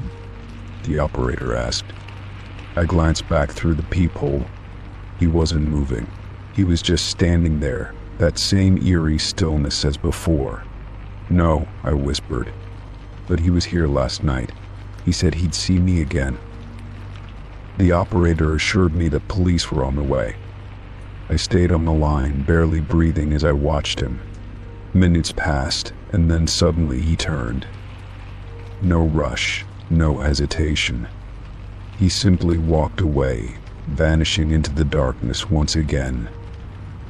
When the police arrived, they searched the area but found no sign of him. I described the encounter, but without any crime being committed, there wasn't much they could do. "If he comes back, call us immediately," one officer said. I nodded, but I wasn't sure I'd ever feel safe again. That night I barely slept. Every creak, every gust of wind against the windows made my nerves jump. I kept my phone next to me, my heart pounding at the slightest sound. My mind kept circling back to his words, "I'll see you again soon." Days passed, then weeks, and he never returned. But the fear never fully left me. I started being more cautious, never answering the door for strangers, always keeping my phone within reach. I installed security cameras, checking the footage obsessively. Eventually the paranoia lessened, but I never truly forgot. Because I knew that somewhere out there, he was still watching. And no matter how much time passed, I would always wonder if one day he would come back. Story 35. The motion alert on my phone buzzed just after midnight. Half asleep, I reached for it and saw the notification from my security camera. I hesitated before tapping the video, expecting to see nothing more than a stray cat or a car passing by. But the moment the footage loaded, my blood ran cold. A man stood directly in front of my door, perfectly still. His face was hidden in the shadows, but I could tell he was staring straight at the camera. The porch light illuminated his figure, revealing that he was wearing a dark hoodie with the hood pulled low over his forehead. He didn't move, didn't knock, didn't try to enter. He just stood there. I sat up in bed, my heart pounding. The timestamp showed he had been there for over an hour. The camera had picked him up multiple times, but he hadn't approached the door. He remained motionless, like he was waiting for something. I turned on my bedside lamp and listened, but the house was silent. I checked the live feed, hoping he was gone, but he was still there. His posture was unnerving, his arms hanging limply at his sides. It was almost as if he wasn't real, like a statue planted outside my home. I swallowed hard, my fingers hovering over the call button for the police, but something about him made me hesitate. Suddenly he moved. It wasn't a normal movement, his head tilted slowly to the side, just enough for me to see part of his face. My breath caught in my throat. Even in the poor quality of the footage, something about his expression felt wrong. It wasn't anger or curiosity, it was as if he were studying me, waiting for a reaction. I couldn't just sit there. I forced myself out of bed, grabbing the baseball bat I kept in the closet. My hands shook as I stepped toward the front door, trying to listen for any sound outside. My porch was small, just a few steps leading down to the driveway, and I knew if I looked out the peephole, I'd see him. But I didn't want to. The security app buzzed again. A new motion alert. My stomach twisted as I looked at my phone. The footage showed the man turning away from the door, his movements slow and deliberate. He took a step back, then another, his face still tilted toward the camera. Then, without warning, he walked off into the darkness beyond the streetlight. I waited, frozen in place, listening for any sign that he might come back. Minutes passed, then an hour. Nothing. I checked the footage again and again, watching his eerie stillness, his slow departure. It didn't make sense. Why stand there for so long without doing anything? Why not knock? I barely slept that night, keeping the bat next to my bed, my ears straining for any noise. When the morning light finally crept through my windows, I forced myself to check outside. My front porch was empty, no footprints, no sign that anyone had been there. If it weren't for the footage, I would have doubted my own memory. I debated calling the police but hesitated. What could I even tell them? That a man stood outside my house for hours and then left. They would ask if he tried to break in or if I recognized him, and the answer would be no. I decided to let it go, assuming it was just some random trespasser. That night, I made sure all the doors and windows were locked before going to bed. I left the hallway light on, feeling uneasy about sleeping in total darkness. My security app remained open on my phone, and every small noise outside made me check the live feed.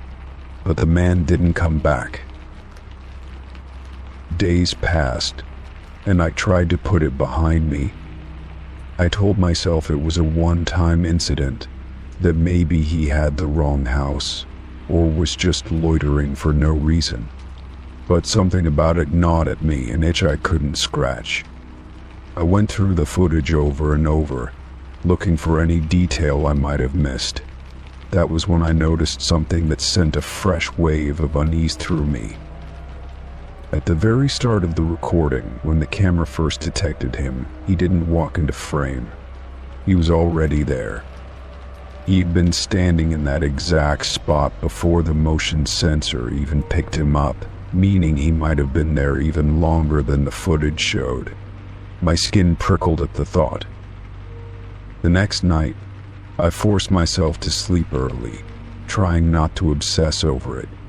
But around 3 a.m. my phone buzzed again. My stomach twisted as I picked it up, my hands already shaking. Another motion alert. I hesitated before tapping the notification. When the footage loaded, my vision blurred for a second, my heart thundering in my chest. The man was back. He was standing in the same exact spot, his face obscured by the hood. He hadn't moved an inch from where he stood the previous night. It was like he had never left. This time I didn't wait. I grabbed my phone and called the police, my voice shaking as I explained the situation. They assured me they'd send someone over, but I knew it would take time. I stared at the screen, watching the man, half expecting him to react to my call. But he remained still, his head slightly tilted, as if he could hear me through the camera. Minutes felt like hours as I waited. I kept expecting him to do something, to move, to step forward. But he didn't. He only left when I saw the flashing lights of the police car pull up. Without hesitation, he turned and walked into the darkness again, vanishing beyond the range of the camera. The officers checked the area but found nothing. No footprints, no signs of forced entry, no clues. They took my report and told me to call again if he returned. One officer suggested it might be a homeless man, but something about that didn't feel right. Homeless people didn't just stand at a stranger's door for hours doing nothing. I barely slept for the next few nights, expecting him to return. But he didn't. Weeks passed, then months, and eventually the fear started to fade. I stopped checking the footage every night, stopped jumping at every small noise outside. But I never forgot the way he stood there, unmoving, staring directly at the camera. I never forgot the eerie way he seemed to be waiting for something. And sometimes, even now, when I wake up in the middle of the night, I reach for my phone, half expecting to see another motion alert. I never saw him again. but I can't shake the feeling that one day he'll come back. Story 36. The retreat was supposed to be an escape, a chance to disconnect and focus on writing without distractions. The lodge sat deep in the woods, surrounded by towering pines and the hush of nature. It was the perfect place to clear my mind, to let the words flow freely. For the first few days, that was exactly what happened. Each morning I sat by the window, filling page after page in my journal. I wrote about my past, my struggles, my doubts, the things I had never shared with anyone. The silence of the retreat felt safe, almost sacred. But that feeling didn't last. On the third night, I checked my email out of habit. Among the usual spam and newsletters was a message with no sender name, just a single subject line: "I've read everything you've ever written." My stomach tightened as I hesitated before opening it. The email was brief, but the words hit me like a punch to the chest. It contained an excerpt from my journal, something I had written the night before. A passage I had never typed, never shared, never spoken aloud. My hands trembled as I read it again, my pulse hammering in my ears.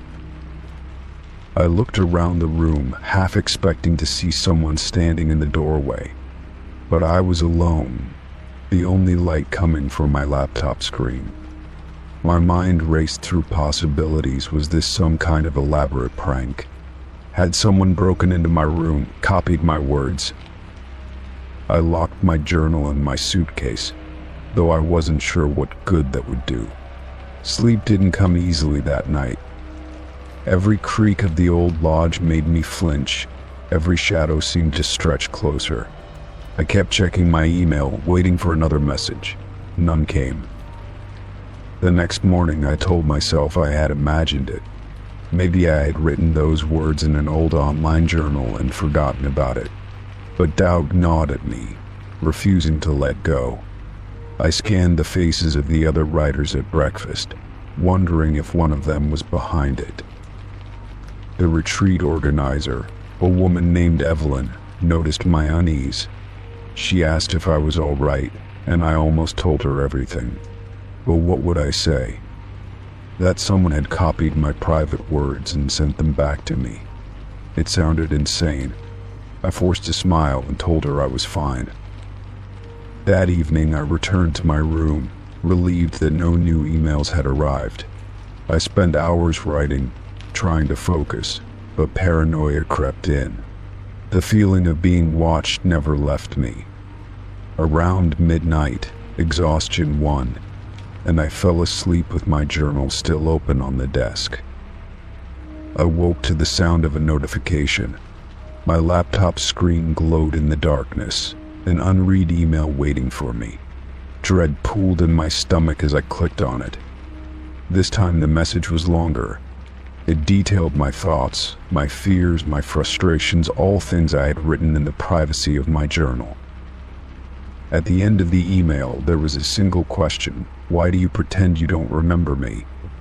My breath caught, and I read the line over and over.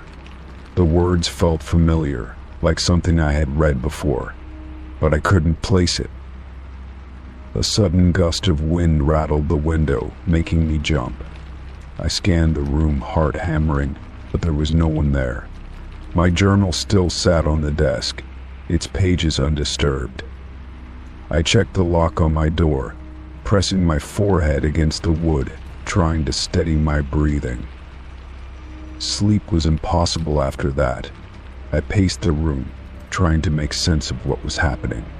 I thought about packing my bags and leaving, but something held me back. I needed to know who was behind this.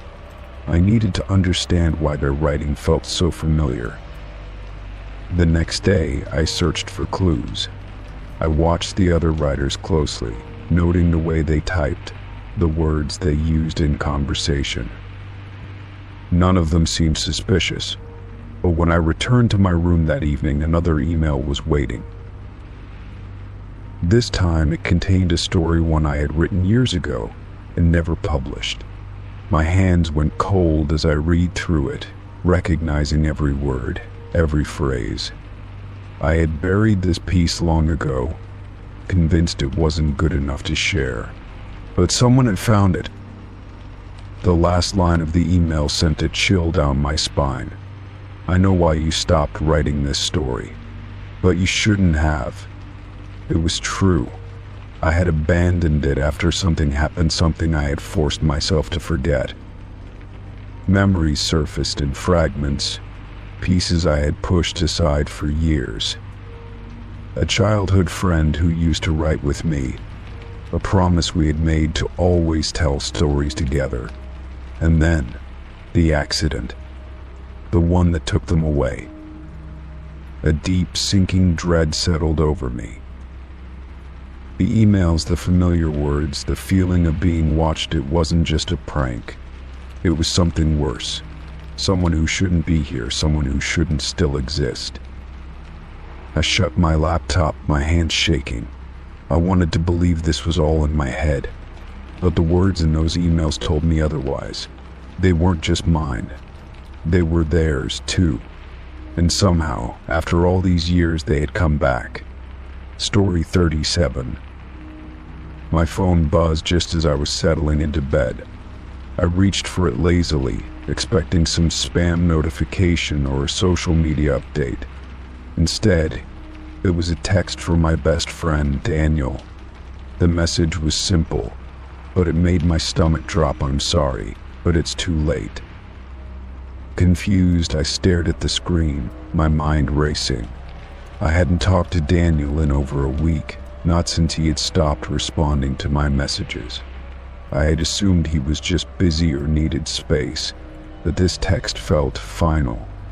Something about it sent a chill through me, a creeping dread I couldn't explain.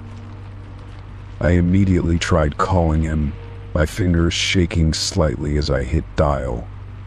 The phone rang and rang, an endless cycle that only made my anxiety worse. Then, without warning, it stopped. The line went completely silent, no voicemail, no disconnect tone, just an eerie, empty stillness. I pulled the phone away and stared at the screen. The call had ended, but there was no sign of whether he had hung up or if something else had happened. My pulse quickened as I sent him another text. Daniel, what's going on? But it remained unread. Panic started to settle in. I thought about driving to his apartment, but it was already late, and he lived across town. Instead, I checked our mutual friends' messages to see if anyone else had heard from him. No one had. In fact, most of them said they'd been trying to reach him too, with no response. I barely slept that night, my mind cycling through worst-case scenarios. By morning, I had convinced myself something was seriously wrong. I decided to go to his place, hoping I'd find him there, maybe just needing someone to check in. The thought of what I might actually find made my stomach turn. When I arrived, his car was in the driveway, but the curtains were drawn tight. I knocked, calling his name, but there was no answer. The silence in the house felt heavy, unnatural. I tried the doorknob, and to my surprise, it turned easily. The door was unlocked. I hesitated before stepping inside. The air was stale, as if the house had been undisturbed for days. The living room was untouched, everything in its place, but something about it felt wrong. I moved cautiously toward his bedroom, my heart hammering in my chest. The door was slightly open, revealing a dimly lit room beyond. I pushed it wider, swallowing the lump in my throat. The bed was unmade, but Daniel wasn't there. His phone sat on the nightstand, screen cracked, as if it had been dropped. My stomach twisted as I realized something was playing on loop, a voicemail. I pressed play, my hands clammy. The voice on the other end was barely audible, but I recognized it instantly. It was Daniel. His voice was shaky, breathless, whispering something over and over. It's too late. It's too late. It's too late. Then a final broken whisper, I'm sorry. The message ended abruptly, and I stood there frozen, dread crawling up my spine. This wasn't normal. This wasn't just someone ignoring texts or needing time alone. Something had happened to him, something I couldn't explain. I turned on my heel and checked the rest of the house, but it was empty. His keys were on the counter, his wallet untouched. The only thing missing was Daniel himself. I called the police, barely able to keep my voice steady as I explained what I had found. They said they would send someone over, but I could tell they weren't treating it as an emergency. As I waited, I scrolled through Daniel's phone, searching for any clues.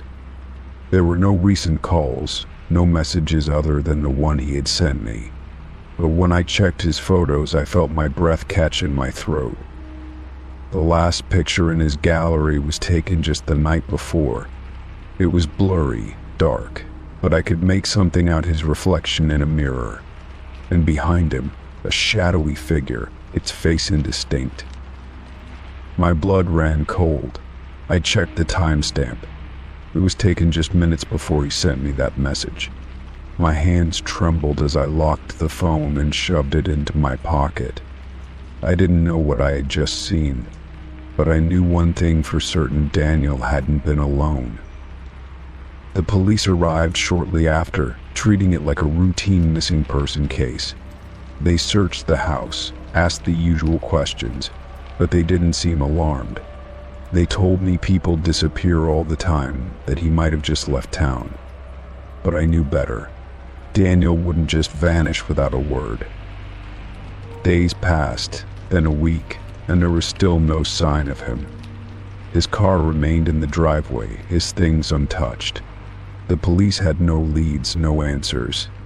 Eventually they stopped updating me, treating it like another unsolved case. But I couldn't let it go. I went back to his house several times, searching for anything the police might have missed. One evening, as I stood in his bedroom, I caught sight of something in the mirror. At first, it was just my own reflection, but then I saw movement. A figure standing in the corner of the room, watching me. I spun around, but nothing was there. My heart pounded